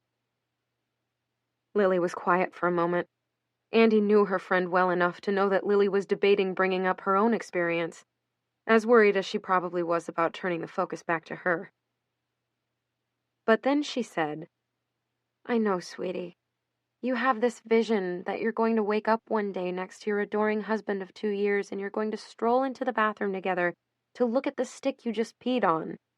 You're both going to collapse back into bed together in joy and excitement, hugging and laughing and thrilled, and he'll come to every appointment with you and rub your feet and buy you pickles and ice cream. Well, you know how often that happens? Like, never. But I'm here to tell you that it doesn't make it any less wonderful. Andy thought of the day almost 4 years earlier when Lily called and announced she was pregnant. She'd been living in Boulder for 2 years already and had decided to slow down on her PhD path in order to teach more.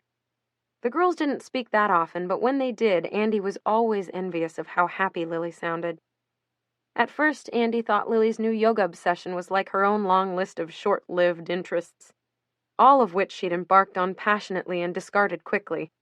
Tennis, pottery, spinning, cooking. When Lily announced she'd be punching class cards in exchange for a small stipend and discounted classes, Andy shook her head knowingly. So Lily. When she'd announced she'd signed up for the 500-hour teacher training course, Andy laughed to herself. But then when she'd completed it in record time and spent the following 4 months at an ashram in Kodaikanal, India, taking courses like Yoga for Emotional Imbalances and Yoga for a Strong Heart under world-famous swamis with unpronounceable names, Andy began to wonder.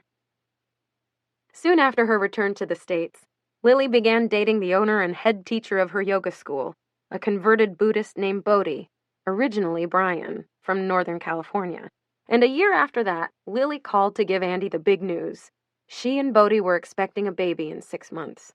Andy could barely believe it. A baby? With Bodhi? She'd met him once when Lily brought him to Connecticut, and she'd had a hard time getting past his thick dreadlocks and even thicker muscles, and his penchant for sipping green tea from a thermos, hot or cold, depending on the season, every minute of every day. He seemed like a nice enough guy, and he was clearly in love with Lily, but none of it gelled for Andy. She hadn't asked many questions, but Lily knew her well enough and said, This wasn't an accident, Andy. Bodhi and I are committed to being lifelong partners, and we don't need some legal whatnot to make it official. I love him, and we want children together.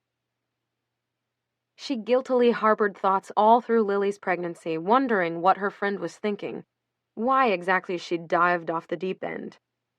But from the moment she laid eyes on Lily nursing her infant son a couple weeks after his birth, Andy knew Lily was doing exactly the right thing for herself, her partner, and her son. There had been a distance between them for a little. Andy couldn't begin to understand everything Lily was feeling in her new role as mother and sort of wife, but she was grateful her friend had created this new life for herself. And now she was grateful that Lily knew exactly what she meant. Foot rubs and ice cream? Hell, I'd settle for just a few weeks of no chlamydia scares. I'm glad you can laugh about it, Lily said, and Andy could hear the relief in her voice. I know this is an incredibly hard time, but I'm still allowed to be happy for you, aren't I? You're having a baby. I know. I wouldn't believe it myself if it weren't for the crushing exhaustion and constant nausea. I thought I had cancer before I found out, Lily confessed. I literally could not keep my eyes open for longer than a 3-hour period. I couldn't think of another explanation. Andy was quiet, processing how wonderful and strange it was to be talking about her pregnancy with her oldest friend on Earth. And she must have drifted off because Lily said, "Andy, you there? Did you just fall asleep?" "Sorry," she mumbled, wiping a touch of drool from the corner of her mouth. "I'll let you go," Lily said. Andy smiled. "I miss you, Lil." "I'm here for you, sweetie. Call anytime. And give yourself permission in Anguilla to get a little sun and drink a virgin piña and forget about everything for a day, okay? Can you promise me that?" "I'll try." They exchanged a few more goodbyes, and Andy told herself not to feel guilty for failing to ask after Bear or Bodhi. If there was ever a time to be a little self-centered, Andy figured it was then. She yanked off her jeans, which were already starting to feel uncomfortably snug, and pulled her sweater over her head. Teeth brushing, face washing, flossing, it could all wait, she thought as she returned her head to her cool floral pillow and pulled her girlhood quilt up to her chin. Everything would look better in the morning. Chapter 9. Virgin Piñas All Around. 11 a.m. flight, a 3-hour delay with an unplanned stop in Puerto Rico, a ferry boat ride from St. Martin that felt like riding a jet ski through a hurricane, and finally a long wait at an unair-conditioned customs gate, followed by a ride on dusty, bumpy local roads. Traveling was tough when you weren't knocked up, but pregnant, it was almost intolerable. The hotel made it all worthwhile, although hotel didn't come close to accurately describing the place.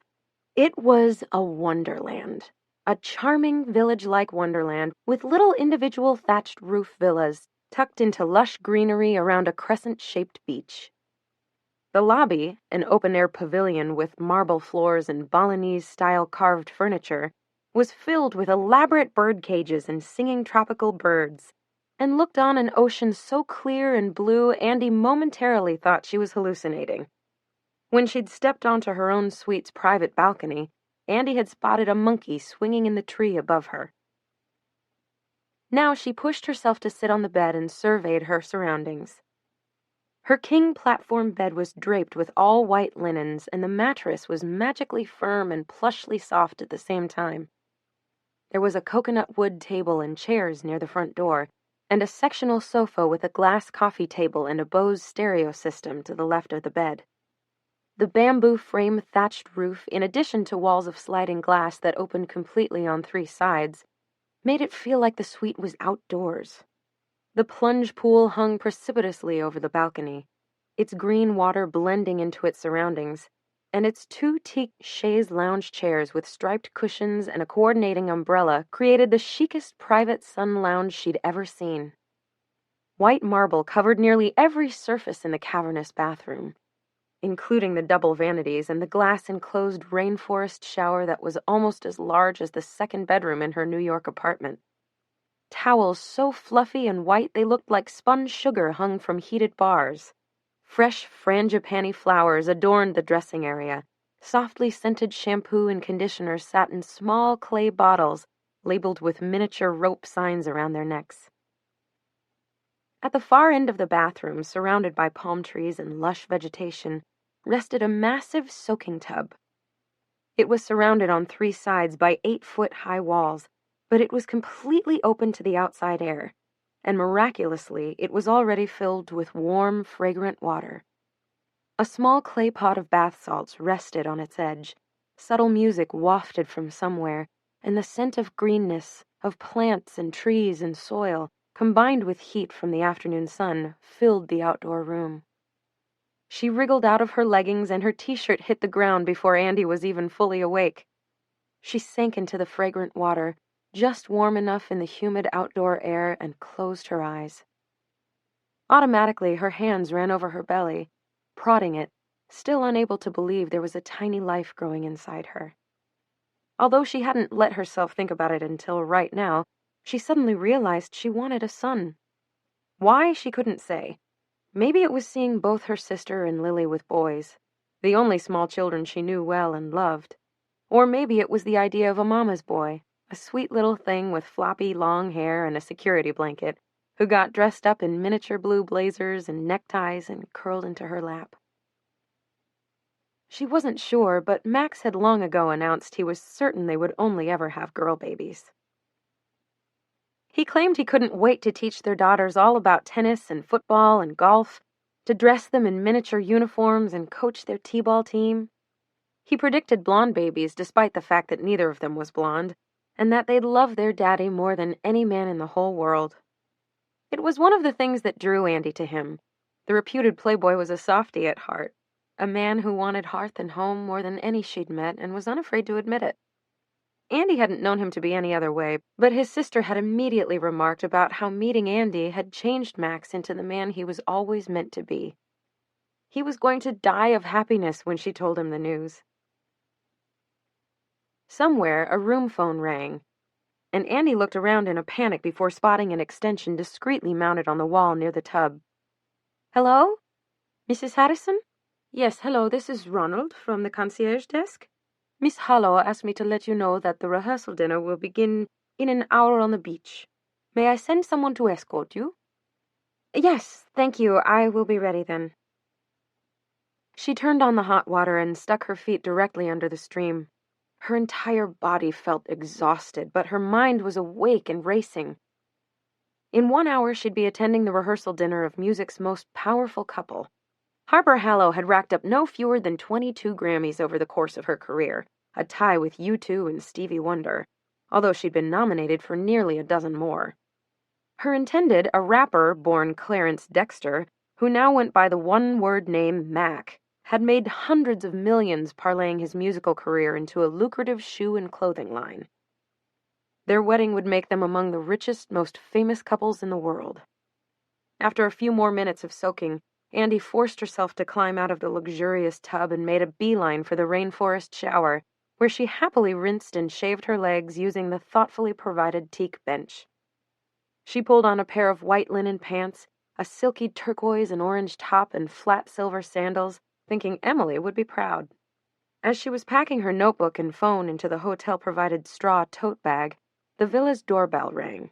A young, shy Anguillan boy, wearing a crisp, short-sleeved shirt, greeted her quietly and motioned for Andy to follow him.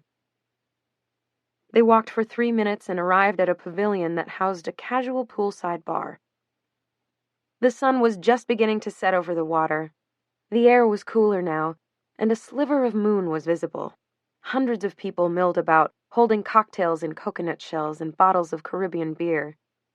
A 12-piece reggae band played island tunes, and a group of children, all dressed in designer everything, giggled and danced in front of them. Andy surveyed the scene, but didn't immediately spot either Harper or Mac. Her phone rang just as she accepted a glass of sparkling water from a uniformed waiter. Andy walked toward the side of the tent and pulled the phone from her bag. "Em? Hey, can you hear me? Where are you exactly? You know the rehearsal dinner started 20 minutes ago, right?" Emily's voice was so loud that Andy had to hold the phone away from her ear.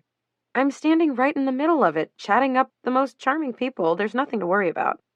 "Because you know we need some details to personalize everything, and all the good gossipy toasts happen tonight.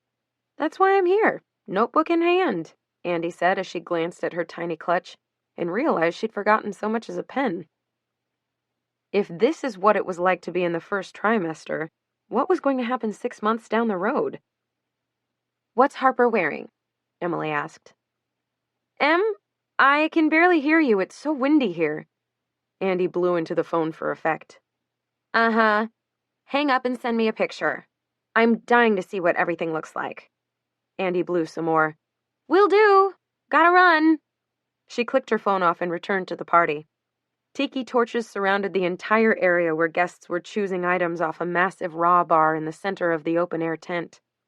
Andy was just about to speak a few notes into her phone's recorder when a woman wearing a headset and carrying an overflowing leather folio stepped directly into her path. "You must be Andrea Sachs," the woman said, looking relieved. "And you must be Harper's publicist." "Yes, I'm Annabelle." She grabbed Andy's arm and pulled her towards the tables in the sand. There are flip-flops in that basket if you'd rather wear those. There's a raw bar and past hors d'oeuvres for cocktail hour, and of course the waiters can get you anything you'd like to drink. Mac had all the food and wine flown in especially for the weekend, so please do try to sample everything. I can provide a menu, too, if you need it for fact-checking. Andy nodded. Publicists to the stars tended to be tightly wound with a talking speed 3 times faster than that of average people, but they certainly made her job easier. We'll be serving dinner soon, followed by 30 minutes of toasts, emceed by Mac's agent, who's also a dear friend, which will be followed by dessert and after-dinner drinks. Cars will be waiting after the festivities to bring the young people to the island's best discotheque and home again. Naturally, Harper will retire to her suite immediately after dessert, but you're more than welcome to join the after-party if you'd like. Discotheque? Oh, I think I'll probably just... Okay, sounds good, the woman said, continuing to pull Andy along. They arrived at a round table of 8 with a dramatic bird of paradise centerpiece and 7 chattering, attractive guests. Here we are, everyone. This is Andrea Sachs from The Plunge magazine. The Plunge will be covering the festivities, so please show her a good time. Andy could feel her face redden as everyone turned to look at her, and then her stomach did a little flip-flop as she heard a familiar voice, one that transported her back 10 years in an instant. Well, well, who do we have here? The voice sang, sounding both amused and predatory. What an interesting little surprise. Nigel beamed back at her, his 2 perfect teeth almost glowing in the night. Andy tried to say something, but her mouth was too dry to talk. Annabelle laughed. Oh, that's right. I almost forgot you 2 used to work together. How perfect, she trilled, motioning for Andy to take a seat. It's like a little runway reunion. It was only then that she noticed that Jessica, the event planner during Andy's tenure at Runway, and Serena, one of the junior editors, flanked Nigel on either side. Both managed to look younger, thinner, and all around more confidently gorgeous than they had a decade before. Not that she should have been surprised. It was classic Runway.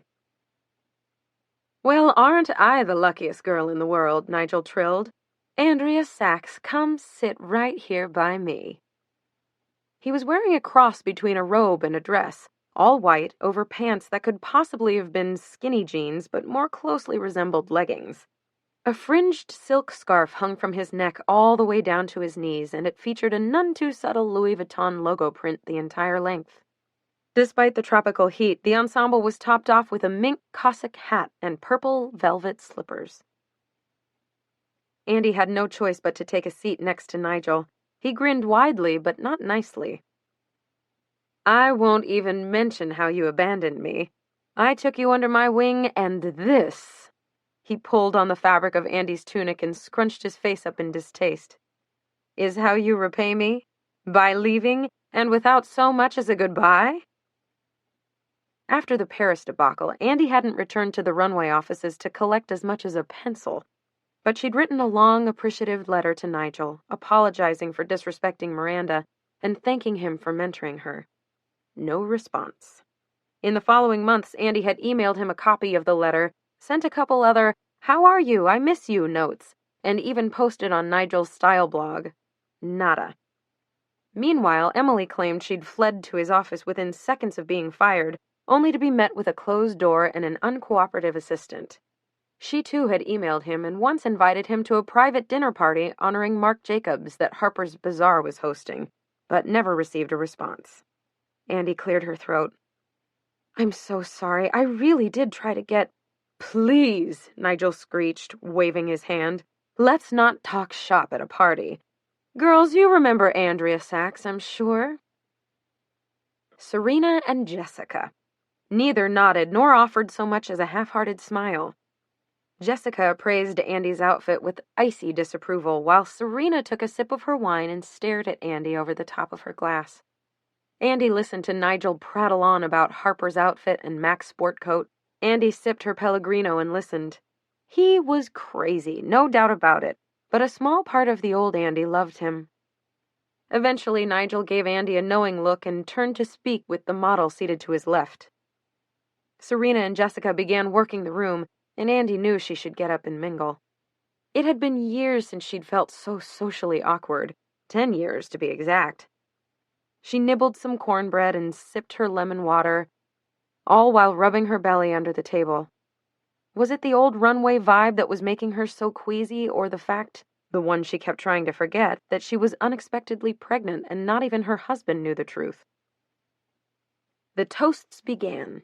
Harper's best friend, a hairdresser who was famous not just for her styling skills, but also for her transgender advocacy work, gave a touchingly sweet and tad too boring tribute to the happy couple. She was quickly followed by one of Mac's brothers, a professional basketball player who made numerous references to Mac and Magic Johnson, not one of them remotely appropriate.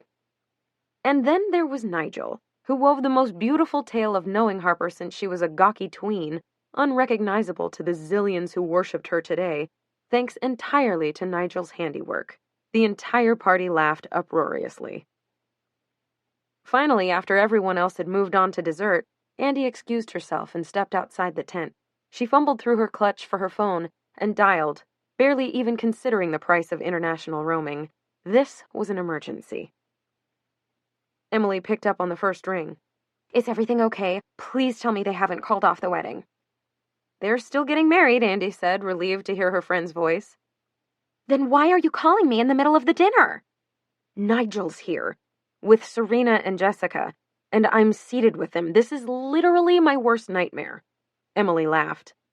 "Oh, come on, they're not so bad. Let me guess. Nigel pretended you never reached out to him, that you cut him out of your life." "Exactly. Just be thankful she's not there. It really could be worse," Emily said. "Twice in 2 weeks would put me over the edge. As in, I'd completely lose my mind." Emily was silent on the other end. "You there?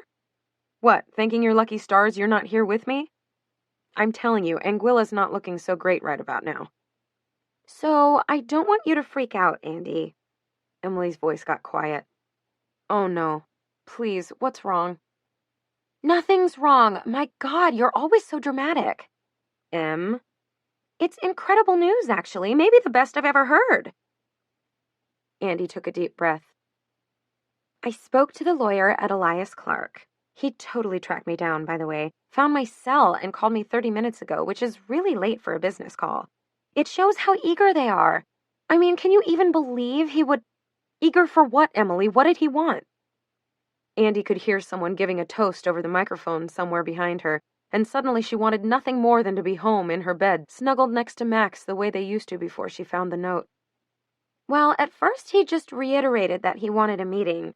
So I'm thinking total lawsuit, right? Like we've been misrepresenting ourselves or some total bullshit and Miranda's going to..." "Emily, please." "But it's not that, Andy. He didn't want to give away any specifics until we were face to face. But he said something vague about being interested in the business of the plunge, as he put it. You know that can only mean one thing." Andy nodded to herself. She knew exactly what that meant. "It sounds like they're interested in acquiring us." "Yes." Andy could tell Emily was trying to keep the excitement out of her voice, but it wasn't working. "I thought we agreed that we weren't going to sell for the first 5 years, that we were going to take our time to really build the product and give it a great foundation. We're barely 3 years in, Emily." "You know as well as I do that you don't pass up an opportunity like this," Emily all but shrieked. "This is Elias Clark we're talking about here, only the biggest and most prestigious publishing company in the world. This could be the opportunity of a lifetime." Andy felt a little jolt. There was an excitement, a profound satisfaction to the idea that Elias Clark would be interested. There was also real terror. "Do I need to say it, Em? Do I? Have you forgotten that Miranda is the editorial director of all Elias Clark now, in addition to editing Runway, and that would make her our boss again?" Andy paused to calm her voice.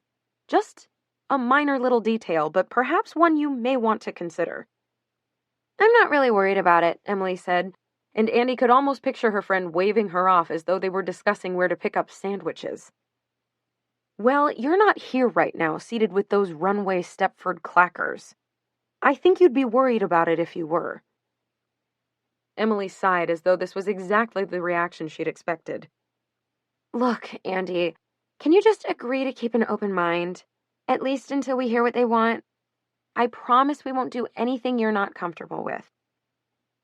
"Okay, because I'm not comfortable with working for Miranda Priestley again. I can tell you that right now." We don't even know what they're offering. Go have a drink, try to enjoy the party, and leave everything else to me, okay? Andy looked around at the gorgeous setting. Maybe another virgin colada would be nice. It's just a meeting, Andy. We'll deal with it then. Repeat after me. It's just a meeting. Okay, it's just a meeting, Andy replied. She repeated the phrase to herself 3 more times, and she tried to believe it. She really did. But who was she kidding? It was all so much more terrifying than that. Chapter 10. 1/2 of a robe made for 2. How long had it been since they kissed? She tried to remember. It seemed impossible, but she couldn't recall Max's lips on hers more than a few times since they'd exchanged vows and kissed in front of 300 wedding guests. It felt familiar but exciting, and when Max had picked her up from work in a cab, unannounced, it felt uncomplicated. She was happy to see him. She was also relieved to be back from Anguilla, away from Nigel and the runway crew, and she felt safe snuggling into Max's arms in the taxi's back seat. All familiar smells and expert kisses. It felt like coming home should, at least until an ad came on taxi TV for JetBlue's Bermuda route. Max followed her eyes to the screen. He knew exactly what Andy was thinking, but he tried to distract her with more passionate making out. She tried to kiss him back, but suddenly that note was all she could think about. Andy? Max could feel her retreating. He tried to hold her hand, but she pulled it away. Pregnancy hormones surely weren't helping Andy get past this. She'd read somewhere that expectant moms began to hate their husband's smell. Could that be happening already? Max swiped his credit card when the cab pulled up to their building at 16th and 8th. He held the door open for Andy and exchanged niceties with the evening doorman. Andy walked ahead into their apartment, and Stanley descended on them in a frenzy. The pup trailed after her to the master bedroom, with its canopied king-size bed and chaise reading chair. She made kissing noises at him, and he obliged, following her into the bathroom, where she locked the door, turned on the tub, and scooped up her dog. "Ugh, you reek," she whispered in his floppy ear, her face buried in his warm neck. Stanley was addicted to chewing bullies, some sort of crack-like chew stick that was supposedly made out of bull penis, a fact that made Andy retch whenever she considered it, pregnant or not. He licked her face, managing to stick the very tip of his tongue in her mouth, and Andy gagged. Stanley woofed apologetically. "It's okay, boy. You're certainly not the only thing that makes me puke these days." She stripped off her wrap dress, black tights, bra, and underwear, and turned to examine her profile. Aside from the angry red mark around her midsection where the tights had constricted her all day, Andy had to admit that her belly looked pretty much the same as always. Not totally flat, she could see as she rubbed her hand over it. But the slight bulge she saw certainly wasn't anything new. Perhaps her waist was a tad thicker, not quite as defined as it had been a month or 2 earlier. Soon it would disappear entirely. She knew this, and yet it seemed impossible to fathom. Almost as hard to imagine as the lima bean with the beating heart inside her. With the lights dimmed and Stanley stretched out on a towel on the tub's side platform, where he'd occasionally dip his snout into the water and help himself to a drink, Andy sank into the water and exhaled. Max knocked on the door to ask if she was okay. "I'm fine, just taking a bath." "Why did you lock the door? I want to come in." Andy looked at Stanley, who was panting, head suspended just above the hot water. "I didn't mean to," she said. She heard his footsteps pad away. She soaked a washcloth and stretched it over her chest. Deep breath in, long exhalation out. She allowed herself to float, weightless, for just a few minutes. The weekly email from Baby Center that highlighted her baby's development had reminded her that baths while pregnant should be warm, not hot. And since she couldn't stand a bath that was anything less than scalding, Andy compromised with herself by only remaining submerged for 5 minutes. It wasn't the long, leisurely relaxation session she usually indulged in before bed, but it would have to do. As the water loudly drained from the tub, Andy slipped into her plush terry cloth robe. It was 1/2 of the engagement gift from Max's maternal grandparents. Andy's was apple red and read Mrs. Harrison in white embroidery on the left breast. Max's was white and had Mr. Harrison in red. As she tied the belt, she thought about the argument that had ensued when she had shown Max the gift. "Cool," he'd said, setting down the infamous tatty duffel he toted everywhere, even back then. "It's a very nice thought, but they didn't even ask whether or not I'm going to change my name," Andy said. "So?" Max asked, pulling her in for a kiss. "She's assuming it. She's 91. Give her a break." "No, I hear that. It's just that I'm not going to change my name." Max laughed. "Of course you are."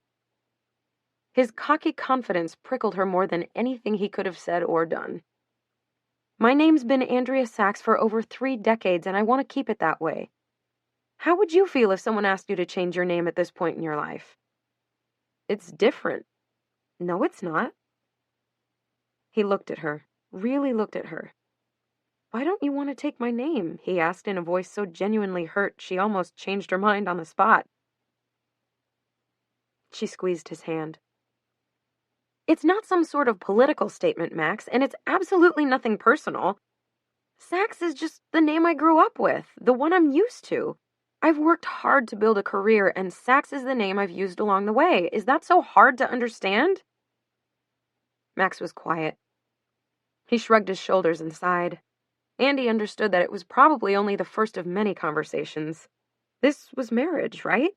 Discussions and compromises. She hugged him and kissed his neck, and they both seemed to set it aside. But it quickly became one of those arguments that came to represent so many other, bigger issues.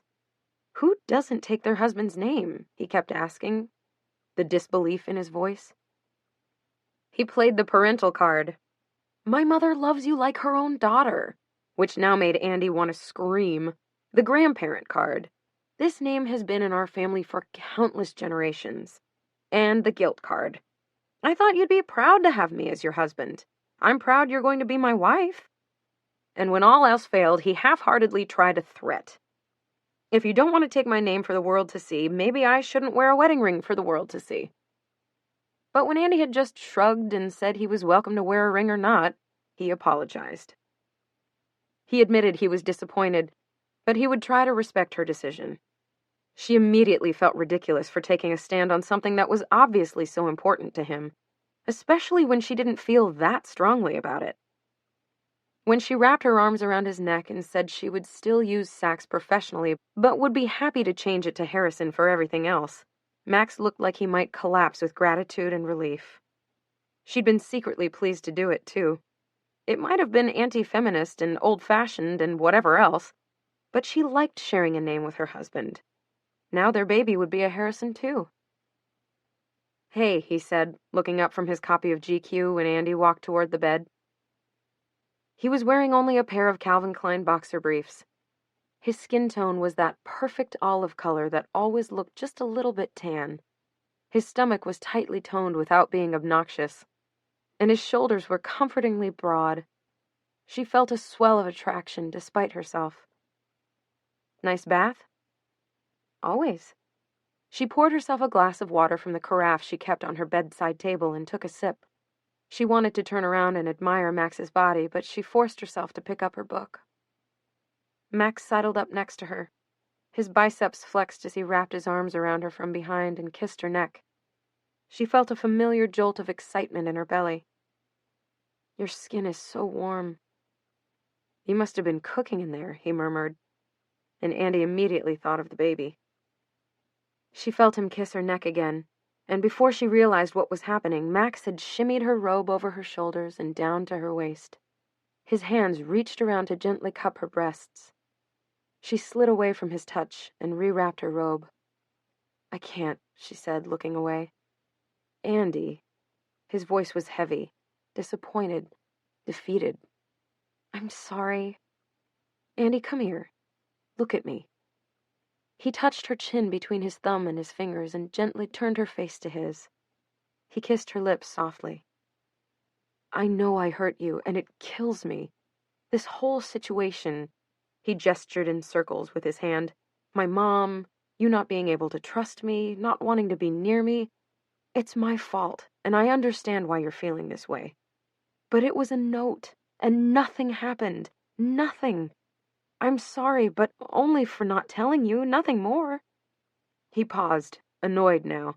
"You need to let this go. Maybe the punishment doesn't fit the crime." Andy could feel her throat constrict, and she knew the tears would follow soon. "I'm pregnant," she said, her voice a mere whisper. Max froze. She could feel him staring at her. "What? Did I?" "Yes, I'm pregnant." "Oh my God, Andy, that is the most incredible thing." He jumped up and began to pace, a look of anxious excitement on his face. "When did you find out? How do you know? Have you been to a doctor? How far along?" He fell to his knees by the bed and clasped both her hands in his own. Max's obvious joy was comforting. This was hard enough. She couldn't imagine what it would be like if he was ambivalent, or worse, about the news. She felt him squeeze her hands, and she was grateful for it. "When I went to Dr. Palmer last week, remember? Before Anguilla? They did a urine test and called that night with the news." Andy decided it was best to omit the part where she asked for an entire STD workup. "You've known since last week, and you haven't told me?" "I'm sorry," she said again. "I needed some time to think." Max gazed at her with an inscrutable expression. "So anyway, they don't think it's a brand new pregnancy, whatever that means. They can't tell for sure until I have an ultrasound, but I'm guessing it happened that one time in Hilton Head." She watched as Max remembered. The house they'd rented for an Indian summer week with Emily and Miles. That one night in the outdoor shower just before dinner when they'd sneaked in together like two teenagers. When Andy had sworn to Max it was a safe time, that she'd just had her period the week before and they'd gotten carried away. "The shower? Is that when you think it happened?" Andy nodded. "I was switching pills that month and took a few weeks off, and I guess I calculated wrong." "You know what this says, don't you? It was meant to be. This baby was meant to be." This was Max's favorite line. Their meeting, meant to be. The success of her magazine, meant to be. Their marriage, meant to be. And now the baby. "Well, I don't know about that," Andy said, but couldn't help smiling. "I think it means that we have solid proof that the rhythm method doesn't work, but yeah, I guess you could look at it that way too." "When can you have the ultrasound? To know when the baby's due?" "I made an appointment with my gynecologist for tomorrow." "What time?" Max asked, almost before she could finish her sentence. 9:30. I wanted earlier, but it was all they had." He immediately picked up his phone. Andy wanted to hug him as she listened to him leave instructions for his secretary to cancel or reschedule all of his morning meetings. "Can I take you to breakfast tomorrow morning before our appointment?" Why had she waited so long to tell him? Here he was, her Max, the man she had married. Of course he was thrilled with the news that they were going to have a baby. Of course he'd cancel everything without a moment's hesitation to be at the first, and every, if she had to bet, appointment. Of course he had immediately instinctively switched to our and would undoubtedly use phrases like "we're pregnant" and "our baby." She hadn't thought he'd be any other way, but it was still an intense relief to experience it firsthand. She wasn't all alone. "Well, I was thinking of running to the office for an hour or two beforehand. I've gotten so behind lately. First the wedding, then the nausea, and now the whole Elias Clark thing." "Andy." He squeezed her hand again and smiled. "Please." "Yes. Breakfast sounds nice." A wave of nausea overcame her. It must have registered on her face because Max asked if she was okay. She nodded, unable to speak, and moved quickly toward the bathroom. As she retched, she heard him ordering ginger ale, saltines, bananas, and applesauce from the corner bodega. When she returned to bed, he looked at her sympathetically. "You poor thing. I'm going to take such good care of you." Her head throbbed with the aftermath of vomiting, but she felt strangely better than she had in weeks. "Thank you. Come here. Give me your feet." He motioned for her to sit next to him, and he pulled her legs into his lap. The kneading felt heavenly. She closed her eyes. "There goes our honeymoon in Fiji," she said, remembering it for the first time. "Although I guess there's no reason we couldn't still go in December as long as everything looks normal." Max stopped kneading and peered at her. "You are not flying halfway around the world away from your doctor, putting your body under all that stress of jet lag and travel. No way! We'll have time for Fiji later." "You're not upset to miss it?" Max shook his head. "We're going to give our baby everything, Andy. You'll see. You're going to create the perfect nursery and fill it with stuffed animals and adorable little clothes and lots of books. And I'm going to learn everything there is to learn about babies so I know exactly what I'm doing from day one. I'm going to change diapers and give bottles and take her for walks in a stroller. We're going to read to her every day and tell her stories about how we met and take her on vacations to the ocean where she'll feel the sand in her feet and learn to swim. And she's going to be so loved by both our families." Her, huh? Her whole body had relaxed, and for the first time in weeks her stomach quieted. Of course her. She's going to be a gorgeous little blonde girl. It's meant to be. When she opened her eyes again, the clock read 6:45 a.m. She was under the duvet, still wearing her robe, Max snoring softly beside her. The lights were dimmed, but not off. They must have both fallen asleep mid-conversation. After they both showered and dressed, Max hailed a cab and directed it to Sarah Beth's on the Upper East Side, a charming little breakfast nook near her gynecologist's office, and convenient to exactly nothing else. Andy could only manage toast with homemade jam and a cup of chamomile, but she enjoyed watching Max devour his cheese omelet, home fries, extra crispy bacon, 2 glasses of orange juice, and large latte. He talked animatedly as he ate, excited for the appointment ahead, chattering about possible due dates and questions for the doctor and ideas for making the announcement to their families. They paid the bill and walked the 6 blocks up Madison Avenue. The waiting room was busy. Andy could count at least 3 obviously pregnant women, 2 with husbands, and a handful of women most likely too young or too old to be expecting. How had she never noticed before? How strange to be there with Max holding his hand, giving both their names at the front desk. Andy was shocked when the receptionist barely looked up. She had just announced she was there for an ultrasound. Her first. Wasn't this news to everyone? 15 minutes later, a nurse called her name and handed her a plastic sample cup. "Restroom is down the hall to your right. Please bring your sample into exam room 5. Your husband can wait for you there." Max smiled at Andy, shot her a good luck look, and followed the nurse toward the exam rooms. When Andy met him 3 minutes later, he was pacing the cubicle-sized room. "How'd it go?" he asked, raking his hands through his hair. "I peed on my hand, like always." "Is it really that hard?" Max laughed, looking relieved at the distraction. "You have no idea." Another nurse arrived, a heavy-set woman with a kind smile and silvery hair. After dipping a stick in Andy's urine and declaring it perfect, she measured her blood pressure, also perfect, and asked when she'd had her last menstrual period.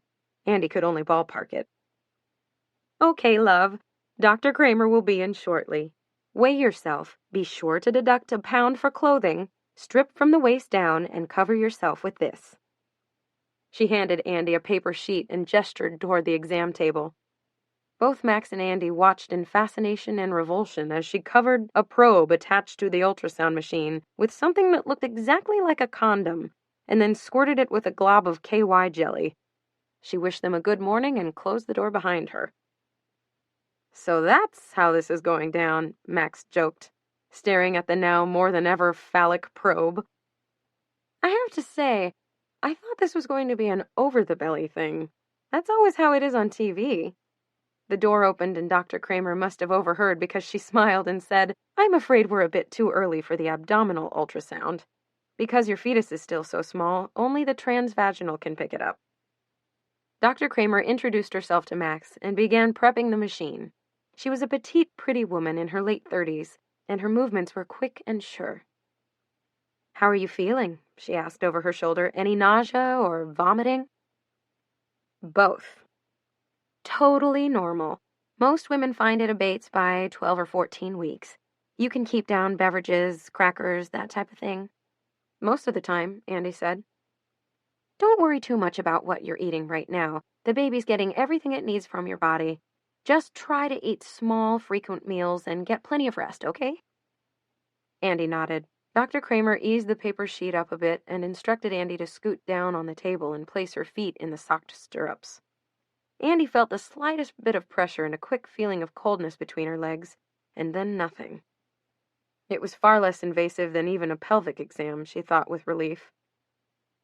There we go, Dr. Kramer said, moving the probe ever so slightly.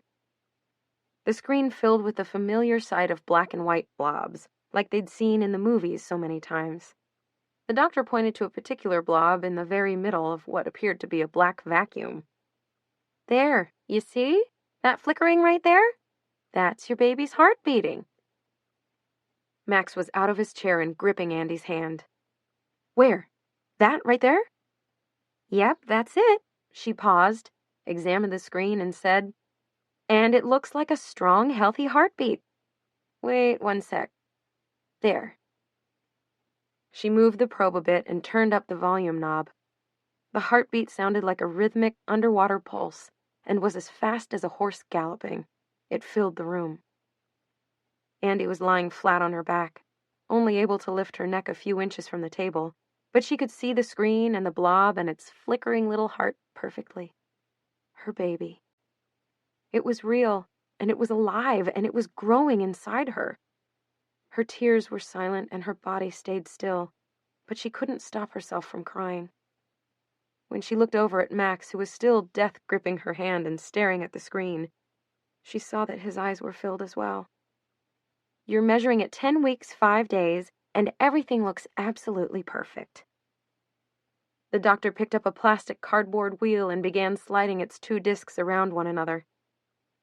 We'll continue to date the pregnancy with ultrasound since you're not positive of your timing, but according to what we see today, your due date is June 1st. Congratulations! June 1st, Max breathed reverently, as though it were the best day in the entire world. A spring baby. It's perfect. They didn't just vanish, all the doubts and fears and anger over the letter. Andy wasn't sure they ever would.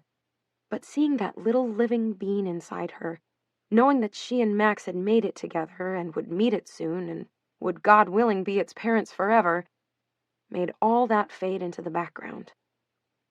And when the doctor told them to meet in her office and left them alone, and Max nearly jumped on the table with her in joy and happiness, and he shouted, "I love you," so loudly, Andy laughed out loud. It faded even a little bit more. She would make it work with Max. She would forgive him and move past any doubts. It was the only way forward. She would do it for their baby. Chapter 11. More or less famous than Beyoncé. The building that housed the Plunge's offices were, thankfully, different in every way from Elias Clark's, or even the West Village walk-up Happily Ever After called home. Originally a lumberyard in the 1890s, the building had gone through a few incarnations: meatpacking plant, food processing mill, fabric warehouse, and furniture workshop, before becoming predictably a converted loft space with floor-to-ceiling windows, exposed brick walls, salvaged wooden floors, and much-hyped Hudson River views, aka views of Jersey City. Andy could still remember Emily's excitement 3 years earlier when the broker who'd been showing them office spaces brought them to 24th and 11th. The fortress-like building was impressive, but Andy had wondered, didn't the neighborhood feel a little too raw? Emily scoffed as she gingerly stepped over a man passed out near the entrance. Raw? It's got character, and character is exactly what we need, she'd said. Character rather than good heat, air conditioning, and reasonable assurances that they wouldn't be murdered still bothered Andy, but she couldn't deny that the office interiors were 1,000 times nicer than anything they'd seen, and they were cheaper, too.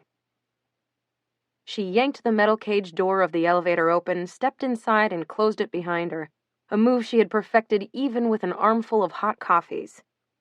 Every day Andy swore she'd use the stairs. Every day she stepped in the elevator and thought, tomorrow. On the 4th floor, she smiled at the plunge's current receptionist, inevitably an overqualified recent college graduate who only stayed long enough to ensure she or Emily was forever interviewing new candidates. It was nice getting in late every once in a while. "Morning, Andrea," Agatha said. She was wearing a navy dress with cream-colored tights and chunky red patent heels, and Andy was left to wonder, as she always did, how her assistant kept constantly on fashion's cutting edge. It must have been exhausting. "Good morning," Andrea sang loudly. Agatha stood waiting like a guard dog as Andy walked past her into her office, a larger glass-enclosed version of the cubicles near it, and said, "Follow me." Immediately thinking that sounded too harsh and commanding, she added with a forced laugh, "If you have a minute." "So listen, Emily's been calling for you like every 3 seconds. I promised her I'd send you right over there." "I told her I'd be late this morning. It's the first morning in 6 months she gets in before me, and she's hysterical, huh?" Andy said, thinking it had to be the Elias Clark call that had Emily in a snit. "Okay, I'm headed there now. Will you please forward any calls from the Harper wedding people to her office?" Agatha nodded. She looked supremely bored. What the plunge did have in common with Runway? Long-legged, stiletto-favoring, designer-donning girls. Per their working agreement, Emily had been responsible for the office hiring, with the single exception of Carmela Tyndale, Andy's part features editor, part managing director, whom she'd poached from Happily Ever After, and strongly felt she couldn't live without. Noticeably, Carmela was slightly overweight with unruly brown hair and inch-thick gray roots. She favored shapeless pantsuits paired with Merrill clogs in the winter and fit-flops in the summer.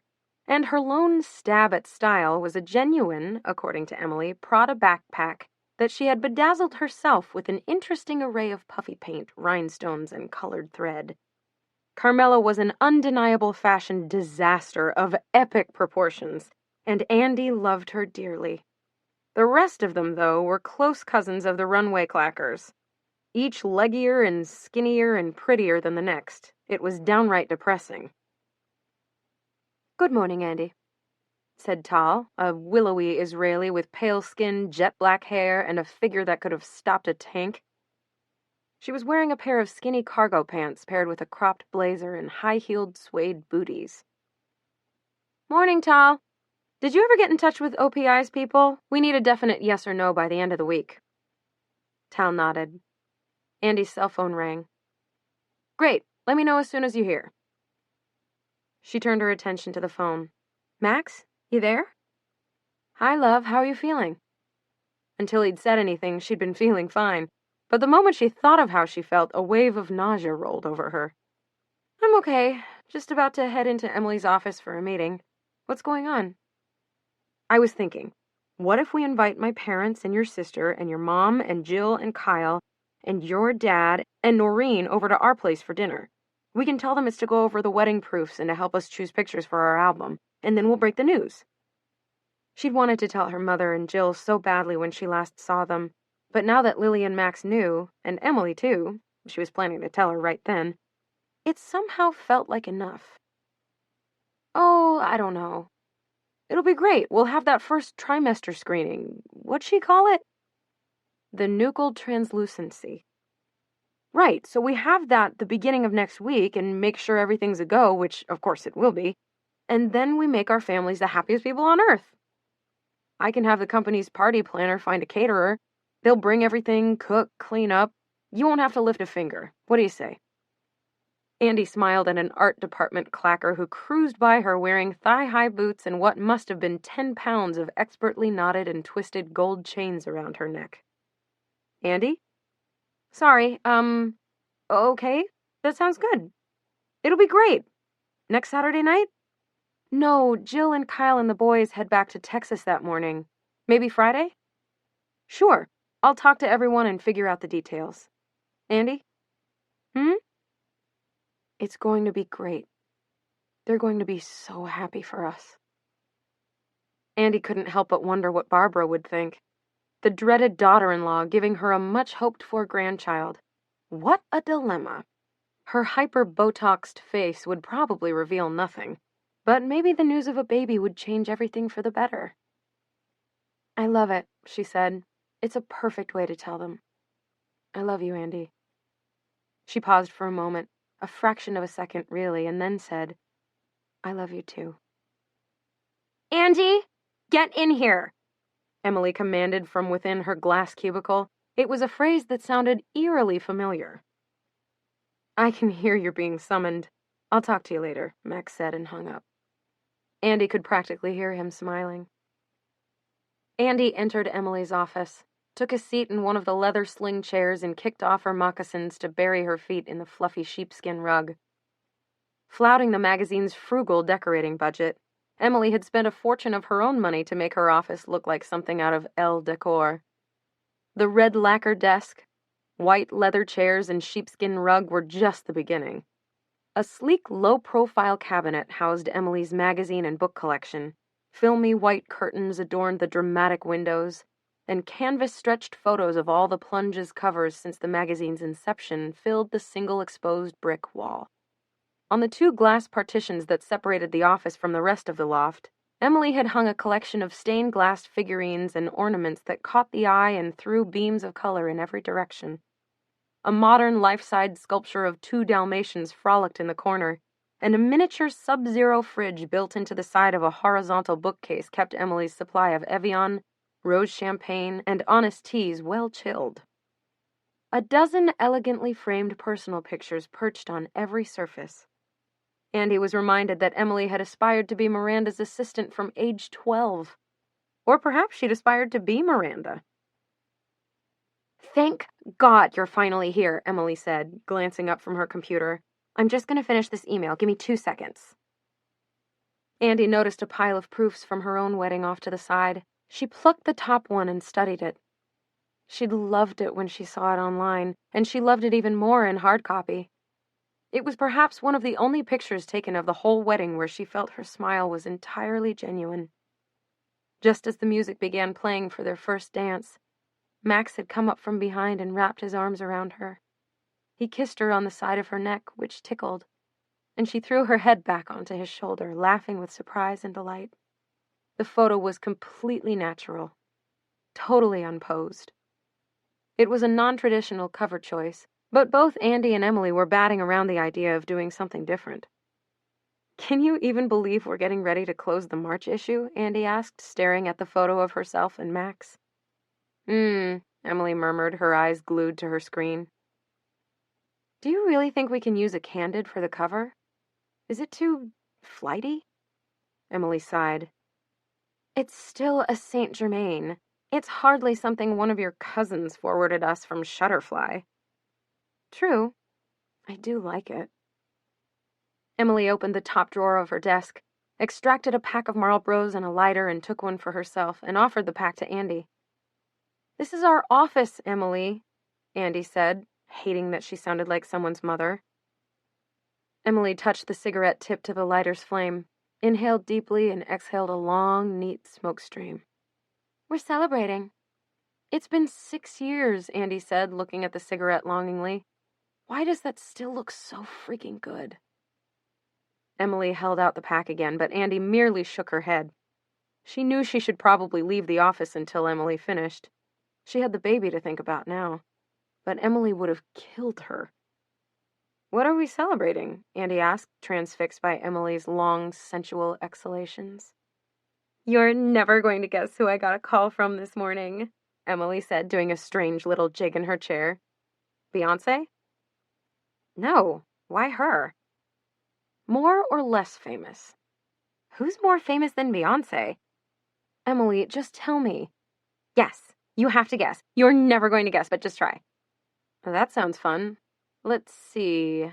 Jay-Z?" Emily groaned. "You're so uninspired." "Who would be maybe the last person in the known universe to call our office and request a meeting?" Andy blew on her hands to keep them warm. "Obama?" "You're unbelievable. You have no imagination whatsoever." "Emily?" "Miranda! Miranda fucking Priestley called for us this morning." "No, she didn't." Andy shook her head. factually impossible. Unless there's been some sort of people's revolution at Runway that we haven't heard about. Miranda did not call here. Because Miranda doesn't call anywhere. Because the last time I checked, Miranda was physically, mentally, and emotionally incapable of dialing numbers on a phone without help from someone else. Emily took a quick inhale and stamped the cigarette out in an ornate stained glass ashtray she kept stashed away in her desk. Andy, are you listening? What? Andy looked at Emily, who stared back at her in shocked disbelief. Do you hear anything I'm saying? Of course, but tell me again. I'm having a hard time processing it. Emily sighed dramatically. So no, she did not actually call herself. Some South African chick named Charla called and asked if you and I would come to the office for a meeting. In 2 weeks. She stressed that it would be with Miranda herself. How do you know she was South African? Andy asked, solely to piss off Emily. Emily looked like she might explode. Did you not hear what I just told you? You and I are meeting with Miranda. Oh, I heard you. I'm trying to keep from hyperventilating right now, Andy said. Emily clasped her hands. There's only one explanation. It's got to be to discuss a possible acquisition. Andy glanced at her cell phone and tossed her phone back in her bag. You're crazy if you think I'm going. Of course you're going. I am not. My weak heart can't handle it, to say nothing of my self-respect. Andy, that woman is the editorial director of Elias Clark. She's the final editorial arbiter over every single magazine at the company. For God knows what reason, she has requested our presence at 11 a week from Friday. And you, my friend and co-founder, are going to be there. Do you think she knows we use her name to book celebrities? Andy, I really don't think she cares about that. Didn't I read somewhere that she authorized that famous historian, the really intellectual one, to write her biography? Maybe she wants him to interview us. Emily rolled her eyes. Uh-huh, that sounds likely. Of the 3 million people she's worked with over the years, she wants one she fired in front of 30 staffers for no reason, and the one who told her to fuck herself in Paris. Try again. I have no idea. But guess what? I'm really comfortable with never knowing. What do you mean, never knowing? Just what I said. I think I can live a full and complete life not knowing why Miranda Priestley suddenly wants to see us. Emily sighed. What? Nothing. I just knew you'd be difficult. But I confirmed the meeting anyway. You did not. I did. I think it's important. Important? Andy was aware she sounded vaguely hysterical, but she couldn't stop. In case you don't realize it, we haven't been enslaved by that lunatic for years. Through lots of hard work and dedication, we have built our own successful magazine, and we did it without terrorizing our staff or wrecking anyone's life. I will never again step foot in that woman's office. Emily waved her off. It's not the same office. She moved floors, and you can declare you'll never go there again after our meeting. I, for one, need to know what she wants, and I can't go alone. Why not? You're so enamored with her. Go by yourself and tell me about it. Or don't. I really don't care. I'm not enamored with her, Andy, Emily said, clearly growing exasperated. But when Miranda Priestley calls you in for a meeting, you go. Emily reached her arm across the desk and held Andy's hand. She pouted and her eyes looked sad. Please say you'll come. Andy snatched her hand back. She was silent. Pretty please, for your best friend and business partner, the one who introduced you to your husband. You're really pulling out all the stops, aren't you? Please, Andy, I'll take you out for Shake Shack afterward. Wow, you're bringing your A game. Please, for me, I'll be forever indebted. Andy sighed heavily. Visiting Miranda on her own turf sounded about as appealing as a day in prison. But Andy had to admit to herself that she too was curious. She pressed her hands into the desk and made a big show of heaving herself to stand. Fine, I'll do it. But I want a Shack t-shirt in addition to my burgers, fries, and shake. And I want a onesie for my new baby. Done! Emily sang, clearly delighted. I'll buy you the whole damn... She stopped and looked at Andy. What did you just say? You heard me. No, I don't think I did. I thought you said something about a baby, but you've been married for less than 5 minutes, and there's no way... Emily stared into Andy's eyes and moaned. Oh my God, you're not kidding. You're knocked up? Very. What's with you people? What the hell is your big rush? It's not like we planned this. What, you don't know how babies are made? You've spent the last 15 years of your life managing not to get pregnant. What happened? Thanks for being so supportive, Andy said. Well, it's not like running a magazine and newborns go hand in hand. I'm thinking how this is going to affect me. It's still a ways off. I'm only just now starting my 2nd trimester. Already with the lingo and everything. Emily looked to be computing the numbers. She flopped into her desk chair and grinned evilly. Wow, you really didn't plan this. Her voice lowered to a delighted whisper. Is it even Max's? Of course it is. What, you think I went back out after my bachelorette day at the spa and had crazy sex with one of the yoga instructors? You have to admit that would be pretty cool. Don't you want to ask me any normal person questions? Like when I'm due, or if I know what I'm having, maybe how I'm feeling? Are you sure it's not twins? Or triplets? Because that would be a story. Andy sighed. Emily held her hands up. Okay, I'm sorry. But you have to admit, this is pretty unbelievable. You got married, what, a month ago, and you're already 3 months preggers? It's just not a very Andy move, is all. And what will Barbara say? The mother-in-law comment stung, probably because Andy was wondering the exact same thing. You're right, it's not a very me move at all. But it's happening, and not even Barbara Harrison can stop it now. And when you overlook all the other stuff and just focus on the baby part, it's pretty great. Earlier than we'd hoped, but still great. Emily's lack of enthusiasm wasn't surprising. She'd never come out and said she didn't want children, but despite her being married for nearly 5 years and a semi-competent aunt to Miles' nieces, Andy had always assumed it. Children were messy. They were sticky and loud and unpredictable, and they made you fat and unstylish, at least for long stretches of time. They were decidedly un-Emily. There was a knock on Emily's door, and Agatha walked in. Daniel wants to know if you can run to his office for like 2 seconds. He said he needs to show you something, but he's waiting for a phone call. Go. We can talk about this later, Andy said, relieved to have finally shared the news. Damn right we will. But let's stay focused on the meeting too, okay? We need to discuss what you're going to wear. She walked around the desk and pulled open Andy's cashmere cardigan.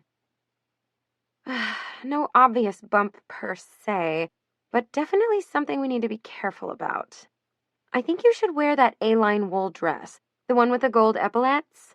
It's nothing great, but at least it has a little drape around the middle. Andy laughed. I'll take that under advisement. Seriously, Andy, big news and all, I get it, but we have to be 100% for Miranda. You're not, like, going to be puking or anything, right? I'll be fine. Great. I'll let you know how it goes with the Vera people. Don't forget to touch base with St. Germain. They're waiting for your call. Emily grabbed her trench coat and tote bag and waved back at Andy over her shoulder. Congrats again, she shouted, and Andy cringed, wondering if Emily knew not to blab her news to the entire office. Then again, what did it matter? She was pregnant, and if all went well, and Andy found herself fervently hoping it would, in 6 months she would be having a baby. A baby. The Miranda meeting, the idle gossip, it all melted away when she stopped for a moment and imagined herself holding a soft-skinned, sweet-smelling infant. She placed 2 hands over her belly and smiled to herself. A baby.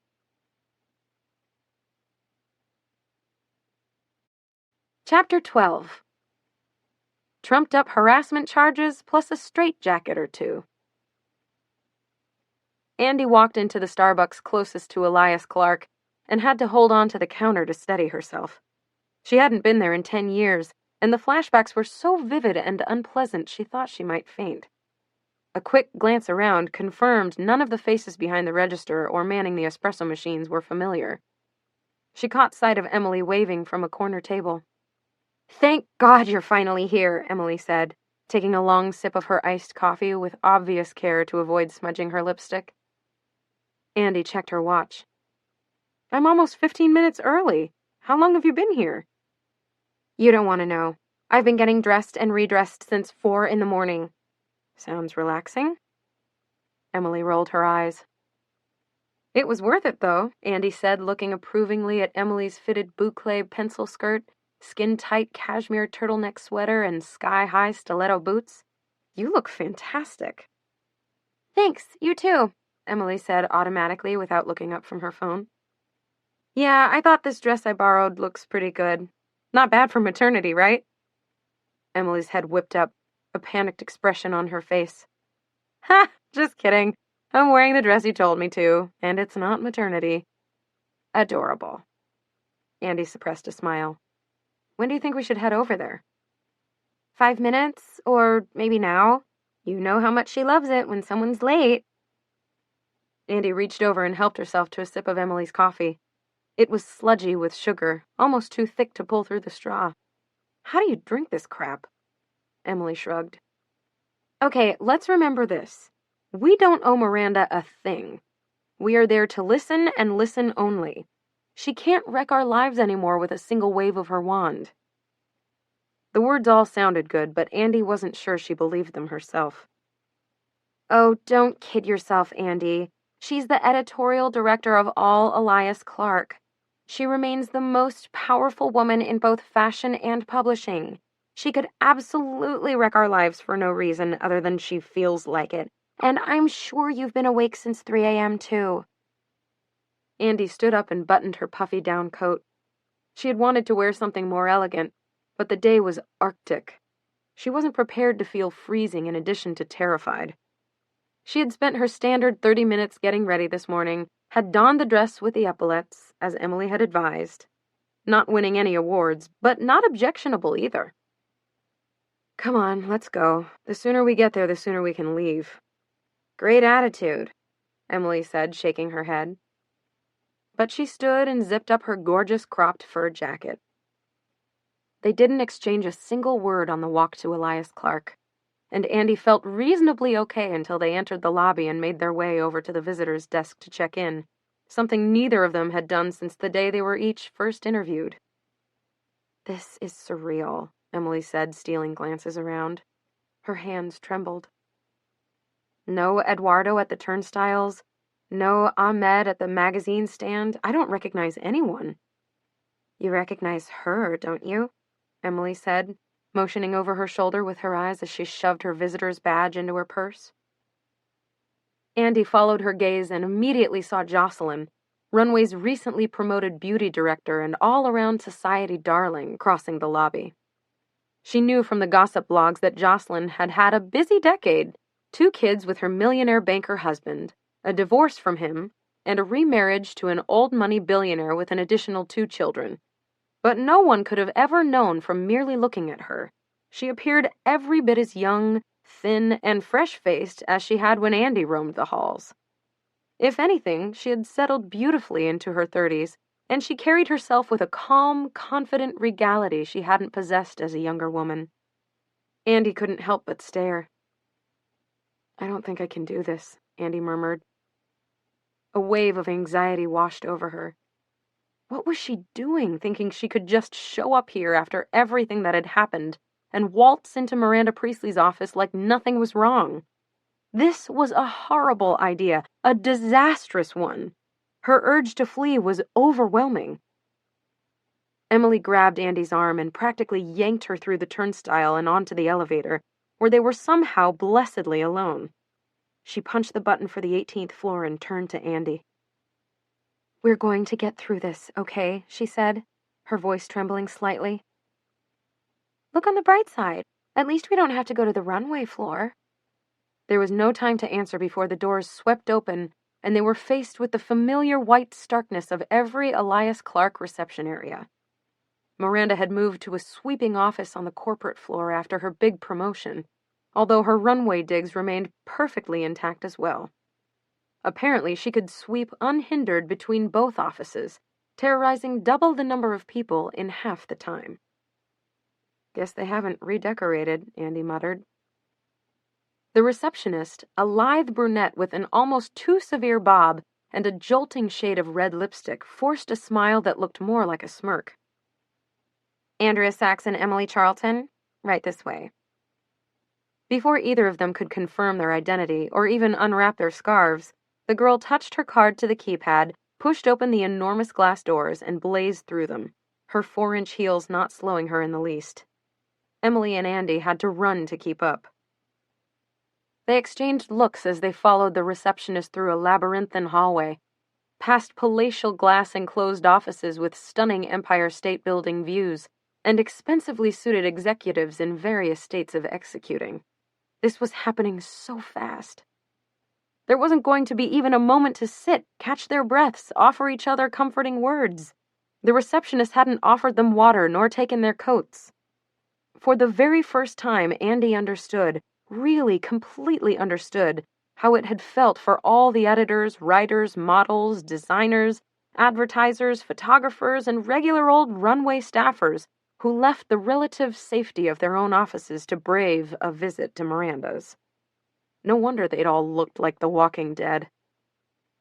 A moment later, they arrived at a suite similar to the setup Miranda had occupied at Runway, an anteroom with 2 immaculate assistant desks, fronting open French doors that revealed a massive office with sweeping views, elegantly decorated in muted shades of gray and white with occasional pops of soft yellow and turquoise, which lent the whole room the feel of a sunny beach house. Painted driftwood frames that managed to look both antique and modern held photos of now 18-year-olds Caroline and Cassidy, each one appearing pretty and vaguely hostile in her own distinct way. The carpet stretched wall to wall in an expanse of shocking white, its only color a lone wild streak of turquoise. Andy had just noticed the enormous tapestry on the far wall, a stitched fabric creation meant to look like a painting, when a door within Miranda's office opened and the woman herself emerged. Without looking at Andy or Emily or either of her assistants, she strode toward her desk and began issuing the all-too-familiar directives. "Charla, can you hear me? Hello, is anyone there?" The girl who must have been Charla had just been preparing to greet Andy and Emily. She motioned toward them with her pointer finger to wait, grabbed a clipboard, which was presumably the bulletin, and bolted into Miranda's office. "Yes, Miranda, I'm right here. What can I—" "Call Cassidy and tell her to ask her tennis coach to join us this weekend while we're away, and then call the coach and ask her yourself. No is not an acceptable option. Let my husband know we will be leaving tomorrow from the apartment at exactly 5. Inform the garage and the Connecticut staff of our arrival time. Messenger a copy of that new book, the one they reviewed last Sunday, to my apartment before we leave, and schedule a phone call with the author for first thing Monday morning. Make a reservation for lunch today at 1, and inform Carl's New York staff. Find out where the Bulgari people are staying and send flowers. Lots of them. Tell Nigel I'll be ready for my fitting today at 3, not a minute later, and make sure that the dress and all the accessories are ready. I know the shoes won't be finished yet. They're custom making them in Milan. But find out the dimensions and make sure I have an exact replica for our run-through." It was here that she finally took a breath, eyes to the ceiling in an apparent effort to recall a final command. "Oh, yes, and get in touch with the Planned Parenthood people to schedule a meeting to go over the details for the spring benefit. Is my 11 o'clock here?" Andy was so wrapped up in the minutiae of Miranda's requests, her mind so automatically and instinctively concentrating on remembering and assimilating the information, that she barely even heard the last sentence. Emily's elbow in her side rib jolted her back to reality. "Get ready," Emily whispered, removing her coat and tossing it on the floor beside an assistant desk. Andy did the same. "How do you suggest I do that?" Andy hissed back. "Miranda can see you now," Charla announced, her unsmiling face surely a bad omen. She didn't escort them into Miranda's office. Maybe she figured they knew the protocol, or maybe she'd decided they weren't important enough. Or maybe the system had changed in the last few years. But when Charla waved them forward, Andy felt herself take a deep breath at exactly the same time Emily inhaled, and side by side they walked as confidently as they could manage into Miranda's office. Thankfully, miraculously, she did not look them up and down. She didn't look at them at all. She didn't invite them to sit, or greet them, or in any way acknowledge their existence. Andy had to fight the urge to report some sort of progress or accomplishment, let Miranda know that her lunch had been properly scheduled or the tutor successfully wrangled. She could feel the tension emanating from Emily, too. Unsure of what to do or say, they just stood there for what may have been the most uncomfortable 45 seconds of silence ever experienced anywhere, by anyone, for any reason. Andy glanced at Emily, but her friend appeared frozen in terror and uncertainty. And so they stood. Miranda sat perched on her cold metal chair, back ramrod straight, signature bob as smooth as a wig. She wore a charcoal-colored pleated skirt made of wool or possibly cashmere, and a patterned silk blouse in stunning shades of red and orange. A delicate white rabbit fur capelet rested elegantly on her shoulders, and a single large ruby the size of a small candy egg hung from a chain around her neck. Her nails and lips were varnished in the same red wine color. Andy watched, mesmerized as those thin, lacquered lips wrapped around the cardboard coffee cup. Drank, released. She ran her tongue slowly, deliberately across the top lip first and then the bottom, like watching a cobra devour a mouse. Finally, Miranda turned her gaze upward from her papers and toward them, although there wasn't the least glimmer of focus or recognition. Instead, she cocked her head slightly to the side, looked from Emily to Andy and back again, and said, "Yes." "Yes? Yes? Yes, as in, what can I help you with, you office intruders?" Andy felt her heart begin to race even faster. Did Miranda really not comprehend that she had invited them there? Andy almost fainted in appreciation when Emily opened her mouth to speak. "Hello, Miranda," Emily said, her voice sounding steadier than she looked. A wide, fake smile plastered on her face. "It's good to see you again." Andy reflexively proffered her own wide, fake smile and nodded enthusiastically. So much for calm, cool, and collected. To hell with remembering that this woman couldn't hurt them now, that they didn't need her for anything, that her hold over them had long since evaporated. Instead, the two of them stood there, grinning like chimpanzees. Miranda peered at them without a flicker of recognition, nor did she seem to understand that she had initiated the appointment. Emily tried again. "We were both so pleased when you requested this meeting. Is there something we can help you with?" Andy could hear Charla inhale sharply from the anteroom. This had the potential to go very wrong very quickly. But Miranda merely looked puzzled. "Yes, of course. I called you here to discuss your magazine, The Plunge. Elias Clark is interested in acquiring it. But what did you mean when you said it was good to see me again?" Andy whipped around to look at Emily, but her friend was staring straight at Miranda, frozen. When Andy hazarded a glance at Miranda, she saw the woman staring daggers at Emily. Andy had no choice. "Oh, I think Emily just means that it's been so long since we worked here together. Already almost 10 years. Emily was your head assistant for 2 years, and I... 2.5, Emily barked.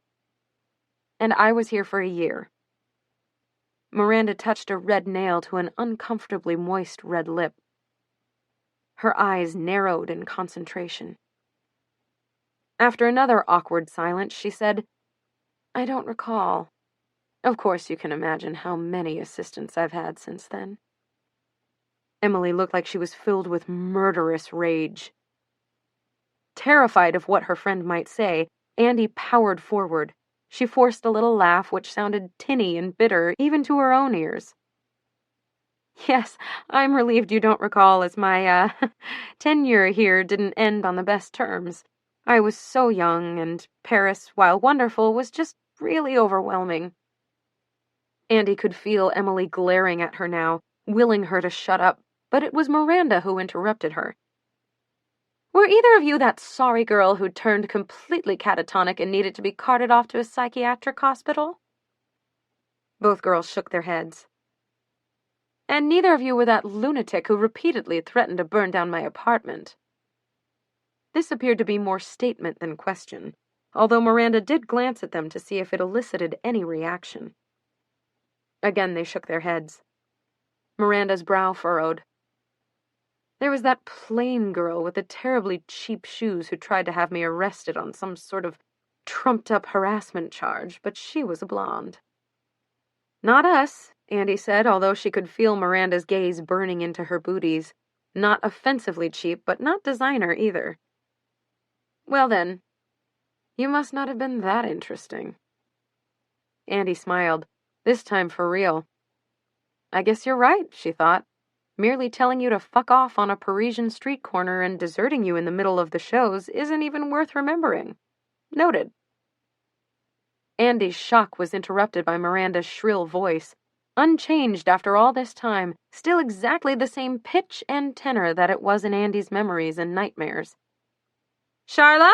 Hello? Is anyone out there? Hello? A young girl who clearly wasn't Charla, but an even younger, prettier, more nervous version of her materialized in the doorway. Yes, Miranda? Charla, get Ronaldo in here. I need someone to run through the numbers. This request clearly panicked the girl. Oh, well, I think Ronaldo is out today, on vacation. Is there someone else I should call? Miranda sighed so deeply and with such disappointment, Andy wondered if Charla Light would be summarily fired.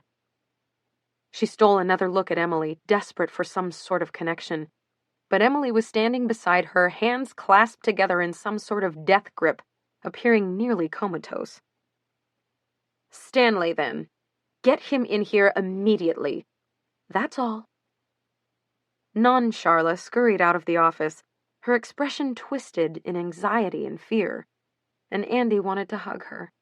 Instead, she thought of her Stanley, safe and snuggled right then, probably chewing a bully stick, and she missed him terribly. Or maybe she just missed anywhere but there.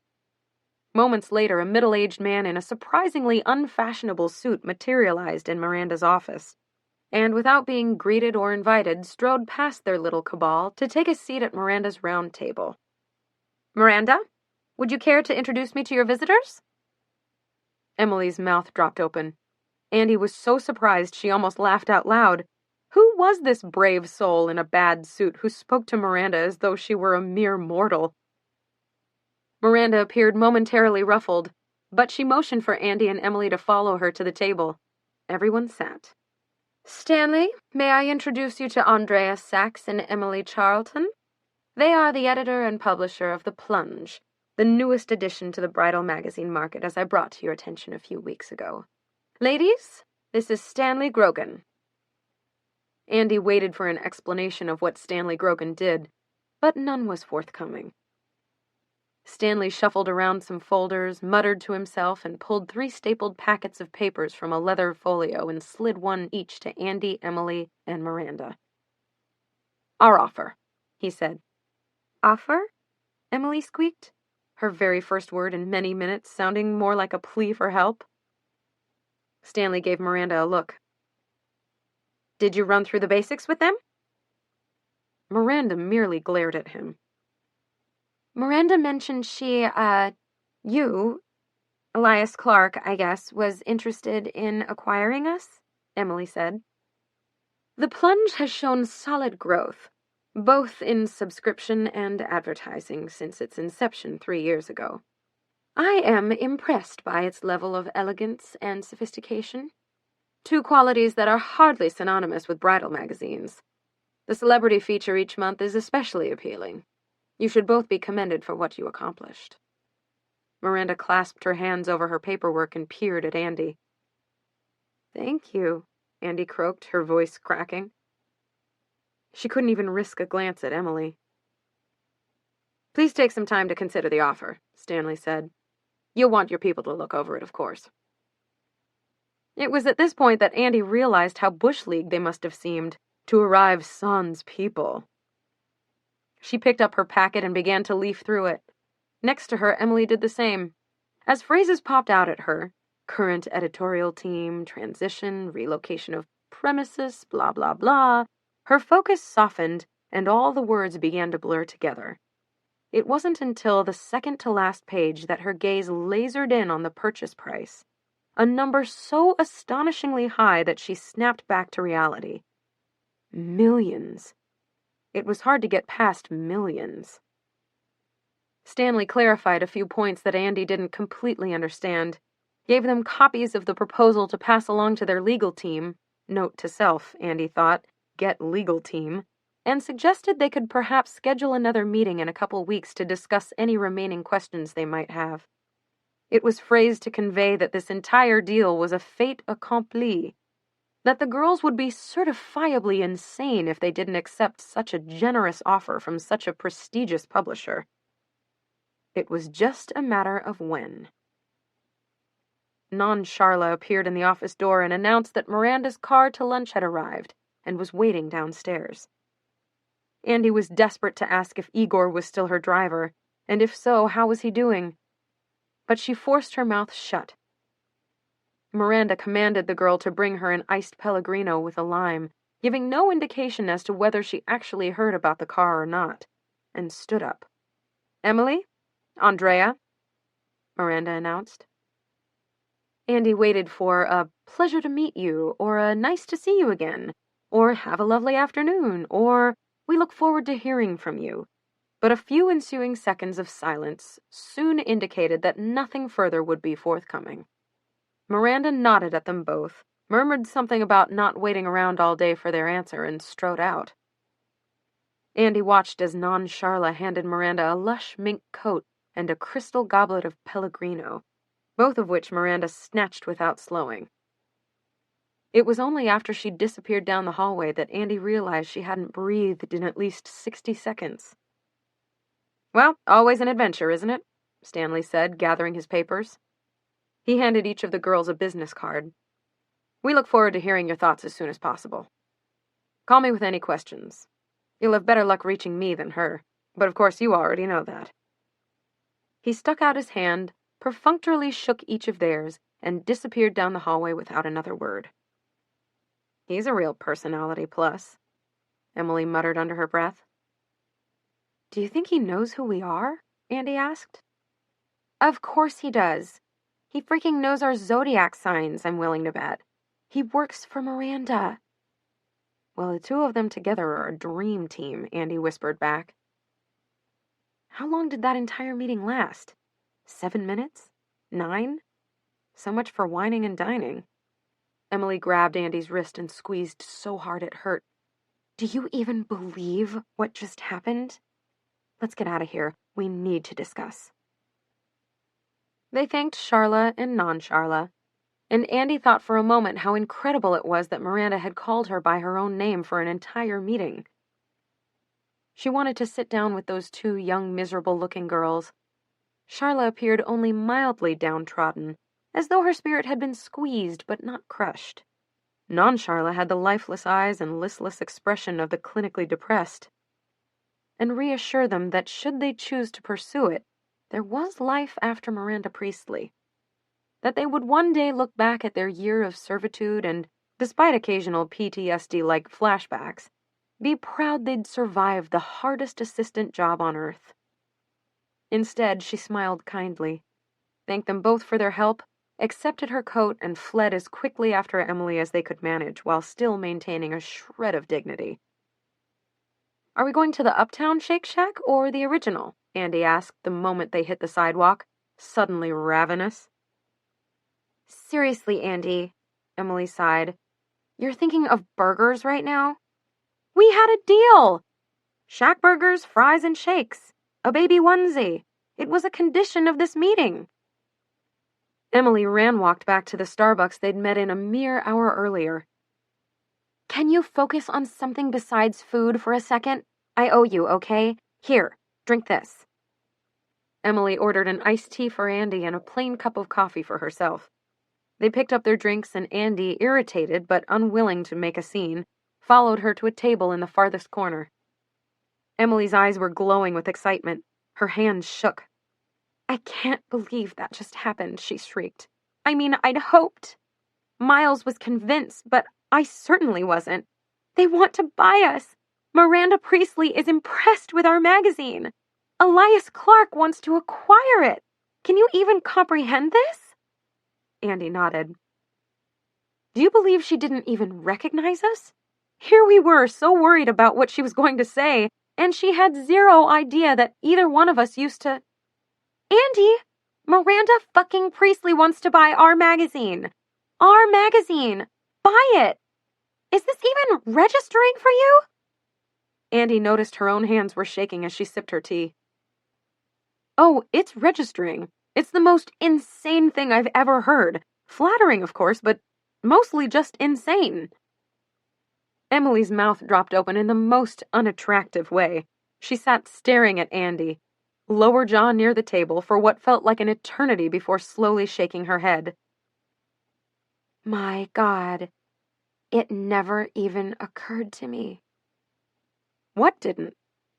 "But of course, it makes perfect sense." "What does?" Emily's mouth turned down and her forehead crinkled in what? Disappointment? Despair? Anger? "Emily?" "You don't want to sell to Elias Clark, do you? You have reservations." Andy could feel her throat tighten. This was not going well. There was that part of her that felt a swell of pride. They were successful enough to have caught the attention of the world's preeminent publisher. Elias Clark wanted to add them to their portfolio. Could there be a greater endorsement of their product? But Elias Clark was synonymous with Miranda Priestley. Could Emily possibly want to sell the plunge to Elias Clark? With barely a word spoken, the vibe between them had instantly changed. "Reservations?" Andy coughed. "Yes, I guess you could say that." "Andy, don't you realize that this is what we've been working towards since the moment we started? Selling the magazine? And that we now have an offer years before we ever thought possible? A great offer from literally the most prestigious magazine publisher on the planet? What can you possibly not like about that?" "I like everything about it," Andy said, speaking slowly, measured. Emily broke into a wide smile. "I'm every bit as flattered as you are, Em. The fact that Elias Clark wants to buy our little magazine is totally mind-blowing. It's incredible on every level. And did you see that purchase price?" Andy smacked her own forehead. "I never thought I'd see a payday like that in my entire life." "So why do you look like your dog just died?" Emily asked. She pressed ignore on her phone when Miles' picture popped up. "You know why. You saw it too." Emily feigned confusion. "I didn't get a chance to examine every single word, but for the most part it—" Andy pulled out her packet and turned to page 7. "Remember this little clause right here? The one that states the entire senior editorial team must stay in place for at least 1 calendar year to help with the transition?" Emily waved. "It's just a year." "Just a year? Gee, I can't remember where I heard that before." "Oh, please, Andy, you can do anything for a year." Andy stared at her friend. "That is factually untrue, actually. The one thing I cannot do for a year is work for Miranda Priestley. I think I've already proven that." Emily stared at her. "This isn't just about you. We're partners here, and this is a dream come true." The offer itself was gratifying, no doubt. But how could she possibly agree to sell their baby to Elias Clark of all places, not to mention agree to work there again for another year? It was inconceivable, and they hadn't even gotten to enjoy any of the celebratory gossip or rehash what they'd just witnessed. Miranda Redux, her office, her shell-shocked assistants, the whole deal. Andy rubbed her eyes. Maybe we're both overreacting. Why don't we contact a publishing lawyer and ask him to negotiate on our behalf? Maybe we can get rid of that year-long transition clause. Or maybe someone else will want to acquire us now that an offer's been made. If Elias Clark is so keen on it, chances are others will be too. Emily just shook her head. It's Elias Clark. It's Miranda Priestley, for God's sake. It's like they're anointing us. I'm trying here, Em. Trying? I can't believe you're not jumping at this opportunity. Andy was quiet. What's our rush? She asked. This is the first offer, and it's years earlier than we expected. Why race into it? Let's take our time, think it through, make the best decision for both of us. Seriously, Andy? We would be certifiably insane not to accept this offer. I know it, and you know it. I love the plunge, Andy said quietly. I love what we've built together. I love our offices and our staff and getting to hang out with you every day. I love that no one tells us what to do or how to do it. I'm not sure I want to give all that up just yet. I know you love it. I do too. But this is an opportunity a million people would kill for. Certainly anyone and everyone who's ever grown a business from scratch. You need to see the big picture, Andy. Andy stood up and gathered her things. She reached out and squeezed Emily's arm. We just found out 5 seconds ago. Let's give ourselves a little time to think it through, okay? We'll figure something out. Emily's hand reflexively hit the table in frustration. Not hard, but enough to stop Andy in her tracks. I sure hope so, Andy. I'm willing to talk about this more, but I'm telling you now, we cannot squander this opportunity. I won't let us stand in the way of our own success. Andy slung her bag over her shoulder. You mean me. You won't let me stand in the way of your success. That's not what I said, Emily said. But that's definitely what you meant. Emily shrugged. You may hate them, but they are the very best, and they are offering to make us rich in our own right. Can't you take the long view for once?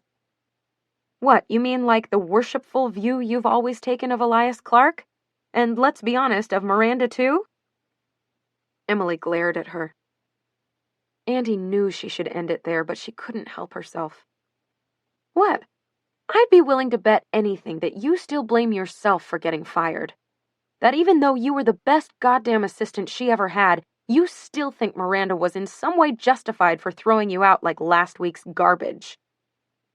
Anger flashed across Emily's face, and Andy knew she'd gone too far. But all Emily said was, let's not do this now, okay? Fine. I'm headed to run some errands over lunch. I'll see you back at the office, Andy said and walked out without another word. It was going to be a very long day. Chapter 13. I could easily be dead by then. Andy rested her head against the taxi seat and inhaled the not unpleasant vanilla scent of the dangling air freshener. It was the first time in weeks she could remember smelling something and not wanting to vomit. She was breathing deeply when her phone rang.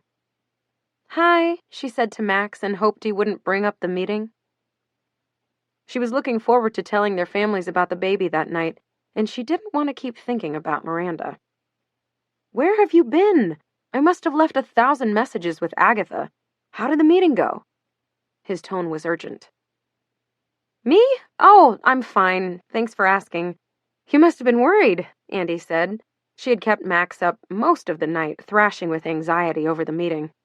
Seriously, Andy, how'd it go? They want to buy you, don't they? This made her sit straight up.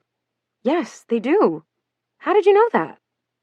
What else could they have wanted? He crowed, sounded triumphant. I knew it. I just knew it. Miles and I have had a bet about how much. You both must be so excited. I'm not sure excited would be the word I'd use. Maybe terrified is a little closer. You should be proud as hell, Andy. You did it. You and Emily, against all odds, built this thing from scratch, and now the most prestigious magazine publisher on earth wants to buy it from you. It doesn't get any better than that. It is an honor, Andy said. But there are definitely some concerning details. Nothing you can't work out, I'm sure. I can recommend a great lawyer, someone from an entertainment firm we use. They can iron out any issues. Andy kneaded her hands. Max was making it sound like a done deal when they'd only just gotten the offer that morning. "So, when's everyone getting there?" she asked, trying to change the subject. "And do you think they suspect anything?" "I told you, I've got it all under control. There's a husband and wife chef team here now, and they're whipping up a feast. Everyone's getting here in an hour. They're all going to flip when we tell them about the baby. And now we have this incredible news to share, too. No, I don't want to mention anything about... Andy, can you hear me? Look, I've got to make a few calls. I'll see you soon, okay?" She heard the phone click and once again allowed her head to rest against the seat. Of course, her husband was an investor, a substantial one. It was perfectly understandable he'd be thrilled. It made him look like a genius, not to mention help line the Harrisons' coffers. But she wasn't yet ready to share the news. The baby was one thing. That was exactly the kind of news you shared with future grandparents, even the Barbara Harrisons of the world. But an entire evening spent discussing Miranda Priestley? No, thank you. Despite her initial reservations, by 10 p.m. Andy had to admit that the evening had been a success. Everyone was still going strong, unsurprising for her family, who interpreted time to leave as time to begin saying goodbye, hugging, rehugging, asking last-minute questions, visiting the bathroom, offering once again to clean up, and kissing each and every person in the room. But this was very unusual for Barbara, who was always fashionably but never rudely late, a tidy and considerate guest, and quick to thank her host and leave. With the exception of Eliza, who had left an hour earlier to meet friends, each and every one of their immediate family members was still planted in the living room, chatting animatedly, drinking voraciously,